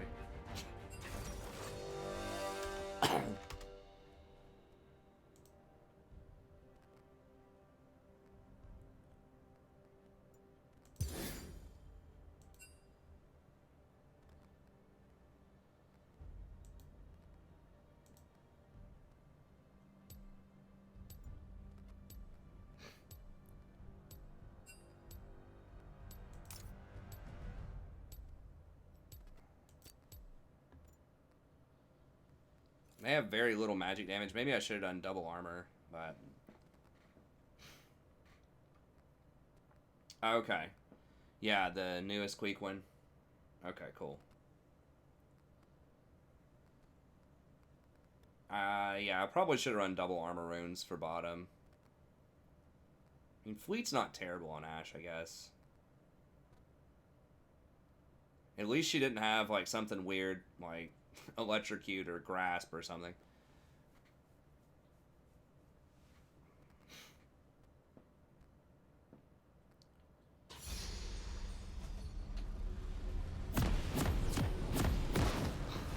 Consequences only matter if I don't get away. I like vampire counts. There are a lot of different units you can build with them. Someone had mentioned maybe sponsoring another like a Vampire Coast campaign, but Is my cloak they haven't right? followed up on that yet. Yes, So it is. I'm worried there for a second. we'll see. To summon Yeah, the Skaven are great. I kind of like the swarming factions. If I want to focus solely on improving farm 30 top seconds lane, until minions spawn. maybe like Cassiopeia, if you play that, as Cassio's super easy to farm with.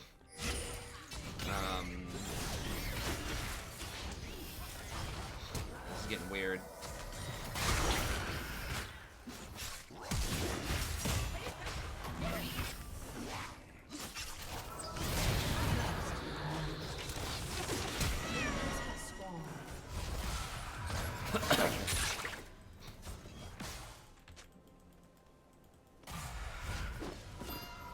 We've already got a ward there. I'm gonna burn this place down. There's no point in me Then putting help me another one build it down. I'll back just up hold on to it. So I can burn it again. Susan. I mean, Nasus does last hit well. You can get pressured off of CS, though. Vlad, it's pretty easy. I can't, dude. I can't miss XP. How is that even possible?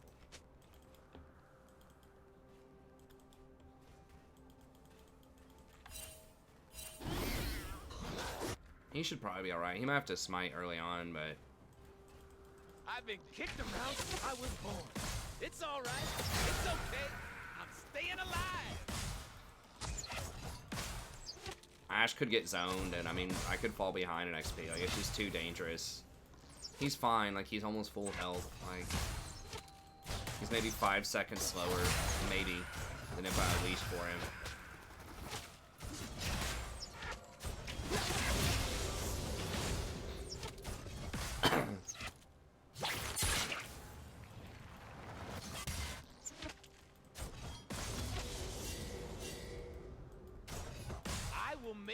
I mean, I think Vlad is pretty, like, very forgiving in the laning phase, potentially. You last hit with your autos and your Qs and sustain up. Something ranged, I think.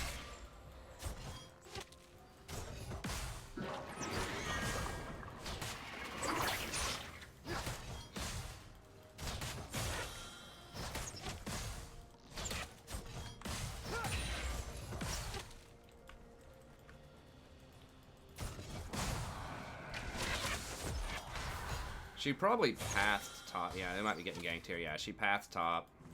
She's gonna splash.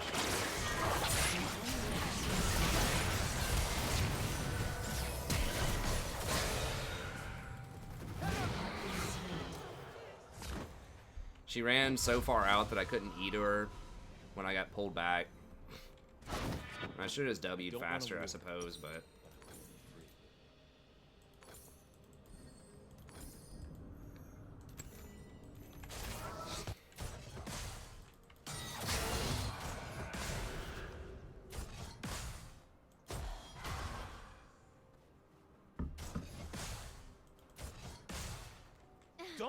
give you nothing.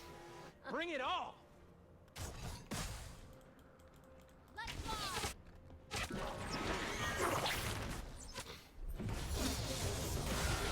I still think Vlad's a good one if you're trying to really get someone to focus up. Being able to pick an AP top is really nice too, because most junglers are AD and a lot of mid laners play AD. He's super safe. He's a good one trick. Like, that's what I think. Especially if you're, you know, you're not really sure, you're kind of newer.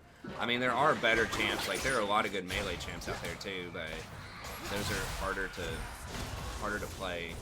And you can get zoned off a lot more.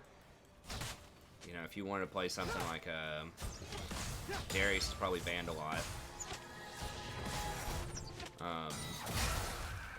Gangplank's obviously really good if you farm with him, but they may not let you farm. He's harder to play. Look right. You're looking like...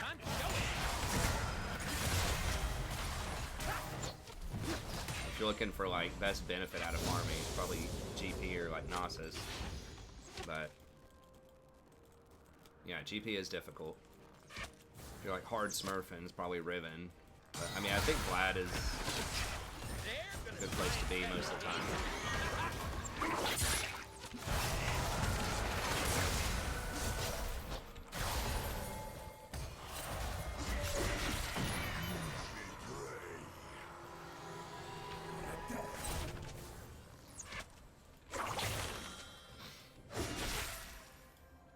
That was my bad. Like fire.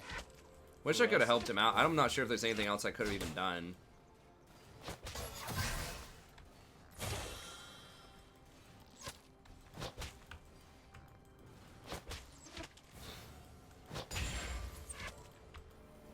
I need my love to hurt. I need the world to be scary. Can we do it? I don't apologize for it. I feel good. Turn in, turn on, drop out.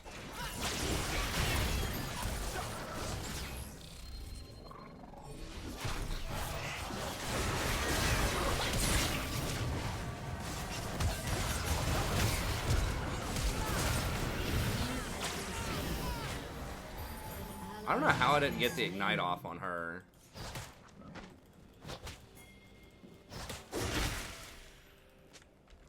The world isn't about stuff. Dude, get this. Like, what?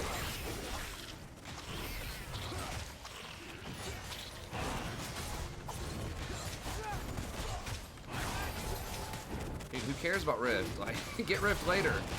We're all waiting on Dragon, and now Elise is gonna be here. I mean, she probably won't come down anyways, but it's order of operations, bro.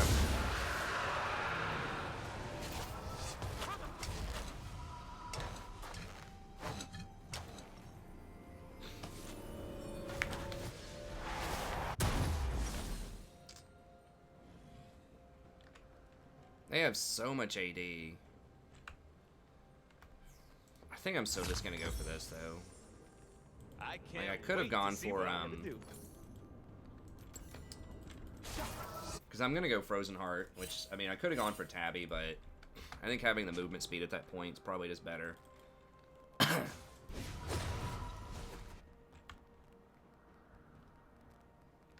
Name one genius that ain't crazy.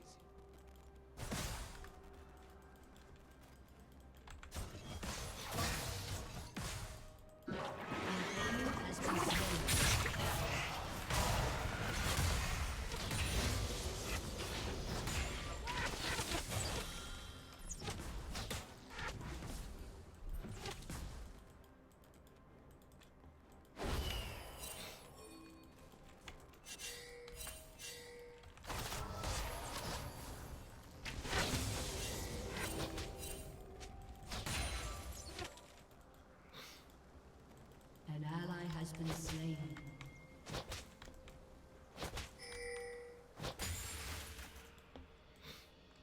I can't die looking this good.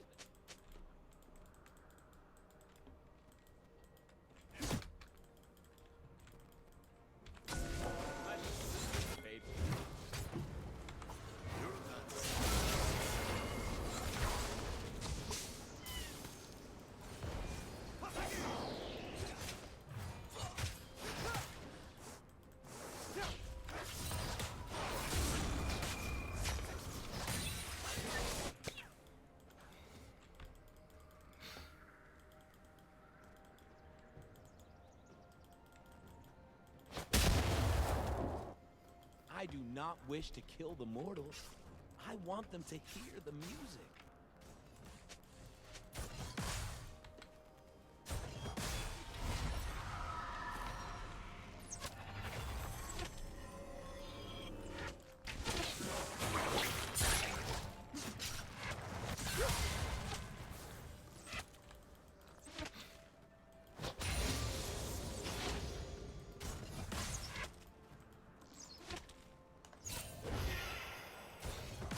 Zaya!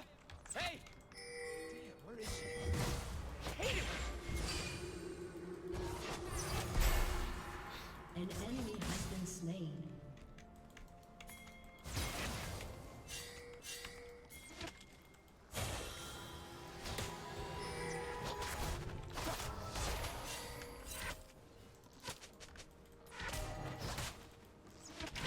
An enemy has been slain.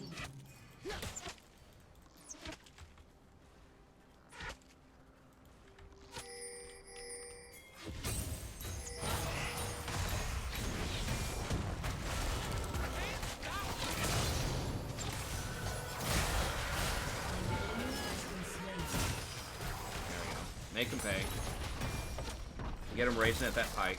That was a huge hit for her too. She's gonna lose so much CS here. It's like 30 CS. An enemy has been slain. It's catastrophic for the Senna, that pike roam.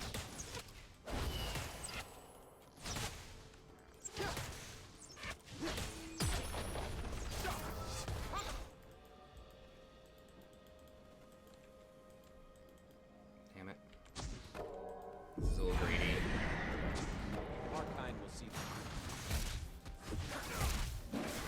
Report pike.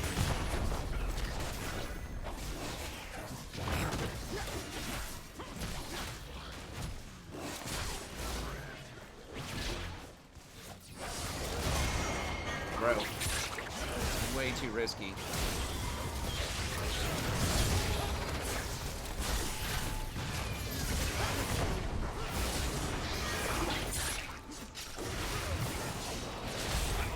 God, this is about to get real bad real quick.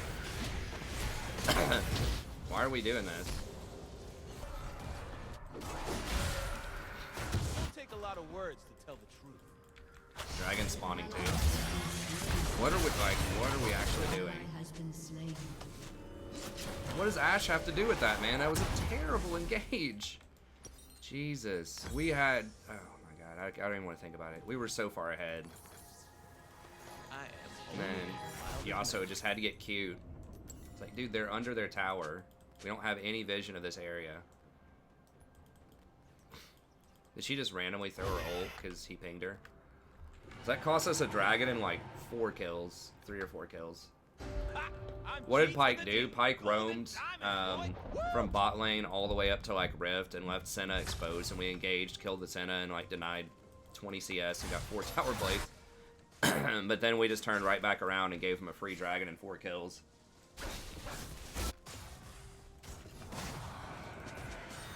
Magic is supposed to be scary. It's supposed to hurt. Ecstasy needs a little fear.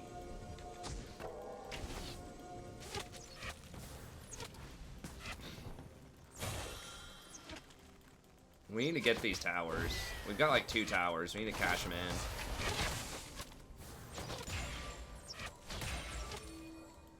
Okay, she's back, so we should be able to get this tower. Your team has destroyed a turret.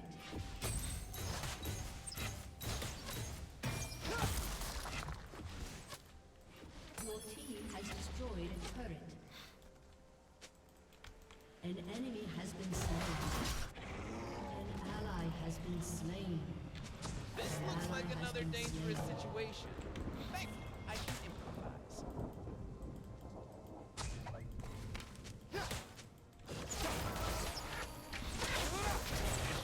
My arrow, think not.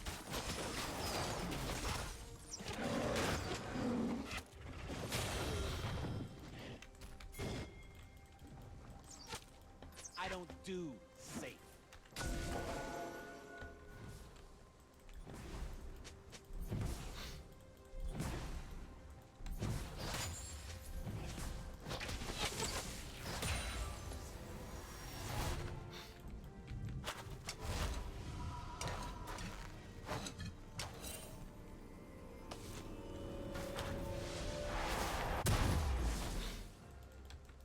No, it's a joke. You should not ever seen report moves like your teammate just for making a mistake. I'm gonna hold on to this.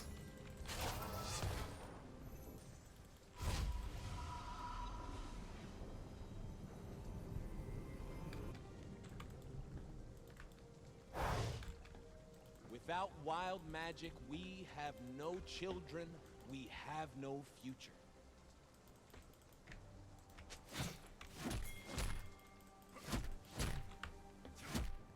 He does have Randuins, which is obnoxious. Can we kill him though? I mean, surely. Enemy killing spree. They ain't seen moves like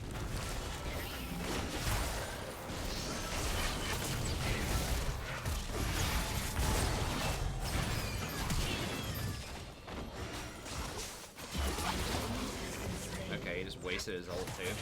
I'll take that.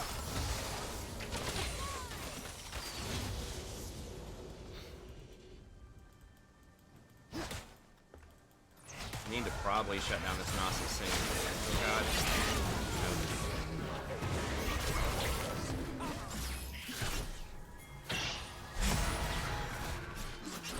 No, no, no, no, no, no, no, no, no, no, no. Has been slain.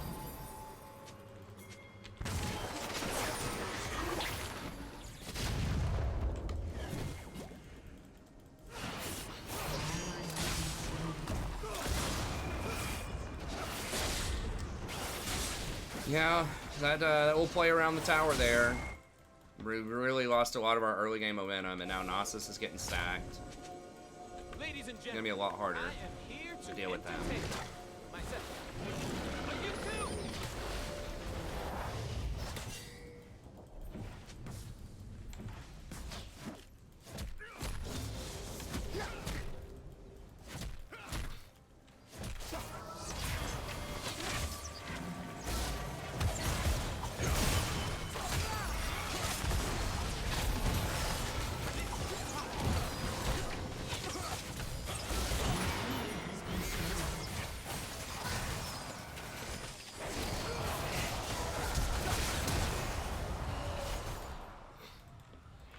We got her flash out.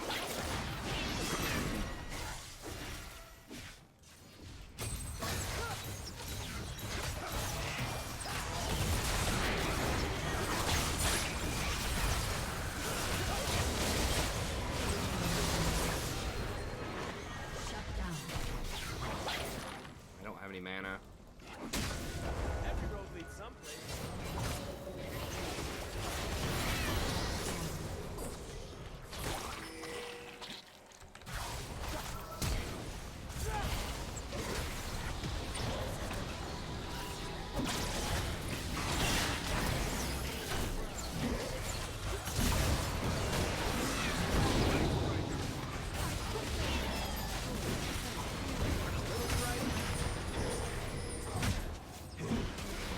Has been slain.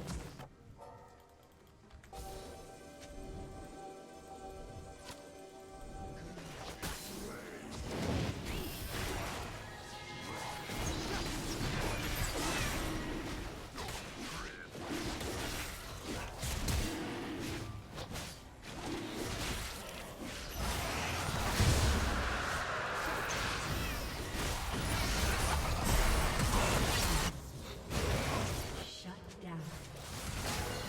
An ally has been slain. I look around these forests and I see freedom.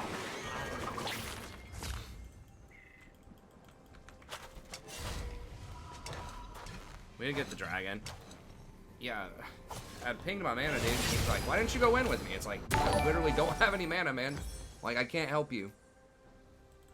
I wish I They want could. us in cages. I've been like off. I haven't backed in like 10 minutes. Hey, thanks for the sub. I appreciate it. Thanks, Jasik. Or Yasiek. Why is it taking so long to get back to the action?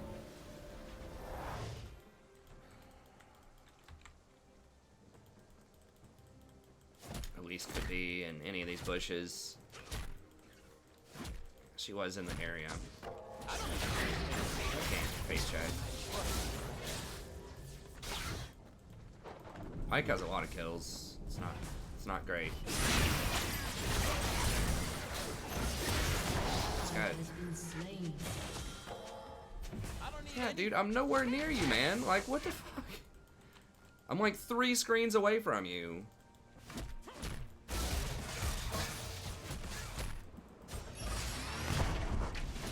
Like, I'm not sure what he wants.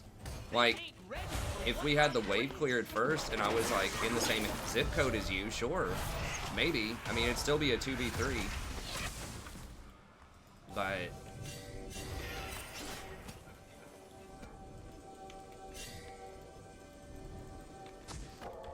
I dance so fine I kill.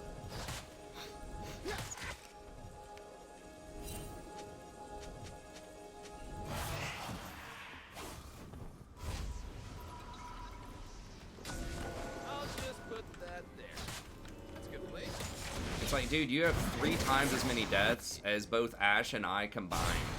Like, just stop and think about that for a second.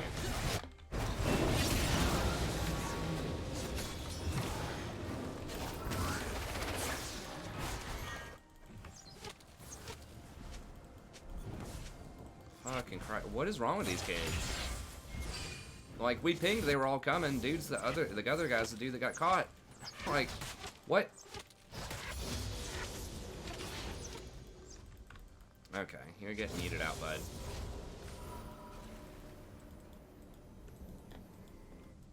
Your turret has been destroyed. When I get sad, I stop being sad and be awesome instead. True story.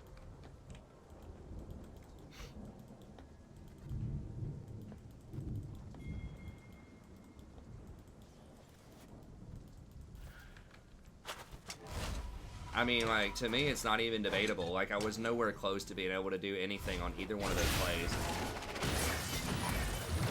This guy just keeps overcommitting, like... Ally has been slain. 1, 2, 1, 2. Woo! All right. Your turret has been destroyed.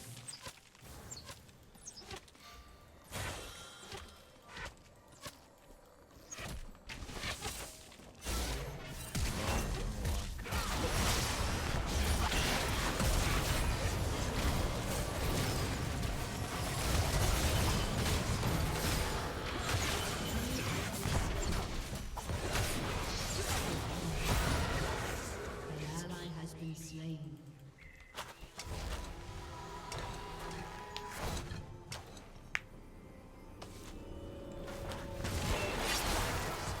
Dude, you freaking serious right now? This kid. He didn't even have it warded. What? How did he know I was there? He just blind ulted the bush?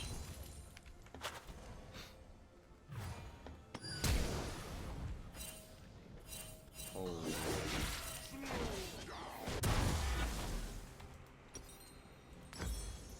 Ain't nothing I say should be taken seriously. That's why it's the truth.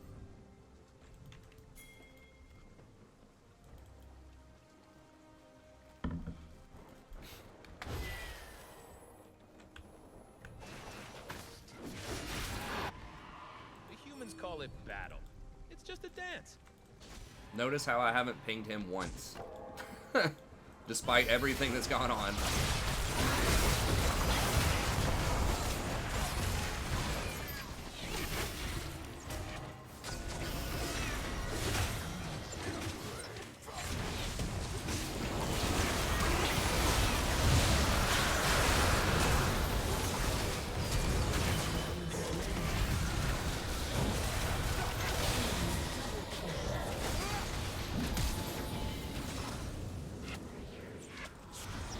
We get the dragon at least? Yeah, we did get the An ally dragon. has been slain. I am definitely more confident in dangerous situations. Enemy killing spree. Shut down.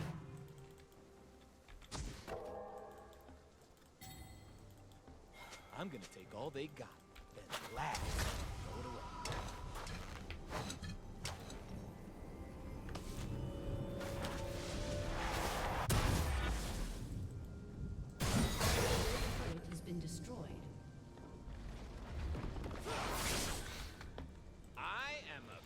like Lion Stepper.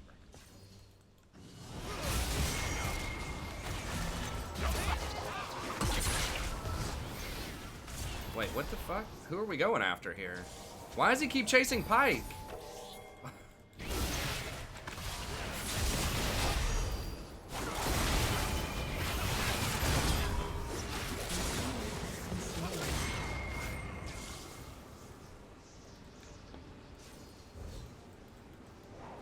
The universe loves me.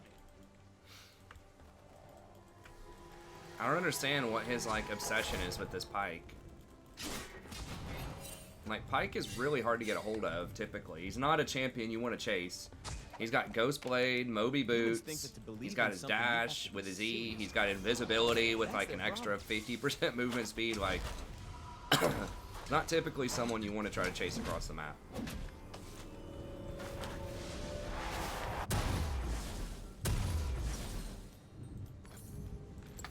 They will see my dance. Then... and it's beautiful.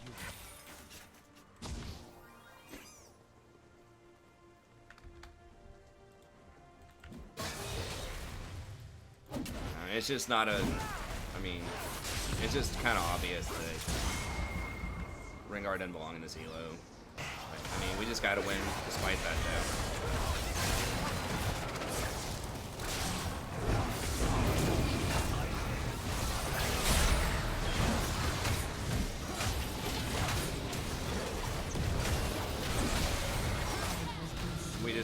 It's Ashes doesn't do any damage. And we're just never gonna kill Nautilus, pretty much. Like, the Nautilus is just too difficult to deal with. Like that little trollery that Yasuo did earlier where we were all out and he tried to be cute with like a wind wall and fight him near their tier 1 tower in mid. That's what kind of lost us the game. It's like,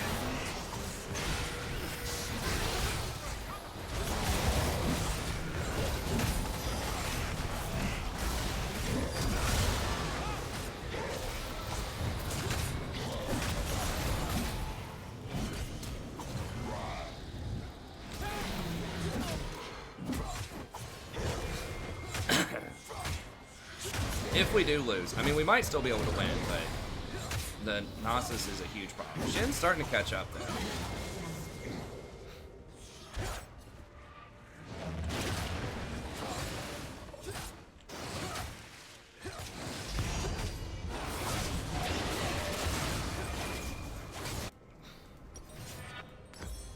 An ally has been slain. Just get off, get off. We're not gonna be able to do it. Just get off. Ash is dead. Ash is dead. Stop.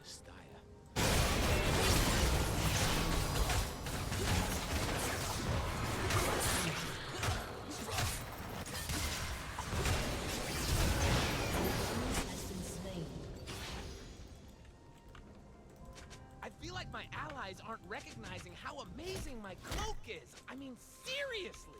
Rude. Damn it.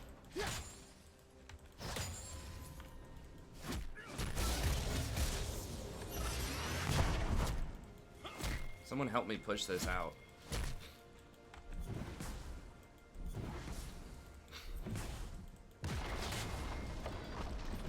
Guys, help me push this.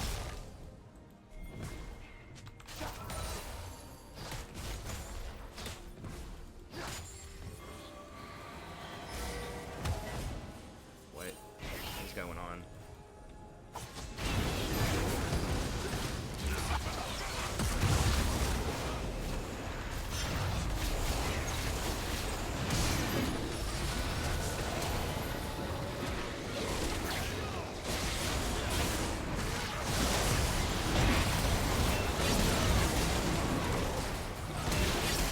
So stupid. Half our team wasn't even there. What? I mean, this guy's on, I don't want to insult like any lower healers, but like, I'll just put it this way. He's not playing like the other people we've had tonight in most of our games as far as decision making. It's not even like his mechanics are bad or it's just like really basic fundamental decision making is off. Like he's been caught off guard in like 1v4s constantly. Right there, he tries to hard engage when 2 people on our team are not there. Like, this shouldn't be happening. And like, platinum or diamond, like previous diamond or whatever he is. Like, it shouldn't be happening outside of like bronze, honestly.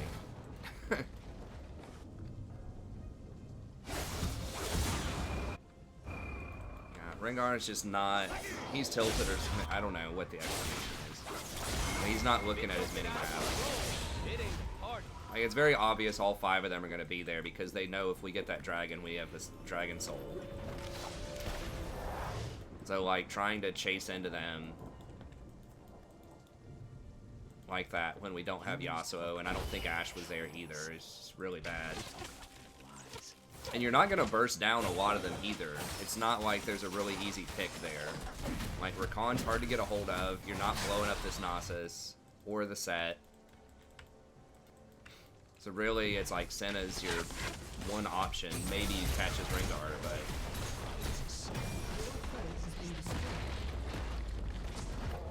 he's getting 1v1 by the Elise. I don't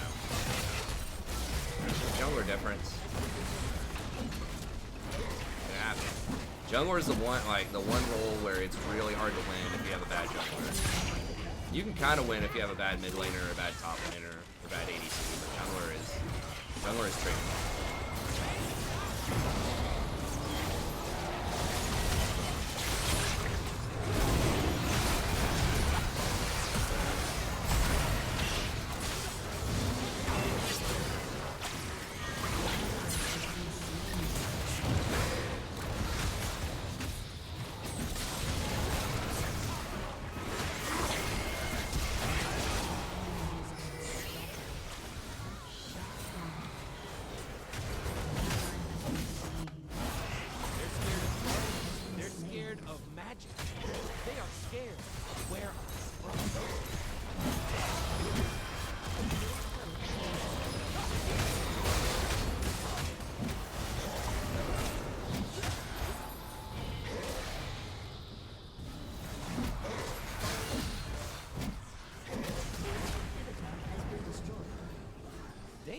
As fun as you let it be.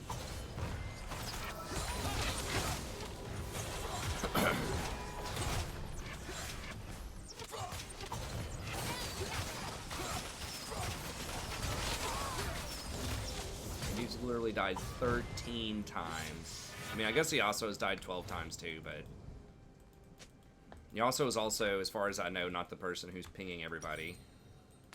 I'm here. I'm gone. I am so gone.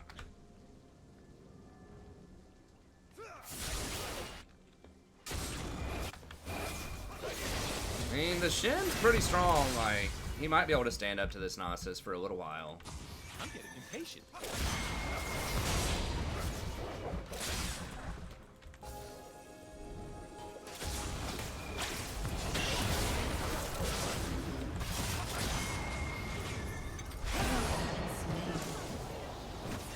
Really? 2,000 damage off of an Elise combo.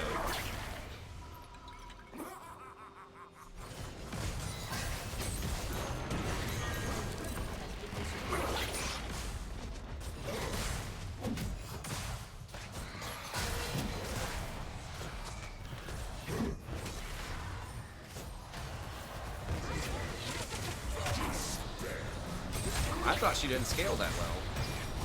Yeah, the Nautilus is just like gonna be so difficult to deal with. Like, it was really that fight mid lane that was the big deal. And Yasuo and Renga are like overextended. It just bought the enemy some extra time.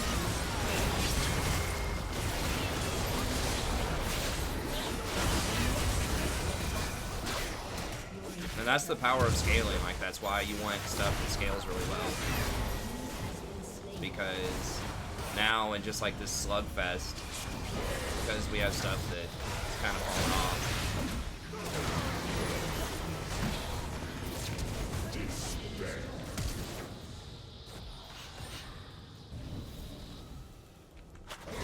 then they're just gonna win. Yeah, I mean, I don't have that much magic resist, but I got some. I probably have like 100 magic resist.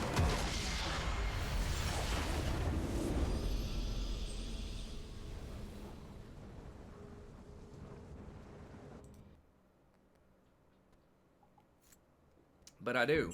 Like, I have more than people would think.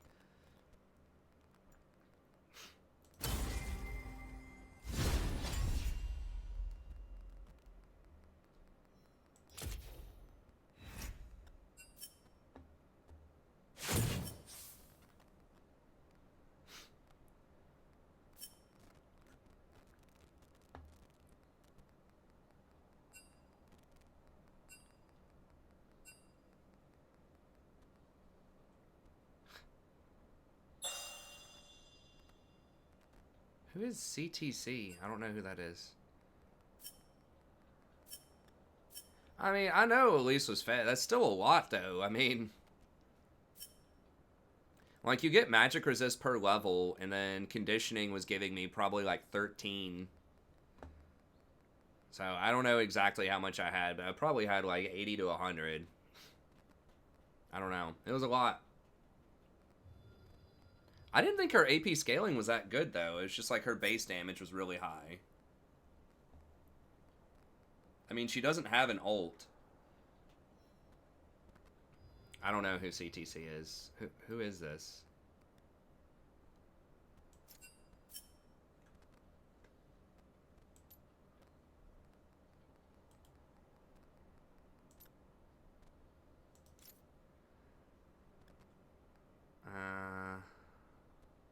Nah, man.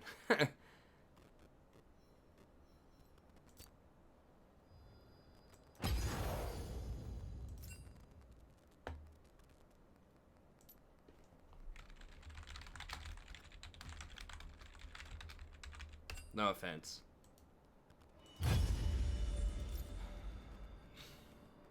I know. I know she does a lot of damage. It was quite a lot. I would have made it out, though, if it wasn't for the Senna. I really think it was just that fight in the middle that cost us the game early on. Is 4 kills plus dragon. We could have just had the dragon.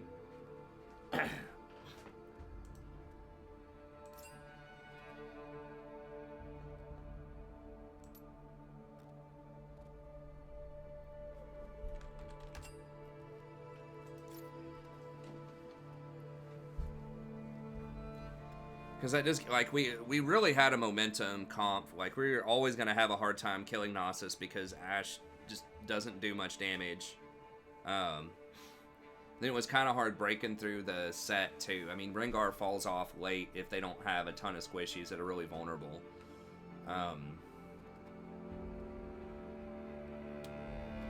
So, yeah, it's just going to be really hard to win team fights after that point.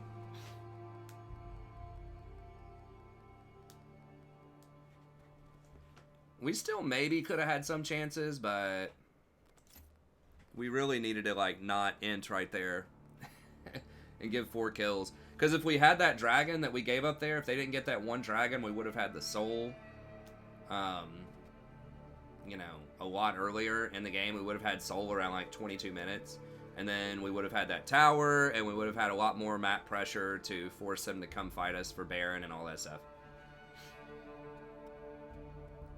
It depends, Alistair. Typically, yeah. If I go Frozen Heart, then yes, it gets capped. If I don't go Frozen Heart, then a lot of times it doesn't.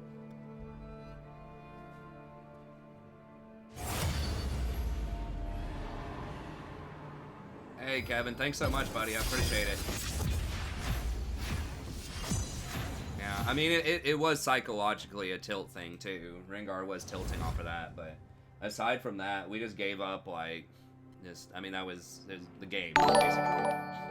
All of our momentum. Like, it turned from us being, like, maybe 70-75% favored to win the game back into, like, 50-50. And then Rengar just entered a few more times, and then we were unfavored after that.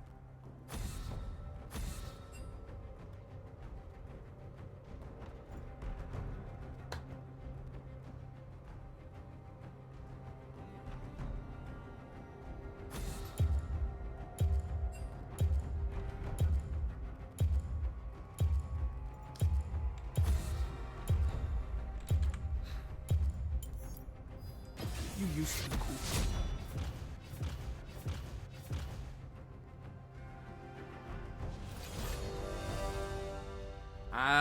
You can do that. I don't recommend that most of the time, Alistair. Oh, I need to... I didn't see how much we lost off that. I assume we're back down to like 47 or something. That one was tough because we definitely should have won that. But we're still positive on the night.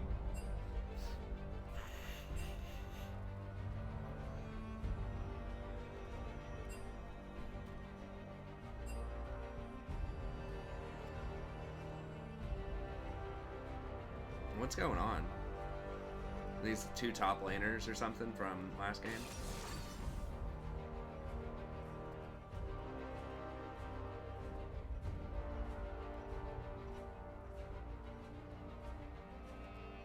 Favorite support champions, Rakan. Hey, what's up, Heidi? Rakan. He's my favorite to play, and I think he's my strongest by a large margin right now. I have liked, I thought Soraka was really good in the preseason, but I think she's kind of fallen off a little bit.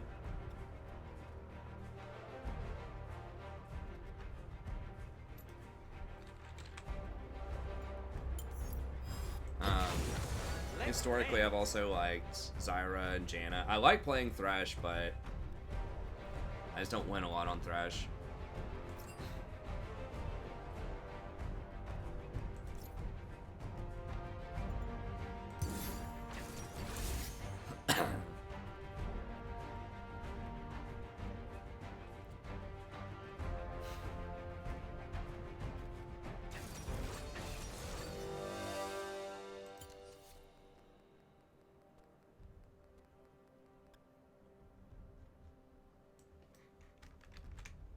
That ADC seems mad or something. I don't know. Getting a lot of asterisks there, a lot of bleeps.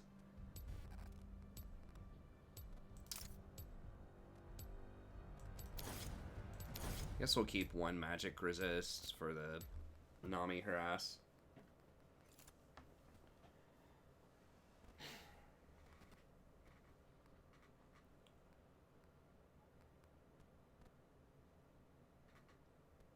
Usually completing items is better than getting little pieces of items.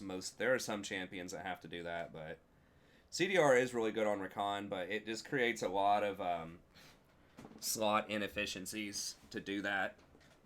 You just don't have enough like slots in your inventory to get like 2 different CDR items and then build them out. I don't think. I mean, I guess you could early on, but I think it's better to get the passives or actives from completing items. Nocturne's pretty good. Nocturne's pretty good. He's been getting played like a lot more like in mid lane and top lane, ironically enough. They created a new item during the preseason where it's a new lethality item where if you're isolated you get a lot of extra attack speed. They nerfed it like the patch after they created it. But it's still pretty good. I forgot the name of it actually. Offhand, but he was being played as a mid laner. I don't remember if they nerfed him or not. He kind of fell out of the meta a little bit. But he's okay. He's not like insane right now, I don't think, but Sanguine Blade, yeah. But he's still pretty good. I am bad because I'm free, and I am free because I'm bad. I don't mind having Nocturnes on my team.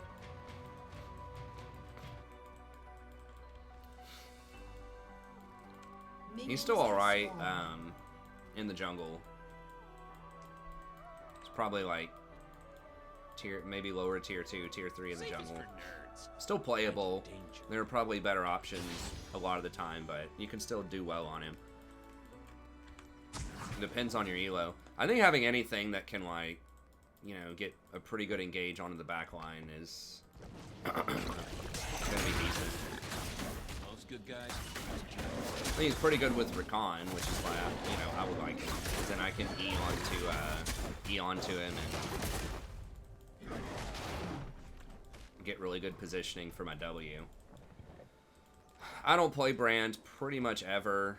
Sometimes I might, but anytime I might play Brand, I'm just gonna play Zyra instead. I just think that Zyra is just a better version of Brand most of the time. If they have a ton of melee on their team, if they have like 4 melee or something, maybe Brand, but they're both pretty good. I just think that Zyra is more consistent poke and better vision control.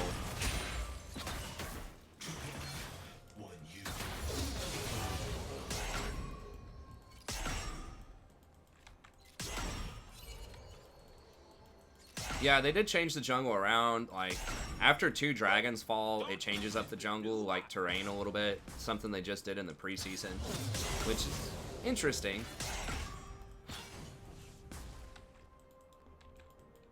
Yeah, I mean, Rakan's pretty good, too. Like, there's not a lot of places where I would want to play anything other than Rakan, other than just for the variety's sake on the stream. So sometimes I try to sneak in. Like, we got a Zyra game earlier today. We had 4 AD on our team, and we needed AP. And she's pretty good into Nautilus. So we did get a Zyra game in, but I was playing Soraka and Janna some during the preseason, but they've fallen off a little bit, I think. Maybe once the elo calms down a little bit, I could maybe play a little bit more like Janna, but...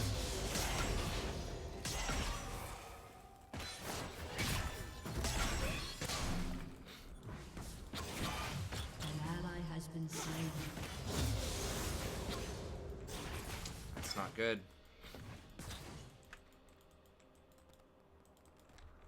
I only believe in myself. And so. Is that Guardian Nami? Okay.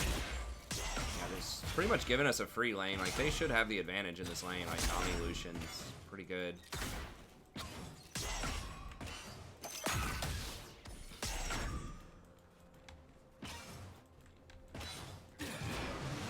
Lee is trying to go for the scuttle. Can we fight him at the scuttle? Cloak is woven from the whispers of stars. Gragas don't want to? The secrets Okay. of the galaxies. Guess he is 2 levels up on Gragas. Ooh, and it swishes. Swish, swish. I think all 3 of us could have collapsed and baited him and killed him. Yeah, it's too late though, Gragas. Maybe not. Maybe I can... he got the scuttle already though, man. He's just gonna run. We needed to fight him at the scuttle, like... Gragas should have dropped what he was doing and Used to be a square. Then immediately went for that scuttle when we had priority, and we could have baited him probably. As it stands now, he's pretty far behind. I think in a 3v2, even if Gragas is down levels, especially when I have Ignite, I think we can win that fight. Or it'd have been a 3v1. I'm pretty sure Aatrox had priority also. don't apologize for doing my thing. I don't know if Lee used Flash to get those kills top or not, but Zet might be dead again. He's gonna be crying all game to have the jungler camp for him. I can't ever really engage on Lucian because he can just dash. Unless he uses it, like, he has to use his dash first before I can engage.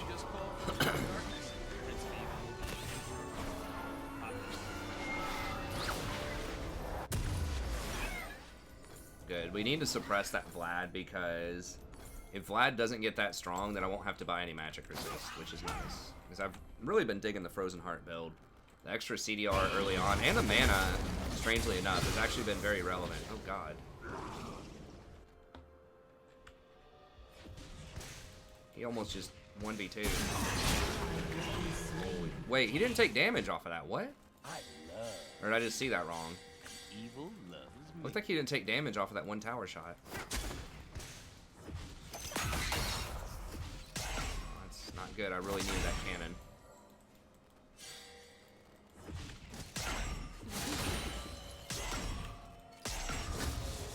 Let's get massacred.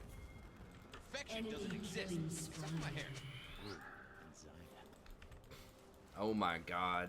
What? He's 2 levels down? Maybe Aatrox?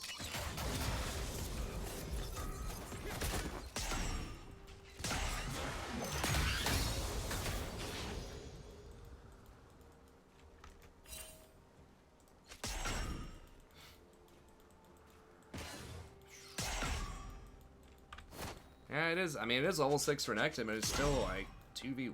I don't know. It's brutal. Shut down. I mean, at least Aatrox is doing alright. They got a kill back though. This is gonna be another game where we're just like a victim of our jungler. It feels like. I mean, it happens.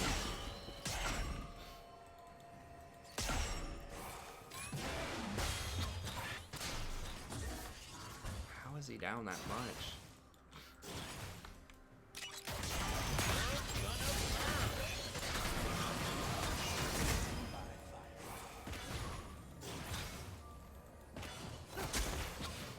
I was hoping he would hard commit to that a little bit more, so we could turn it around, but Aatrox is doing well.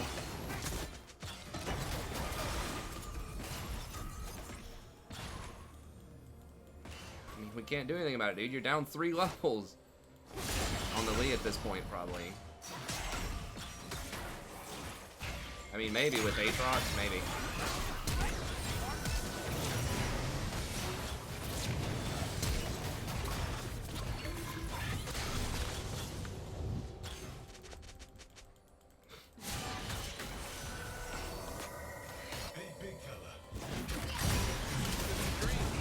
Get the one that doesn't have flash, that I just pinged like 4 times, doesn't have flash.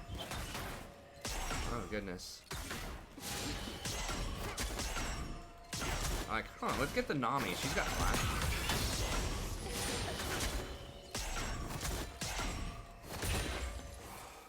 Can we... Has been slain. It's a darkness, need a break. How does that happen?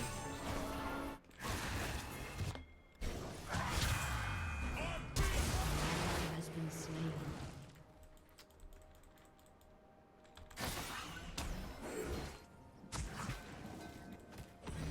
Your fear makes me hungry. Well.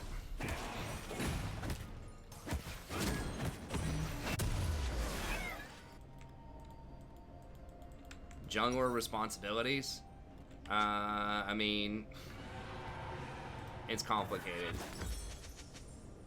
Life is way more. It sort of depends on your team, but in general, you need to farm the jungle, not die. That's number 1 and number 2.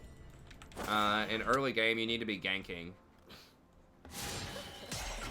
So you need to be figuring out which lanes you could attack and which would be like the most profitable lanes to attack. Usually you want to work the bot side if you can of the map, because the dragon's on the bottom side and it's a really valuable resource. So if you get a kill, you can go get dragon, or if you see the enemy jungler on the top side of the map, you can get a dragon.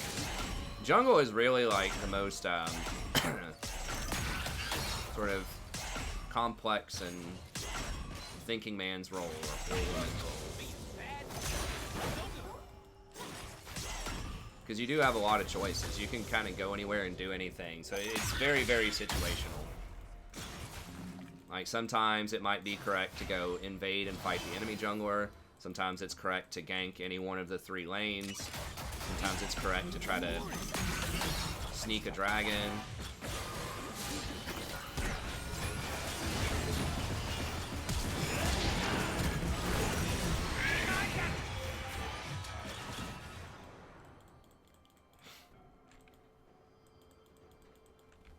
Forget my name, just call for the Lord of Darkness. Prince of Evil, the Emperor. Yeah, open field, she's just dead from the Lucian ult. But yeah, so there's a lot of different things you need to be doing.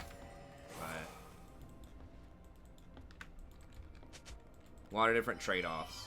Self-control is for star nerds. I choose fun. Like right now, the early game matters a lot, so getting off quality early game ganks is important. Although, I don't know, some of the farming junglers are still pretty good if you can just make it through the early game.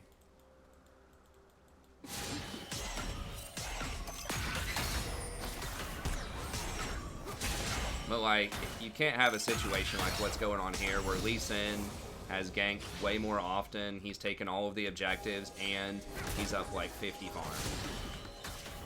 It's got to be, you know, you got to have something.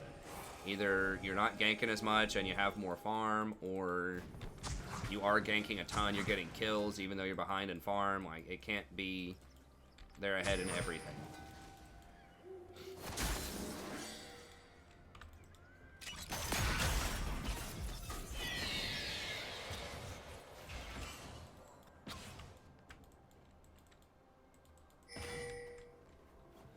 Yeah, this jungle matchup's just not even close. An ally has been slain. Dance to the beat. Pretty much every lane's losing. Enemy has been slain. Aatrox is doing alright. We can maybe win around Aatrox, maybe. But like I said last game, if you have a jungler that's like that An ally has been slain. underperforming that much, it's going to be really hard to win. Because you need your jungler to like be strong so that you can contest objectives like Barons, Dragons, things like that.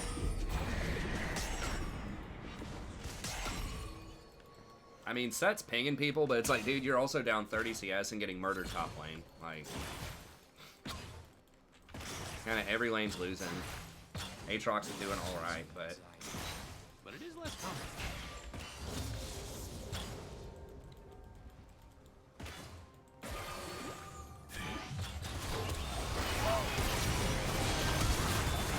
God, why? Why'd she take like 5 seconds to cast her ult? If she would have cast her ult immediately, he would have had to flash, most likely. As soon as he dashes, like, you gotta be ready to ult.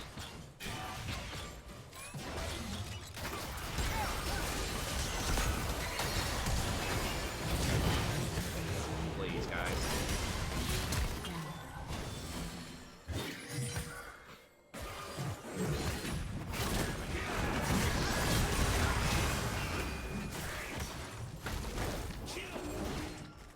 We just don't do any damage. Like, they're all just up so many levels. Like, Gragas is just, like, actually healing them with his abilities.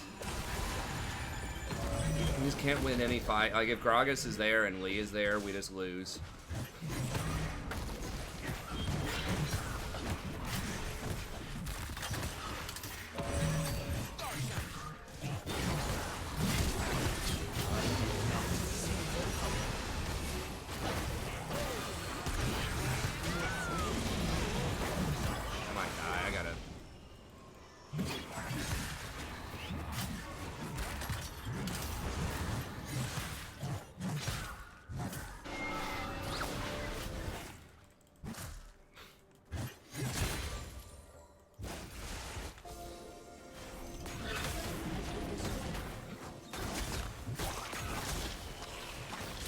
Before Lee comes in and steals this, I'm real sad. We got it.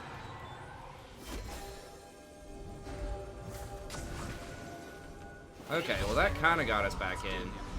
Be careful around him, he's big, man. He's a big boy.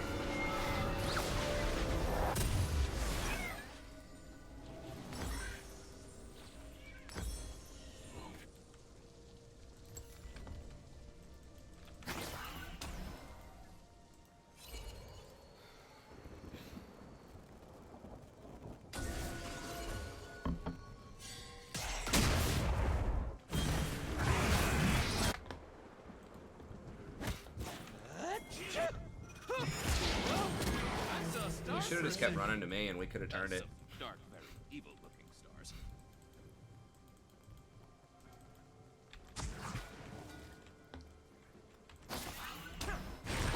Probably gonna be really bad.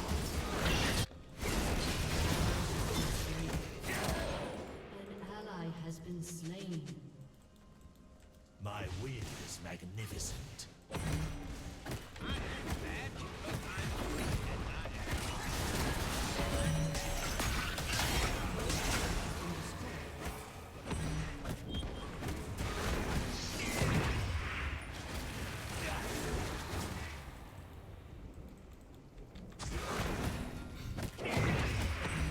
Your fear makes me hungry.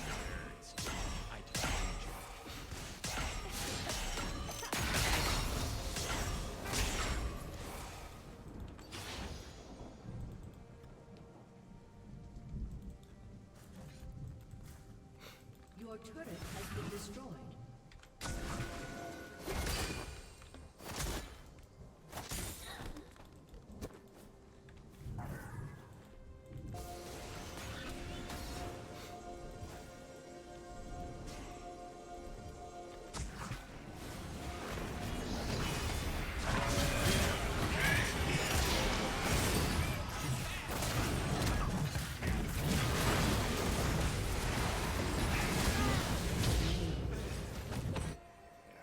just go ahead and surrender this one.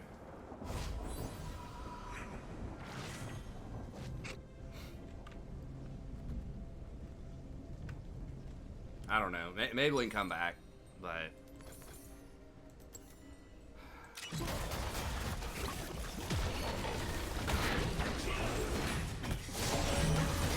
The thing is, like, Gragas hard counters Lee too. At least in like professional play, because you can stop Lee Sin's Q with your E, with your belly flop.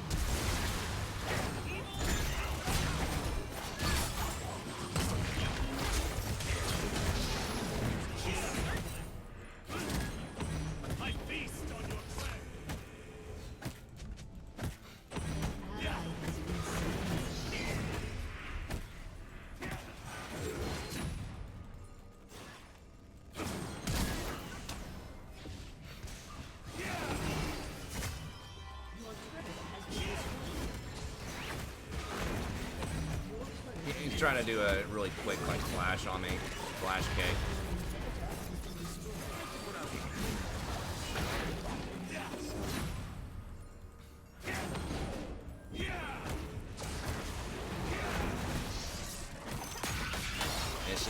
It's not even in the same, like, these guys aren't even in the same zip code of skill level.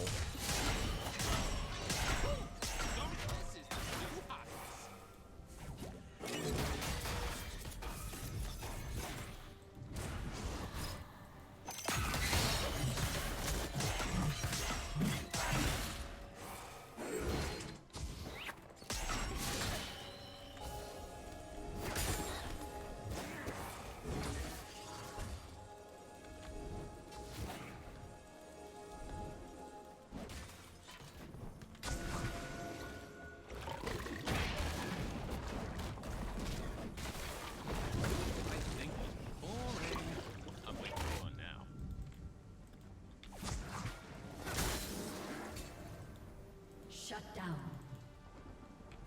If you forget my name, just call for the Lord of Darkness, the Prince of Evil. Maybe, I mean, maybe with the Aatrox. Has been slain. Lee does fall off. We did get a shutdown.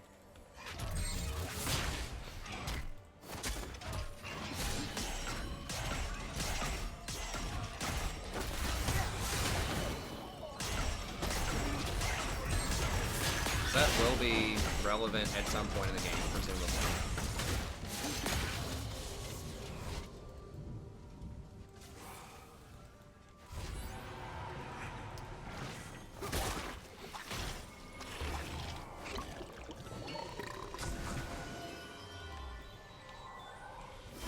Sometimes we agents of darkness need a break.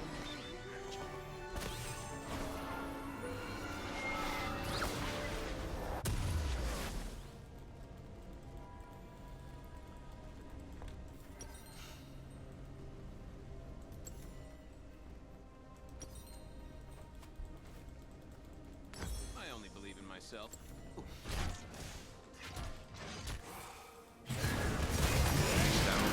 Like, guys, we're not in a position to 2v5. I don't know if y'all noticed this, but we're behind in this game.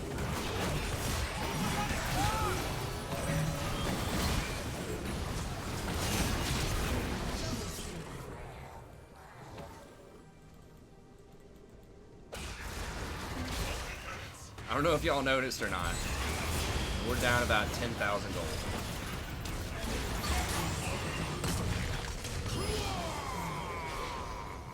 So maybe the 2v5's not the way to go. I don't know.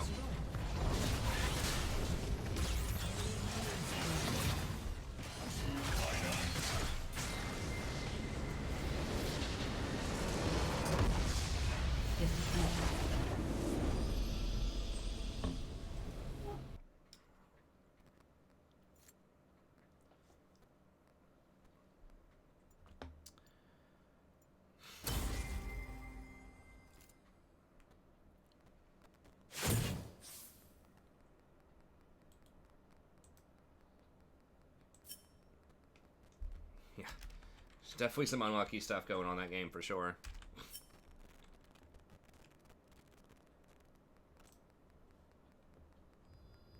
Definitely a few unlucky things going on. Isn't that right, Sadie? Sadie says, yeah, whatever.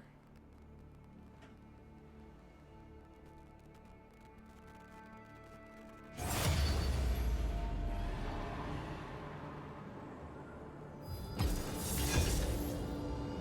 what's up, Divine?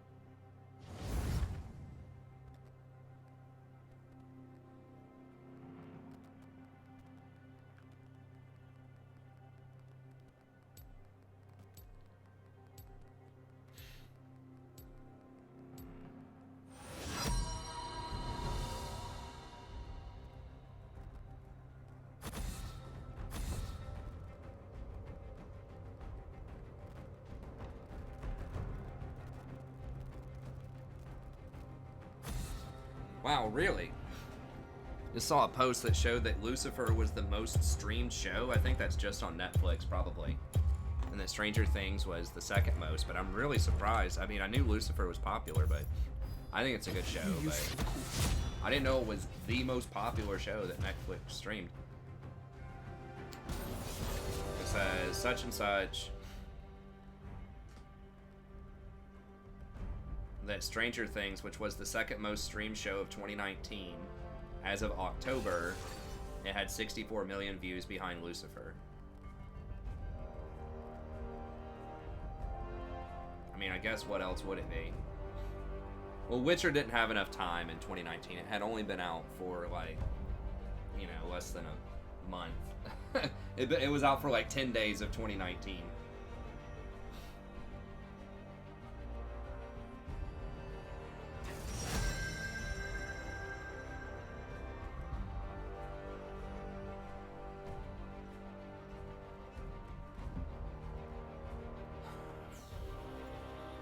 I guess we just do Rakan again. I don't know enough about their team. I would play something like Zyra, but Zyra is pretty good at Nami, but if they pick like double assassin, that's gonna be bad. Rakan's not amazing into Nami or Volibear. The Volibear can knock me out of the sky if he's like on point, which would be really annoying, but I think The Witcher's pretty good. I didn't read the books. I'm playing through the game right now. I had not played through most of the game. I thought it was pretty solid. The one major critique that I would have, without going into like spoilers or anything, are their decision, like how they handled time jumping, like on the timeline, and why they decided to keep jumping back to the same, like basically the same event and telling it from different perspectives like 3 times. No, I'm not playing on stream.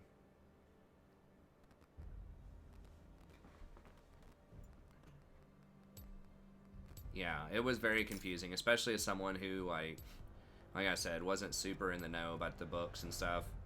I could kind of figure it out, but the thing is, there's a lot of, like, semi-immortal beings. Not, like, immortal, but, like, people that don't really age, like Geralt and the sorceresses.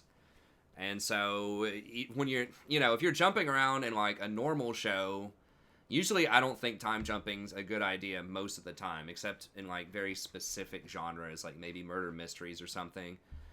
But, you can see, like, visibly how old characters are. You're like, okay, that guy looks really old there, so that's in an older timeline. Okay, here the person looks really young, so that's in a younger timeline. But yeah, there was a lot of... I just don't think they gained a lot from doing that, and I think it was confusing to a lot of people. A simple fix for this, if they wanted to do that, was just pop up the year. Just in the bottom, just 4 numbers that just say what the year is. I don't think it would be that intrusive to just say, hey, this is, you know, 12, whatever, 1240. Hey, this is 1272.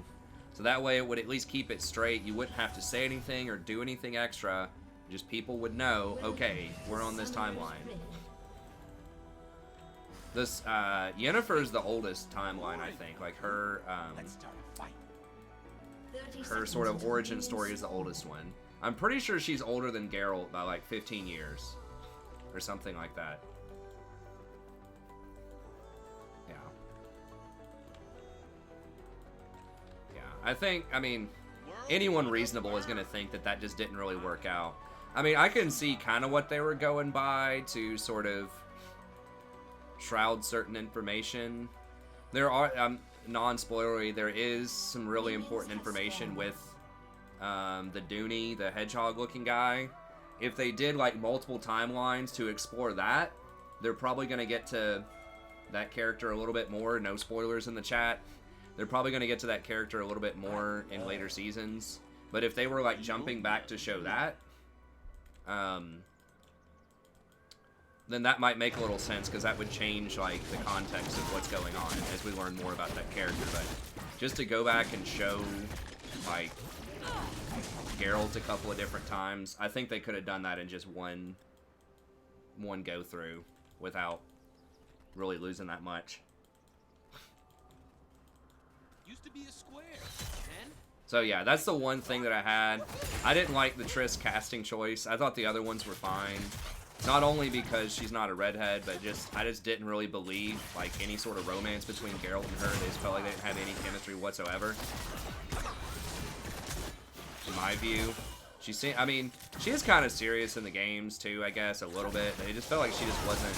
She's still kind of playful sometimes. She just came off as really deadpan in the show, but...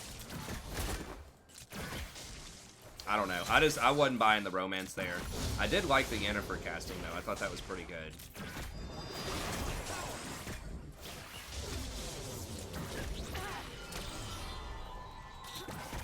But I thought it was really good overall. I like Cavell's acting. I thought he was a really believable Geralt.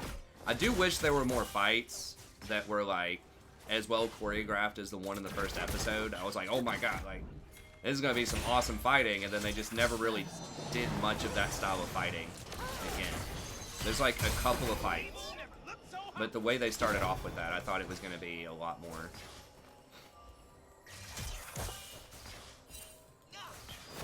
What do you want, Kaisa? Dude, you're at 10% health. Like, you just walked up.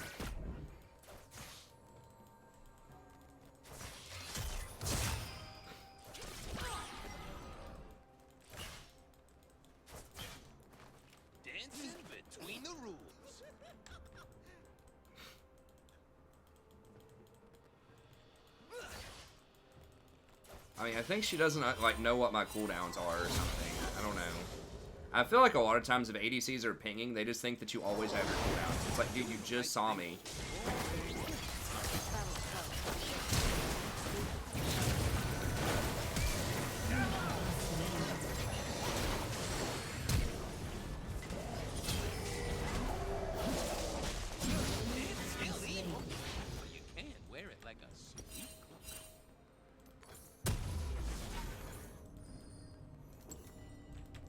Is this the same Aatrox? No, it's a different one.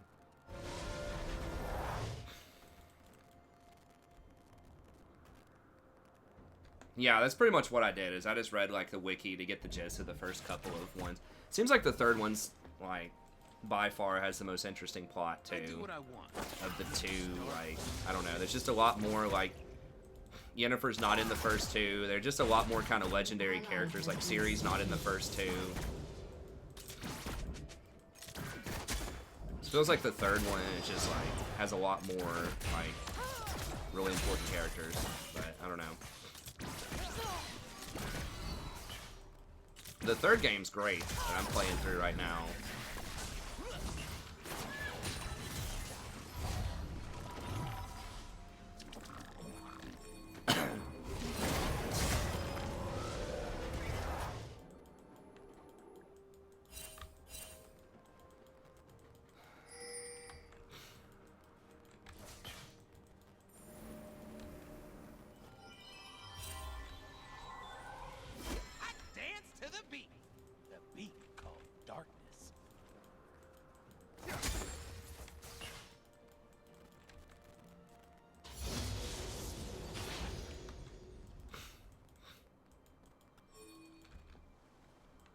I don't think people are like over the game. Like a lot of people didn't play.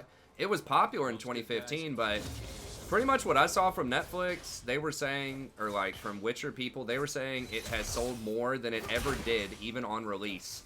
After that Witcher series came out on Netflix, a lot of people like me, who didn't play it originally, just started trying it out because the Netflix series was coming out.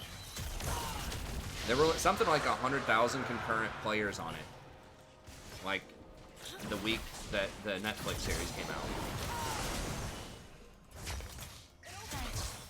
Life is way more. I hope they do more with it. I haven't seen, obviously, how the game's concluded, but there's such a rich, like, universe there. It feels like they could do a lot more with The Witcher. Especially if the show's really popular, they might consider it. I think they might make another one because they tried to make amends with the author. They've been trying to reconcile with the author for a while. But the author finally, they got a new sort of deal with him to where they might be able to make another game. So I hope they do that pretty soon. But dude, don't use your E carelessly like that. Like, we're not engaging on Ezreal in one go.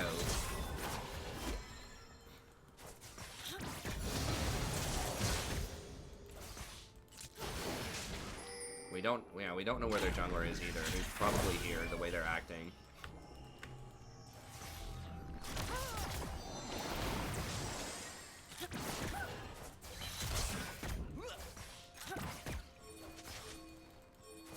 Shut your mouth, dude. They have a bigger wave. You're playing Kaisa. You're behind. And we don't know where their jungler is. Like, we can't fight them right now. Feels so good.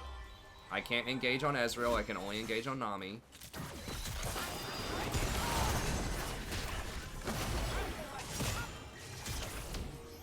I don't trust you. You had terrible positioning. You haven't hit them with W's or Q's nearly as often as I think you should have, so just chill.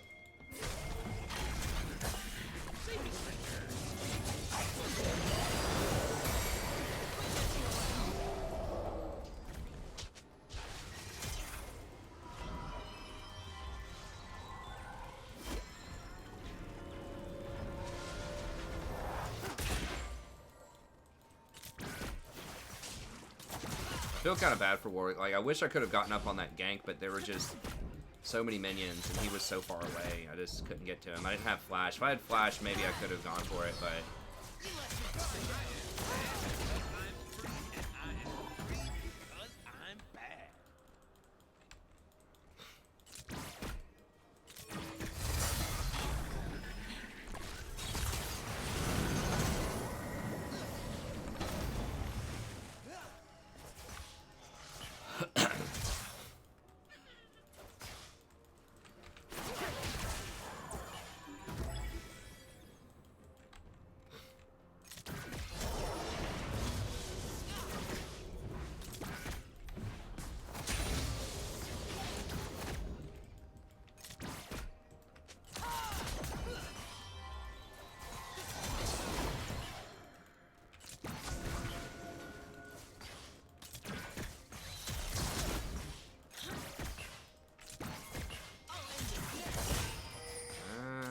Ari's chasing him. They have that warded. An enemy has been slain. Blocked by the void.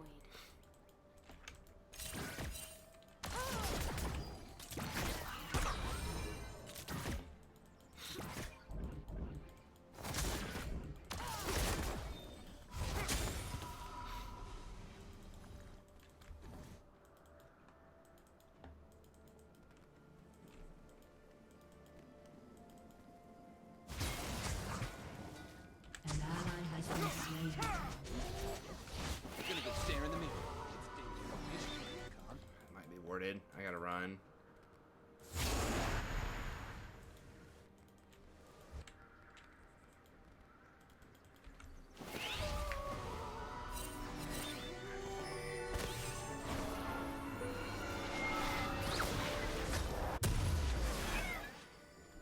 Self-control is for starters. Get mercs. Fun.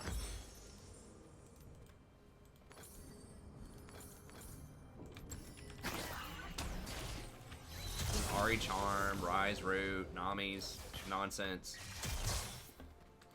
It's gonna take a little bit. Oh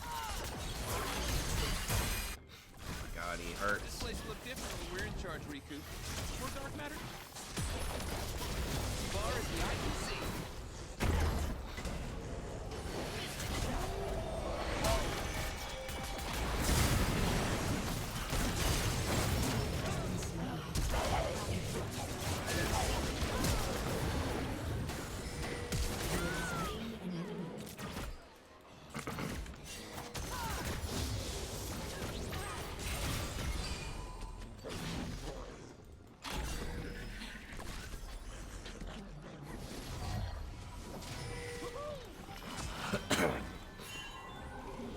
Forget my name, just call for the Lord of Darkness. Prince of Evil, the Emperor, Hotness. Yeah, that was a good sequence. We needed that.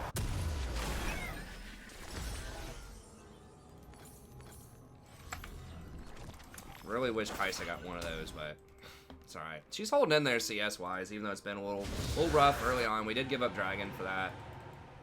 Which kind of sucks, but...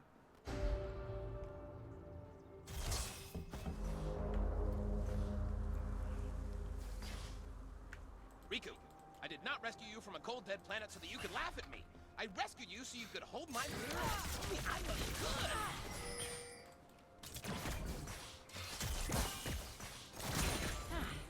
That works. Really can't do Frozen Heart here. I guess I'll have to do Zeke. I'm really liking that Frozen Heart build, but Ezreal doesn't really rely that much on attack speed, and he's like the only one. I mean, I guess it would affect Volibear too.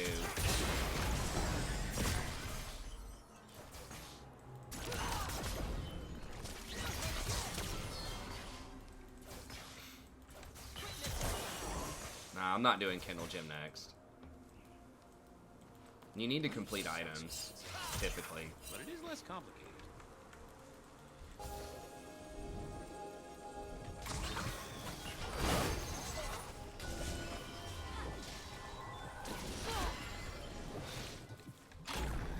Dude, what the hell? Do not... What? Why would you E there? Like, we know that Ari's there. I only believe in myself. Ari's leaving. Volley could still try to dive us, but like... My god, dude. It's like, we just saw Ari. Why would you E forward to her ass? We got so lucky that Ari wasn't paying attention. Like, if she comes down here, they're obviously looking to dive. Like, you need to respect that. Our jungler's not on this side of the map.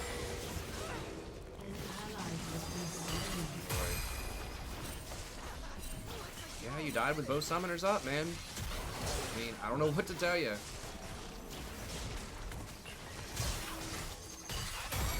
Hey, what's up, Bradley? Ha! That's interesting. I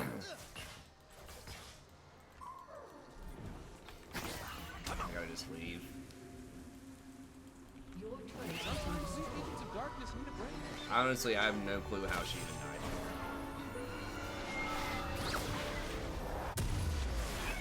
She must have eaten like 3 Qs in a row or something. She's like, oh wait, do those heal you? Hold on.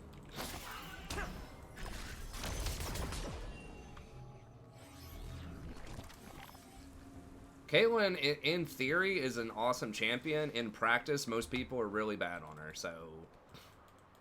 Probably tier 2. Depends on how good the Caitlyn is, honestly. The really high skill ceiling. She's one of the hardest AD carries to play correctly, apparently.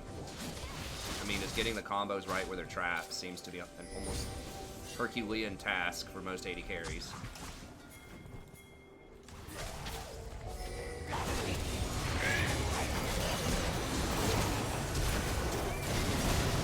No way, she's really not dead?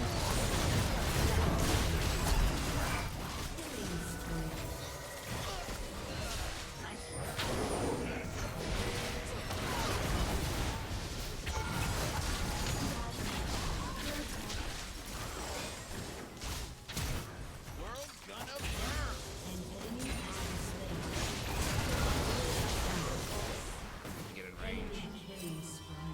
Yeah, dude, we're cut off by the Ari. I guess I should have gone for the W knockup on the Nami also. Make sure she was dead. I went onto the Ezreal because I thought that they'd be able to kill the Nami. I guess they used probably the summoner heal to get her out. I'm not really sure. That still ended up positive for us, but... Stare in the mirror. It's daily affirmation time.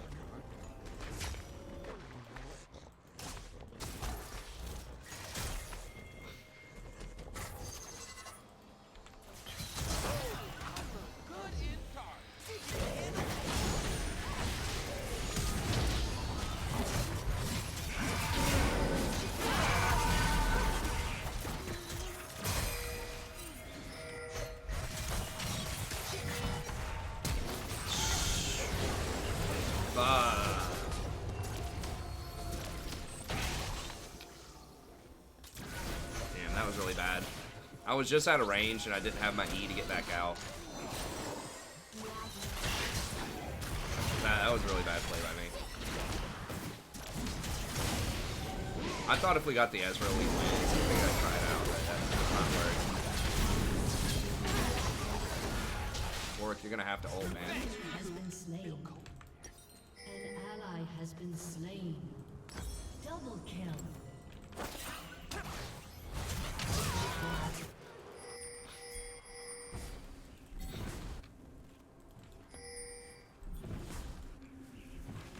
Rose, get this. What are we doing? Why are we not getting that?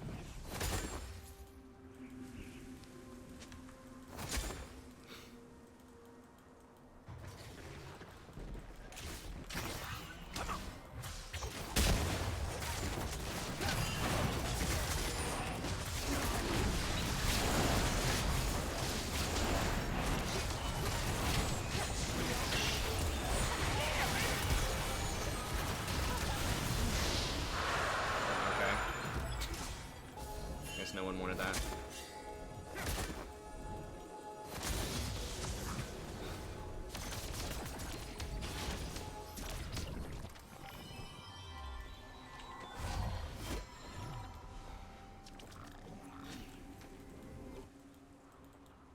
Used to be a square. Then I embraced darkness. Woohoo!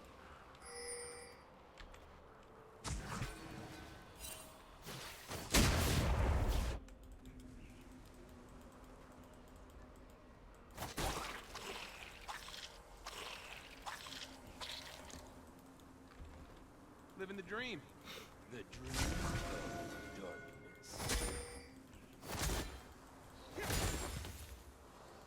I embrace darkness.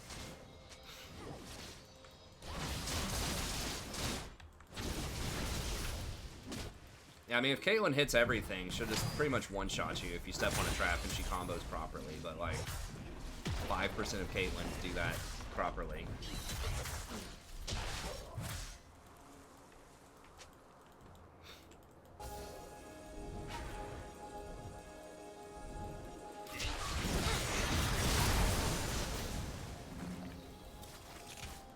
Okay, well, there goes her ult.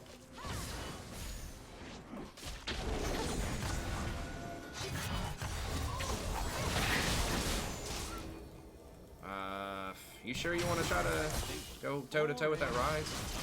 I mean, he is 0-4, but...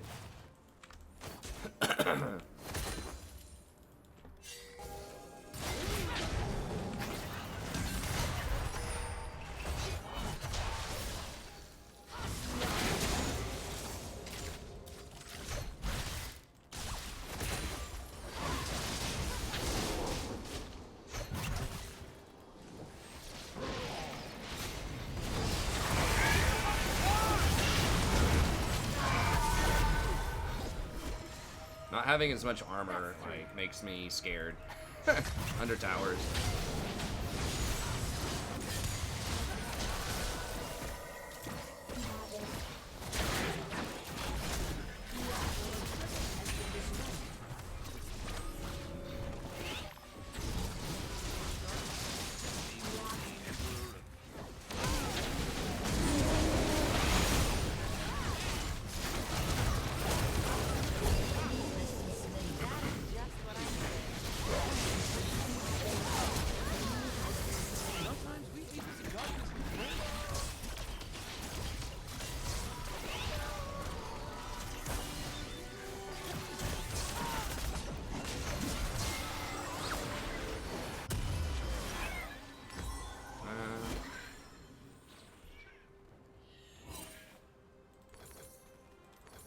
Stars. Yeah, we are might just go with sad Shirley's here to help Aatrox, like, stick to him a little bit more.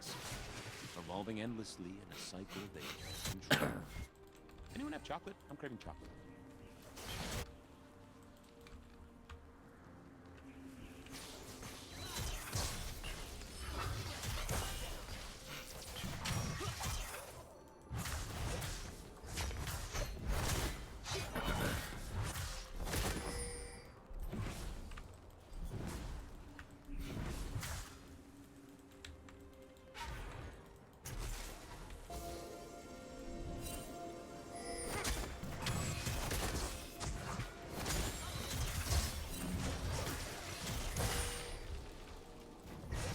Dragon is coming up in about 1 minute.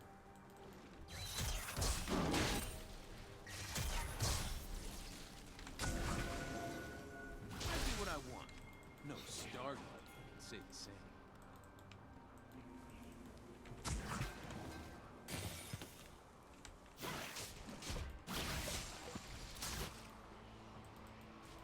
I mean, they should have him dead, right? There's like, Shut down. what the? Seriously? 3v1?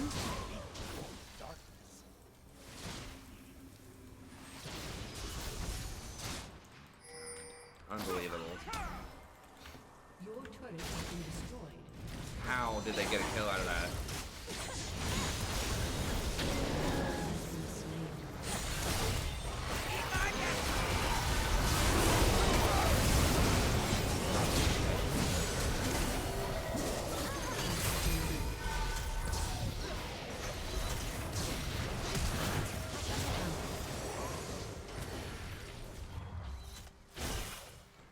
I'm still just like, my mind is just boggled by how Kaisa died when there were 2 people with her that were like full health. It had to be she just greeted and tried to walk in to auto attack him to death, and he just killed her.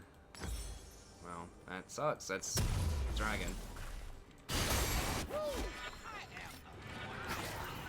If Kaisa stayed alive and we got that kill, we could have rotated back middle, forced them off a Dragon. I could have set up all the vision and we would have gotten that Dragon, but Kaisa got caught, and then immediately after that, Orianna got caught. Most good guys are just kidding themselves. That's rough.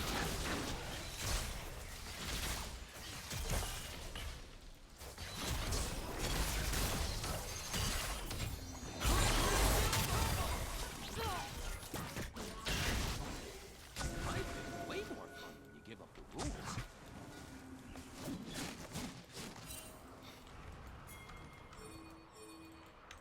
No. Kaisa, dude. Oh my god. Why are you down there, man? Perfection doesn't exist, except for my hair. They could still be doing it. Okay, Warwick's checking. Oh my gosh, we got pretty lucky there.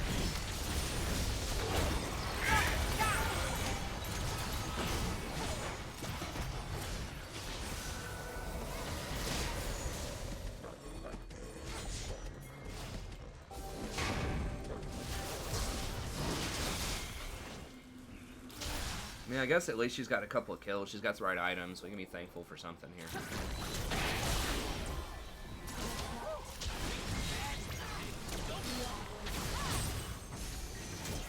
Okay, we're gonna go. Let's go.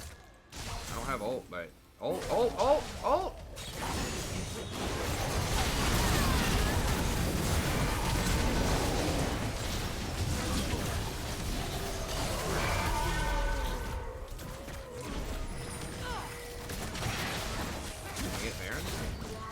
Dead? I mean, we're gonna get poked by the Ezreal, but...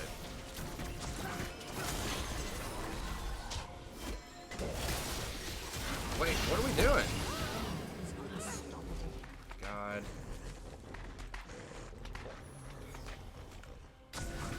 Shut down.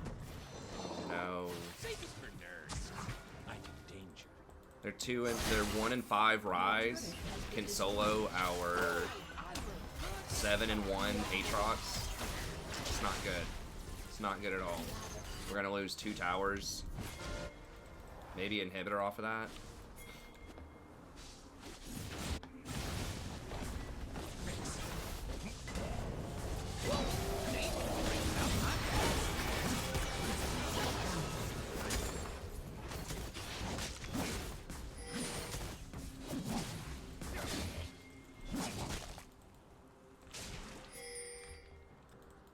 I had to R, or he was gonna get the tower. I mean, the tower is literally like 5 HP or something. Okay, I don't think they're doing it. Volibear left.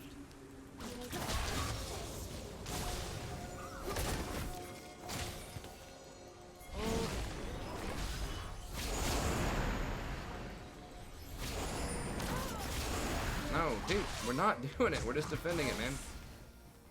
Alright, calm down.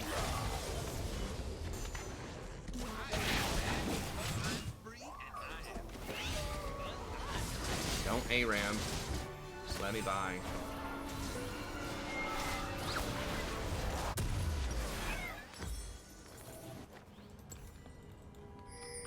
I don't know. Maybe Ori was pinging it because it was a good play. Maybe she thought I wasted it. I thought I had to do it or they're going to take that tower. Now, towers do heal up a certain amount. I choose fun. Base towers do. I mean, it's not a ton, but... Hey, what's up, Nagarake? Thanks, buddy. It's going pretty well. Last couple of days, have been winning a lot. Obviously, this game is... Well, it's close. We can say that.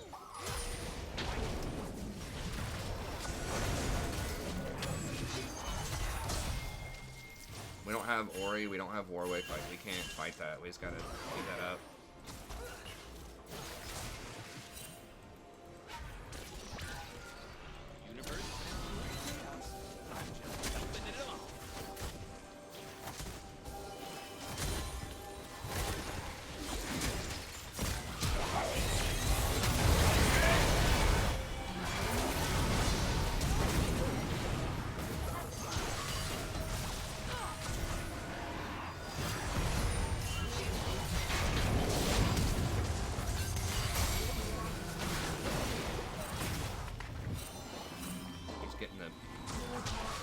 Doing his best Trendamere impression. Dude, are we seriously going to lose Dragon and Inhibitor?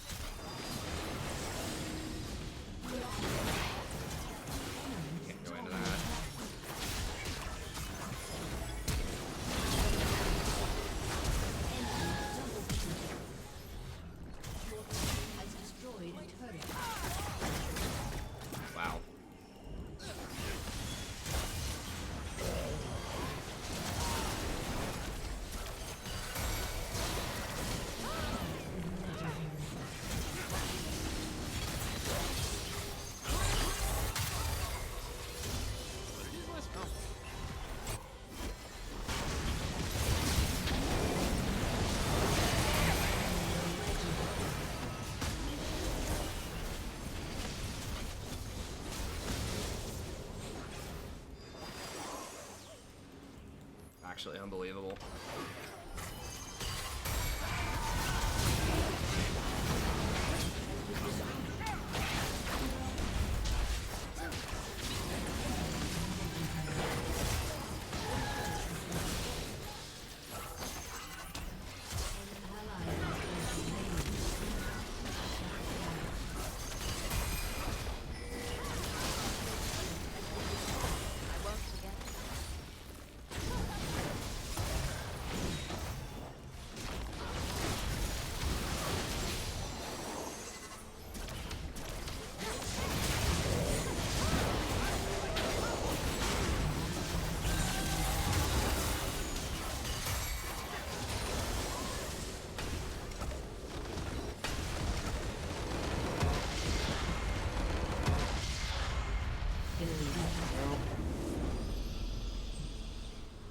I don't even know, man.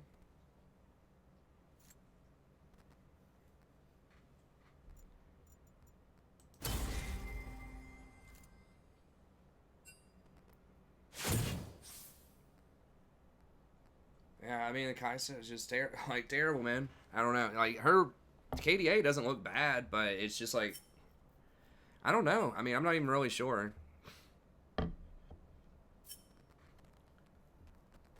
We just didn't have... We didn't have something. I don't know.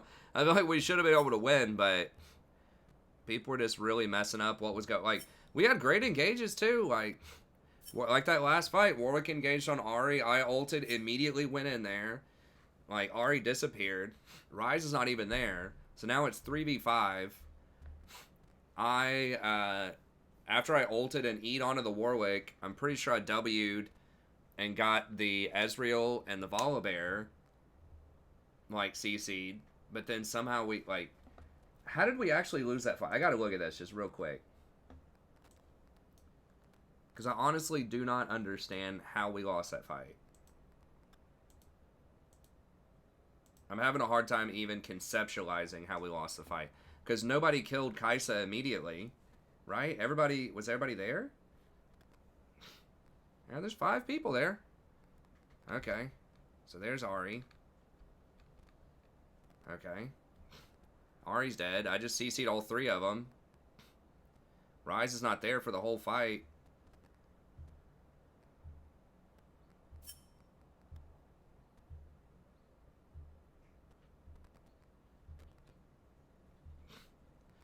They just kite us back, I guess. Kaisa used her ult to kill the Ahri. If Kaisa would have, like, ulted closer to me when I was CCing the Ezreal, I think we would have been able to clean that up. I think she wasted her ult. Did she have her ult there?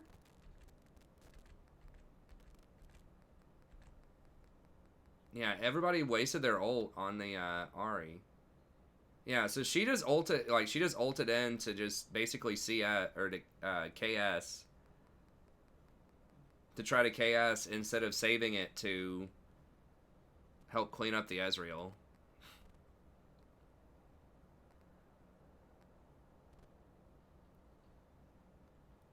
Yeah, we just didn't have anything left.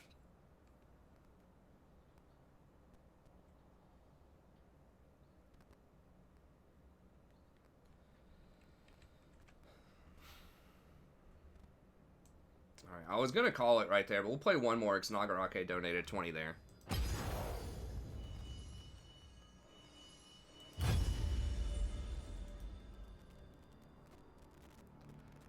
It was just tough. I mean, we did have, like, engage. It was just, I don't know. The Nami had a good wave there, which made it hard to get past her, but...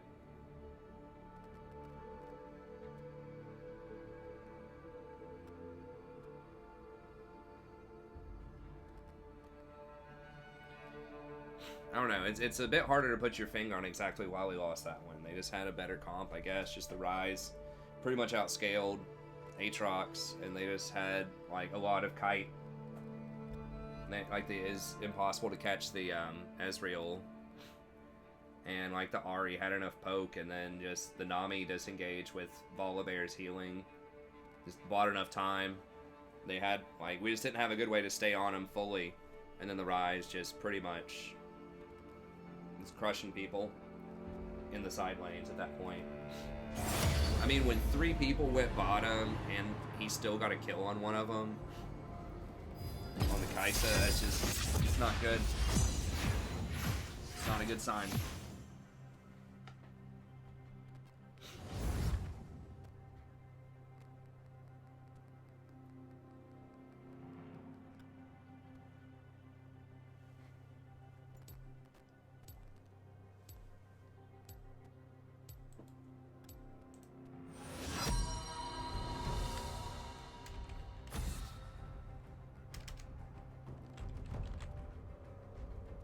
And we started off so hot too. I think we were 3-1, 3-0 at one point. And these last games have just been very, very puzzling. I thought we did pretty well in the games though. There was one where I made a pretty, was it that game maybe where I made a pretty bad mistake? Yeah, where I gave him a free kill trying to overextend for the Ezreal under tower. I think that was that game.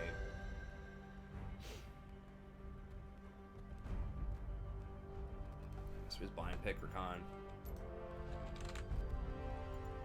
I haven't had that many lower picks. The one time I was like 4th pick, I think I picked Zyra, but every other time I've been 1st or 2nd pick. This guy, was this the person that we had last game? I think I recognize that name. Maybe it was some other A name. abstract. That's what I was thinking of.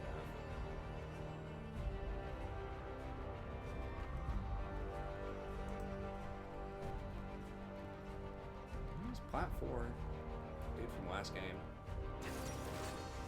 Oh, he's just a sampler though. He hasn't played a lot of games, and he just plays like a different champion every game.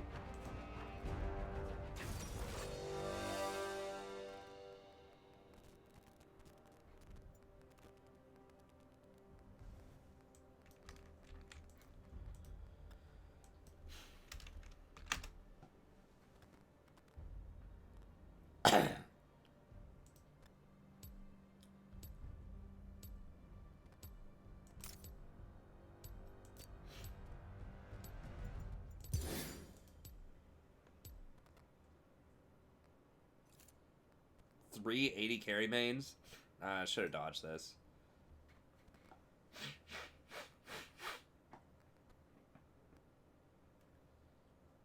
It's alright, Edge. I didn't see what you said.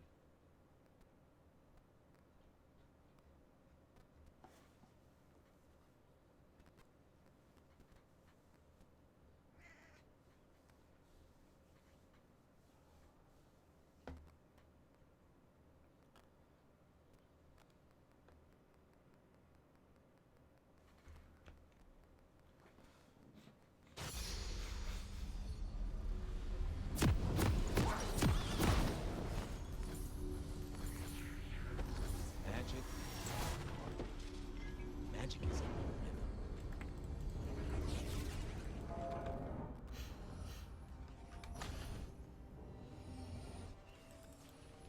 Nami bubble could be pretty brutal. Welcome The humans to call it Summoner's battle. Rift. It's just a dance. Dude, don't walk there, man. We don't have everybody. 30 seconds until minions spawn.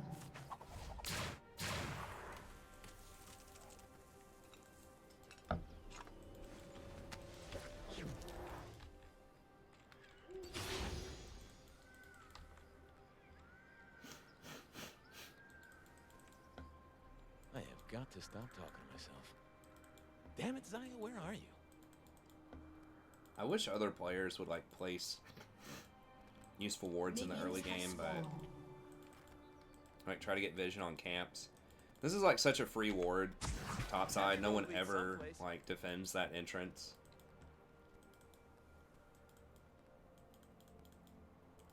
But, like I'm literally the only person who has used a ward so far.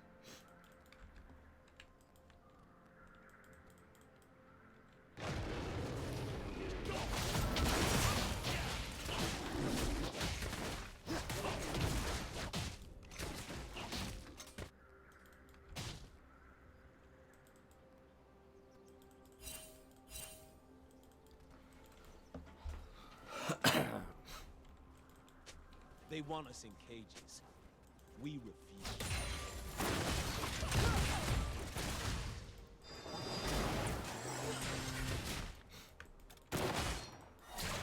Their team's kind of spooky. I'm pretty sure we lose late game. I'm gonna turn this place down. So I can burn it again. At least Lee's using my vision.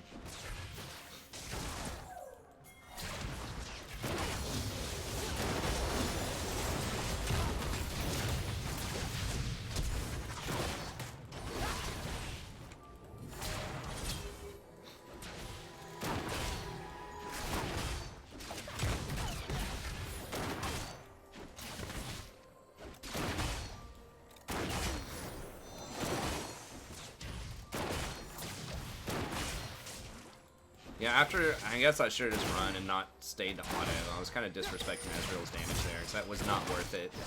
I mean, it was worth it to get her flash, but she was going to have to flash anyways from the misfortune. First blood. Interesting. You gotta love those cat pre-6 kills. Fizz must have got CC chained by the cat.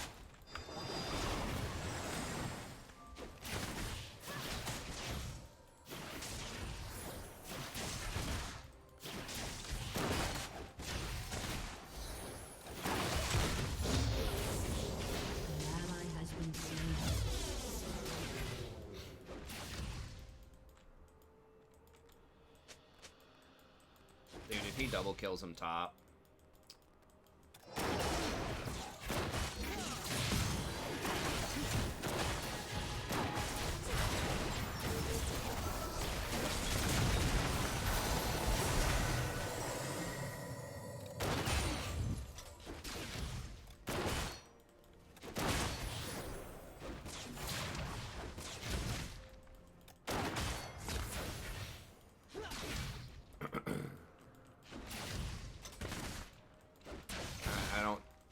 Nami's just gonna heal, man. It's gonna be real hard to kill him. It's a huge wave.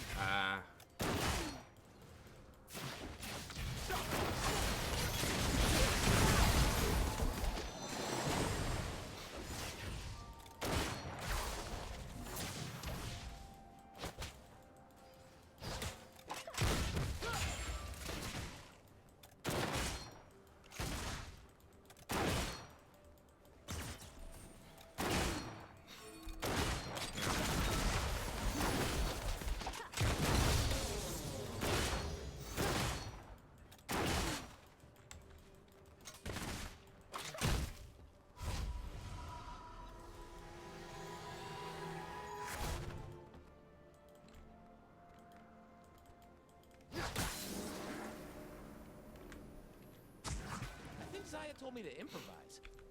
At least, that's the only part of the plan I remember. Currently plat 3, Musa. We're as high as D3 in the preseason, but had a bit of a rough start. They will see me. Targon does not They heal will people see anymore, no. my dance.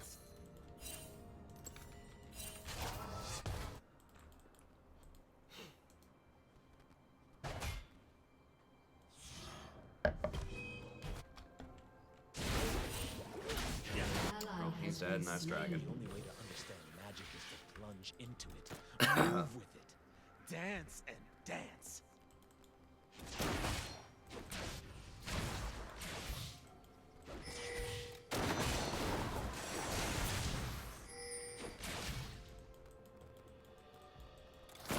I'm always surprised they didn't do dragon off of that. They had priority, and our jungler was dead, so I don't know. I guess we can be thankful they didn't do it.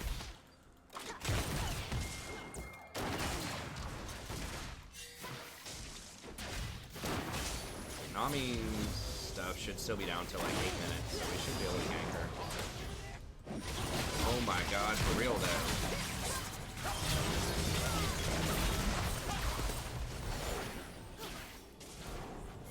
She's dead.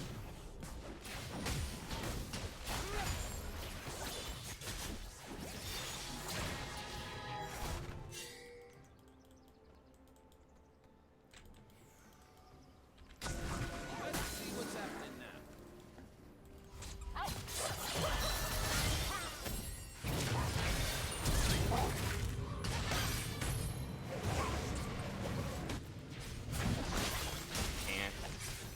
Can't do anything, dude. Been slain. I'm at like 1 HP.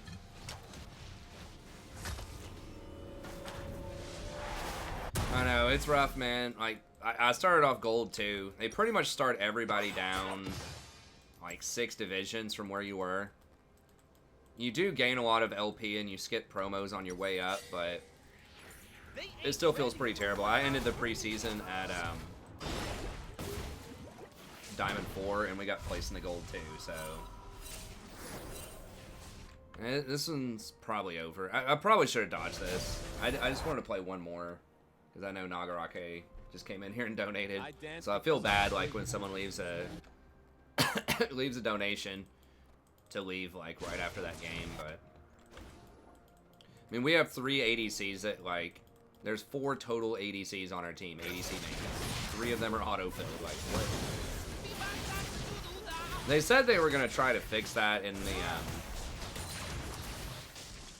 like at some point in the middle of the season. They said they were going to try to she's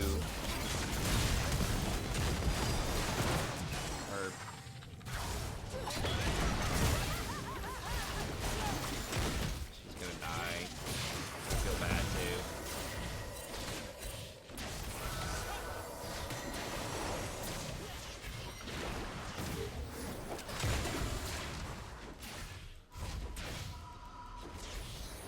They were gonna try to make it to where both teams would, there would be more likely that both teams would have a similar amount of autofill people. I mean, yeah, but they have to nerf Akali. She's got 100% like presence in pro. She's just too strong of a champion in pro. They've got to nerf her kid. I figured Cat's probably there too, because why not?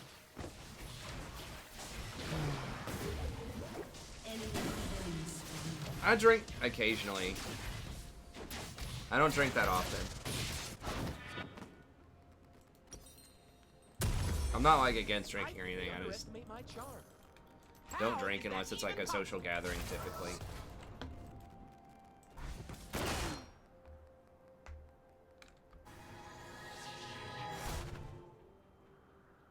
"24-hour stream." I probably can't do that. I mean, if there's a ton of donations, maybe, but in general, it's probably a good idea for me to not. I need to probably stop, because we're starting to lose like a lot. Typically, I don't know. Losses just come in streaks. Maybe I just start playing a lot worse on losses. I do not. This Katarina is just like gonna like run over this game though. She's just like, Fizz hasn't left the lane a single time, and Cat has like ganked 4 times, starting at level 4. If you look at things the right way. Yeah, come on. Yeah, we can't do anything up there, Gangplank. We're on the other side of the map, man. You picked a champ who's like terrible in the early game in solo queue, and you're getting smashed. I mean, that's kind of how it goes, man. It's so hard to play GP in solo queue right now.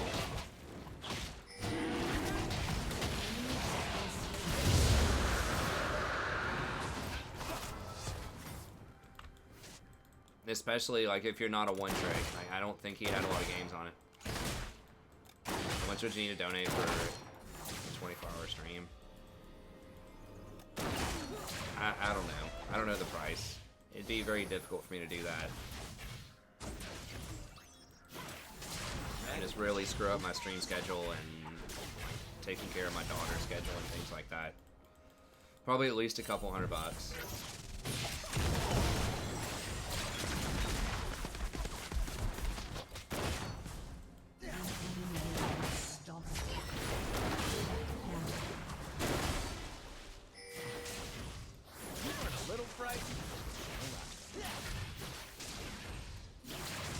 I could only do it on the weekends too, because I have class during the week.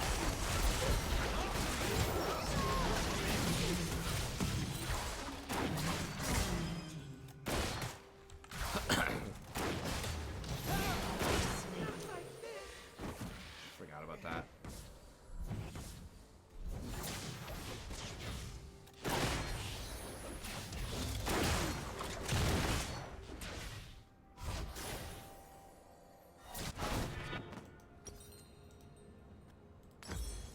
My love to hurt. Shut I down. need the world to be scary. I don't apologize for it. I feel good.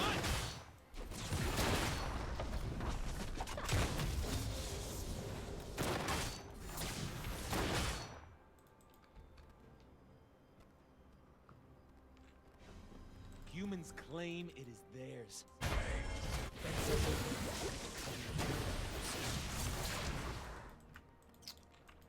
An ally has been slain.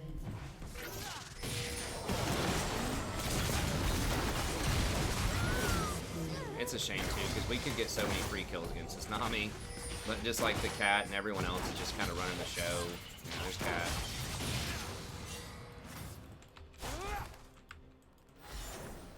She doesn't have a ton of kills, but she's just like, her presence is just so disruptive. She's just in every lane. And she's still out farming the Fizz by 20 CS. Just getting slammed.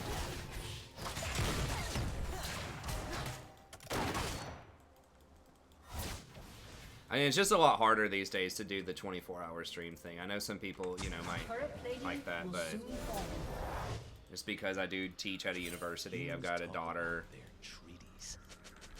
you know, that I have to help take care of during the day. So it would only be possible on like Friday evening going into Saturday evening, or An ally has been slain. what am I even getting? I guess we're just getting Zeeks. Or maybe Saturday into I'm just Sunday. trying to live the moment. Your turret has been destroyed.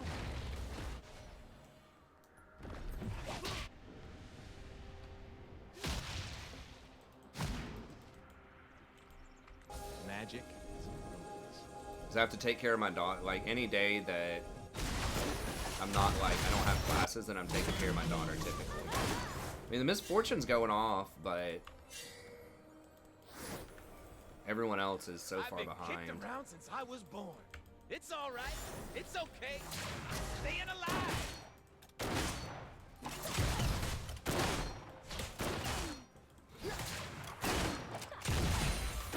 And Kat's gonna come down here in a second.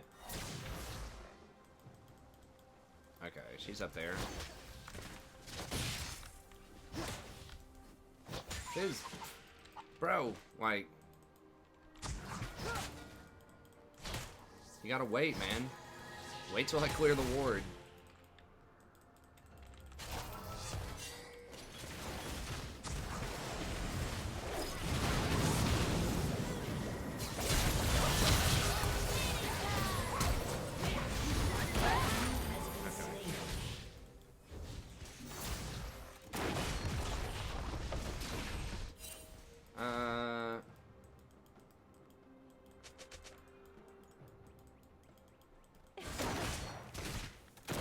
There's not really like a it's not like a technical term. Early, mid, late. I would say like mid, like, hold on.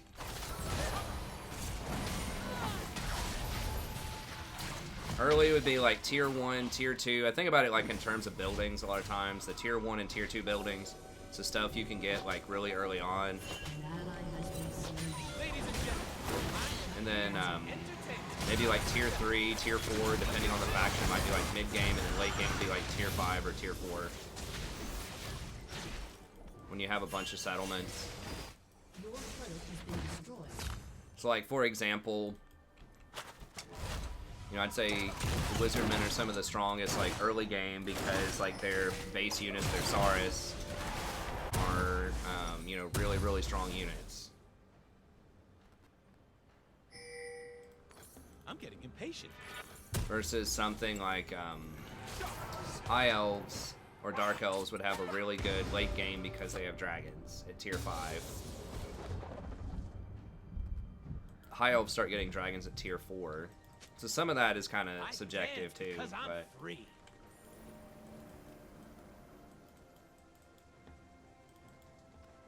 like Greenskins would be a really like a pretty good early game faction because their early units are fairly strong and they get that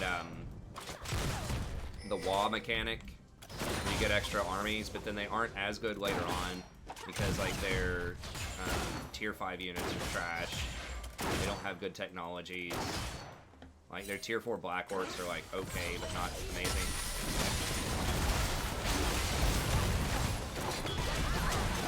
God, that was so late.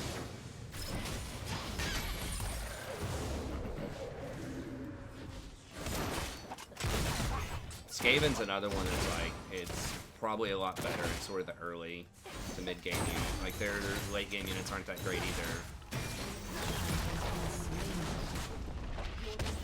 Destroyed a turret. But, you know, you have to really like get ahead early and get a bunch of different armies typically and really use your ambush mechanics well. Yeah, like your I will make them tier 4 and dance. tier 5 units aren't. I will make them hear. Yeah, this is like potentially winnable. Wait, is somebody actually over here or is he just... It's gonna be hard. This might be false hope. Jax is just like really, really strong when he's like ahead.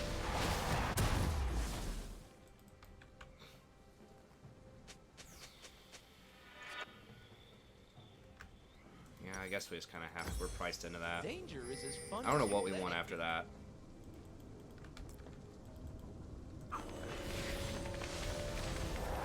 Some sort of magic resist might be good. I don't know. We could try to... Our ADC is really far ahead. We could try to go Long ago, our like Ardent Sensor, but she's not like Misfortune can auto attack people down, so maybe Ardent. I mean, she's really kind of known for her ult, but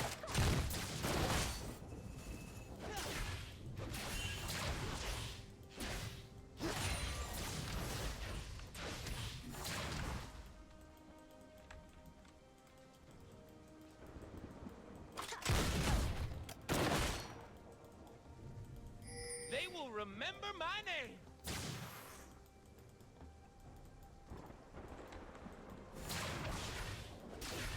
I think dwarfs fall off pretty hard late game too, depending on sort of what's going on. Dwarves are another one that's like really good early on, so they have really high armor, like great melee, but then as the game goes on, you know, they don't have magic, they don't have like... Gyrocopters can be pretty good, sort of, but they don't really have like a lot of large beasts. Their hammers are pretty good later on.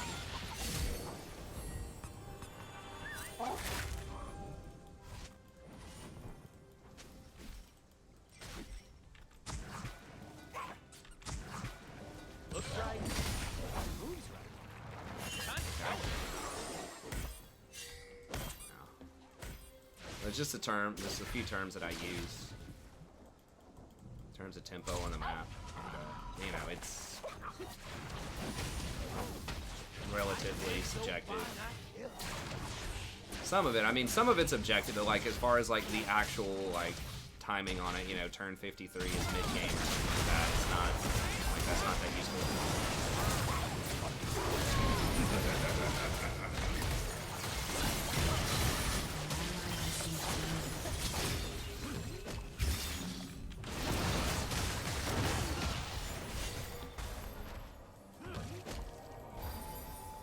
Can't believe she took that dagger and got away with it. This Jax is just flat out gonna win the game, pretty much. Pretty sure I'm supposed to. It's gonna be like Rise 2.0, what we saw last game.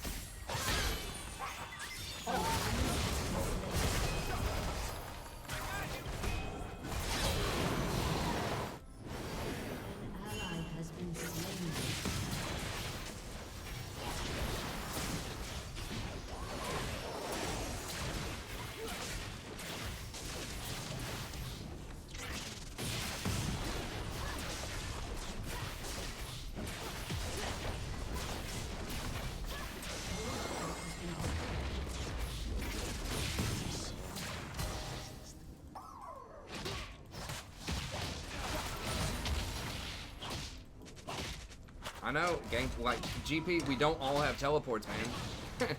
We can't run straight there. You have to hold on. Ha! I'm G to the D. Golden diamonds, boy. Woo! And we're kind of coming back in, and this is sort of fool's gold, too. She's building crit. Lethality is out. Lethality's been out for a while. We really don't want to be building lethality on Misfortune these days.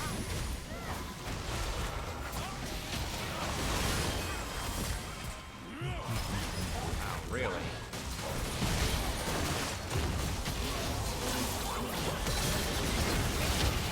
Oh my god, that kick though! Holy crap.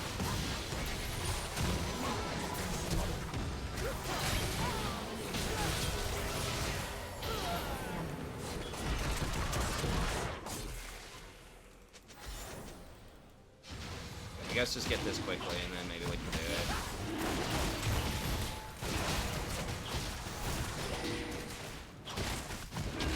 it. Really? Y'all sure we can't do Baron?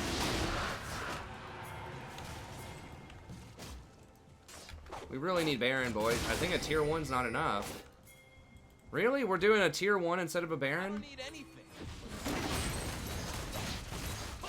I mean, maybe we can't do it fast enough. I don't know. Our AD carry's really bad. I guess.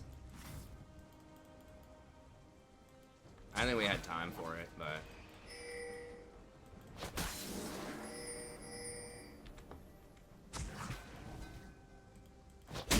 Myself higher. Okay. 1, 2, 1, 2. Woo! All right.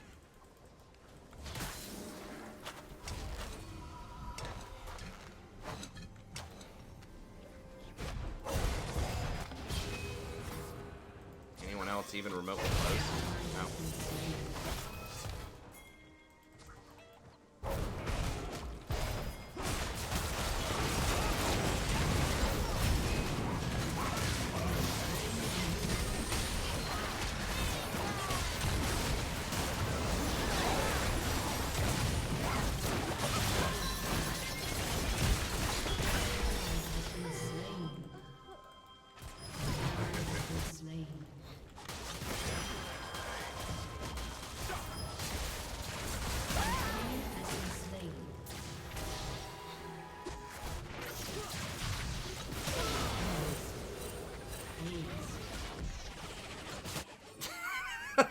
I don't know why that emo makes me so happy, man. They're scared of magic.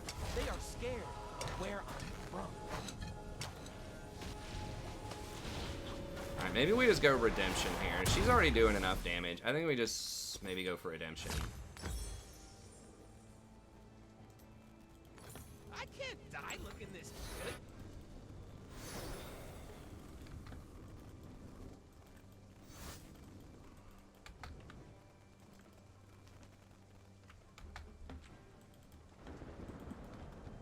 I don't want a world that's safe.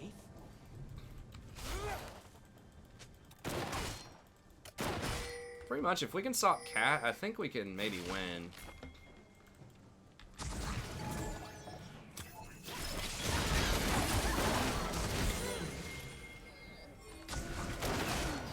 See the human world, I need to start.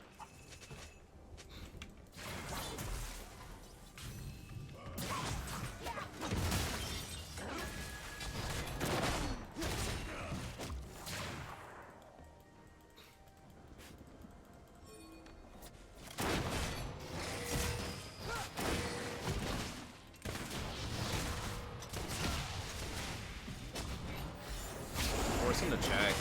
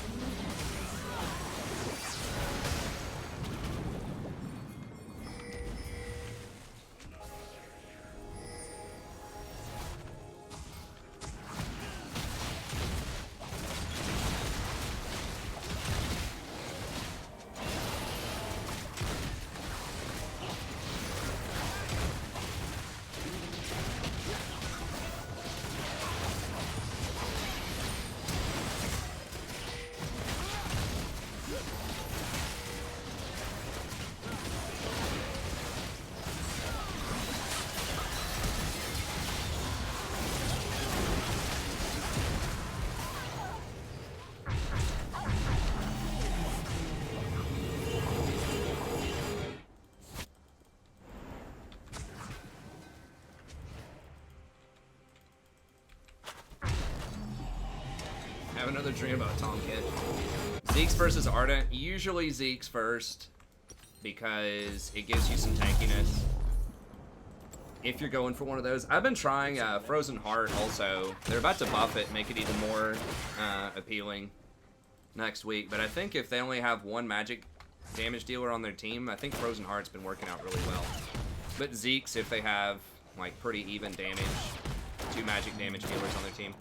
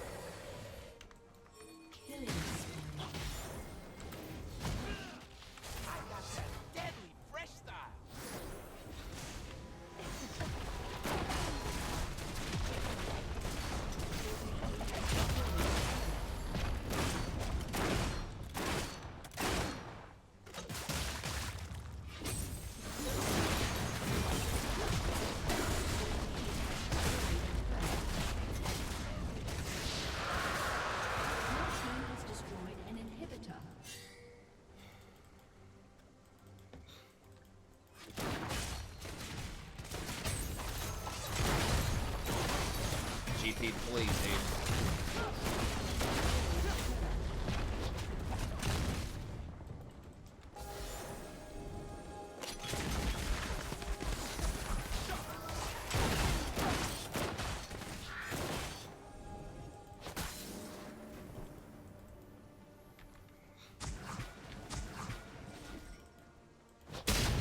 They're gonna try and test me?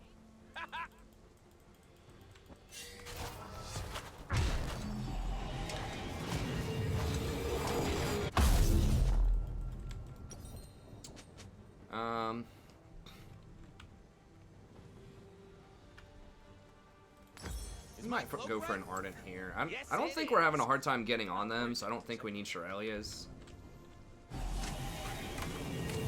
I'm not really sure how we're smacking them so hard.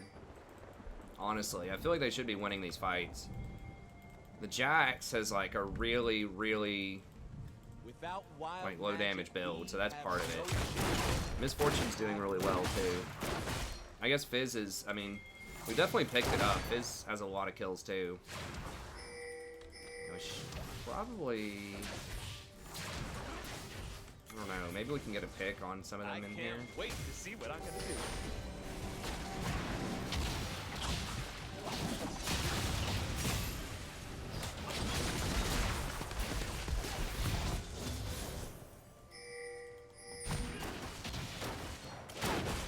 Yeah, we could get those free towers top.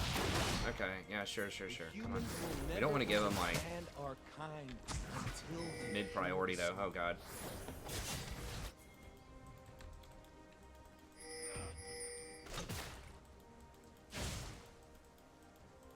Okay, top's pushing, so that's good.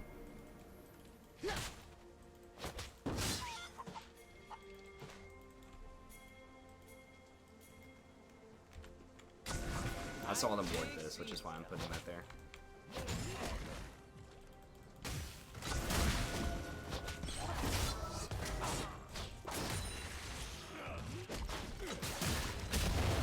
Your team has destroyed a turret.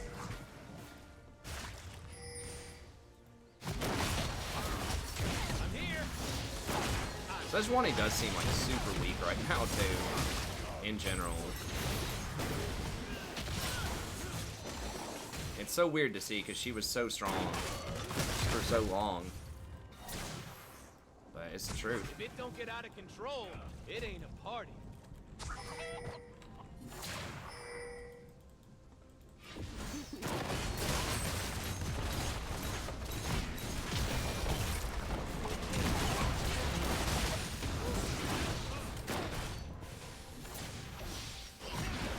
This feels like they don't do any damage. I mean, like, their Katarina is kind of like their only major threat. I think is what it's coming down to.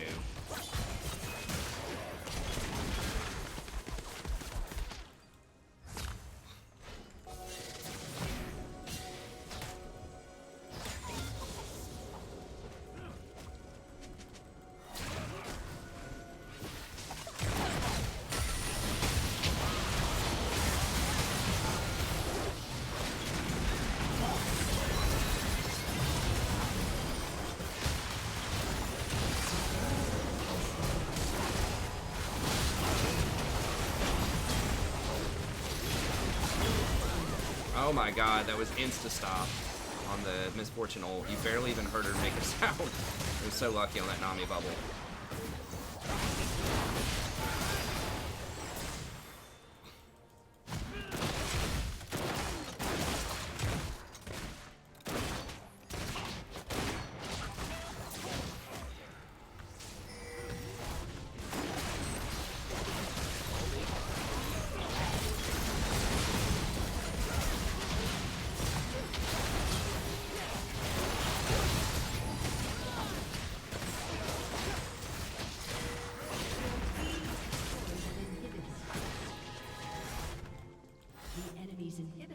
Respawning soon.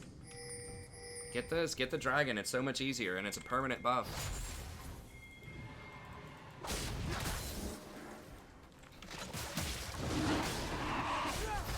Stop what you're doing and take this immediately. Ocean Soul is really, really good.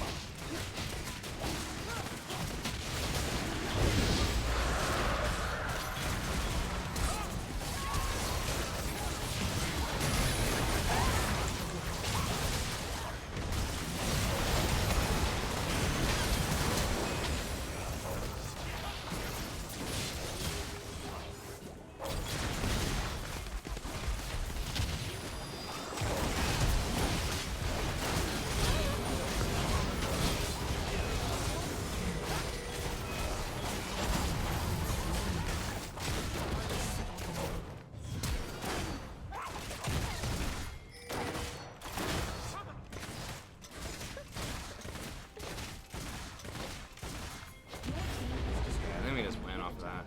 Did I have my redemption up the whole time, or was it? I could have. I should have used it somewhere if it was on cooldown. I just forgot to look. I haven't been building that item.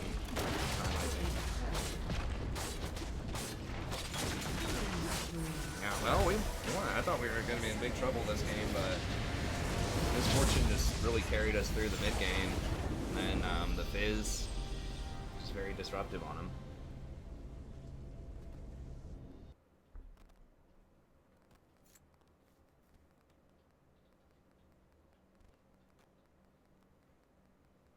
Come back in a game like what? A game like what we had?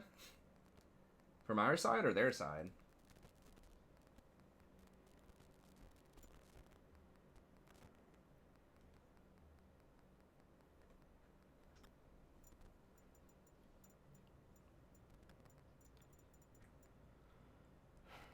I think turtling is almost always a bad plan, even if you're behind. Like, if you're behind, you need to be looking for picks. Because if you turtle, like, it's just, the game's so snowbally right now. If you try to turtle, they're just going to take everything on the map and just outscale you. So I don't like just, like, hugging your tower AFKing. Oh, you mean on their team? How could they come back? They needed the Katarina to get better flanks. Like, she never really got a flank. Like, they weren't grouped up properly, and they needed to get better vision control and have Cat, like, come in from the flank and delete our Misfortune, is what they needed to do. Now, that's hard to do against Rakan, but, like, if they saw me, like, ult and then go in on, like Jax or Ezreal or something, then if she was kind of waiting in the wings and she popped out and went after Misfortune, maybe.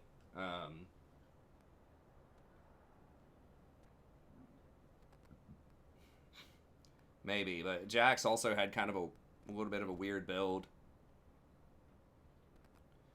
They could have also tried to force more split pushes, because the Jax could have crushed our gangplank for a lot of that game. So Jax, like, hard committing to split pushing, and then they got better vision control, and Katarina just, like, caught people out in bushes that were trying to rotate to deal with Jax. Like, they could have done a split pick type of thing and just had, like, Ezreal and Nami try to hold mid lane. But just opting into a clean 5-on-5 with us when Katarina's, like, just sitting there is not going to work that well. Misfortune just crushes 5v5s if you don't stop her.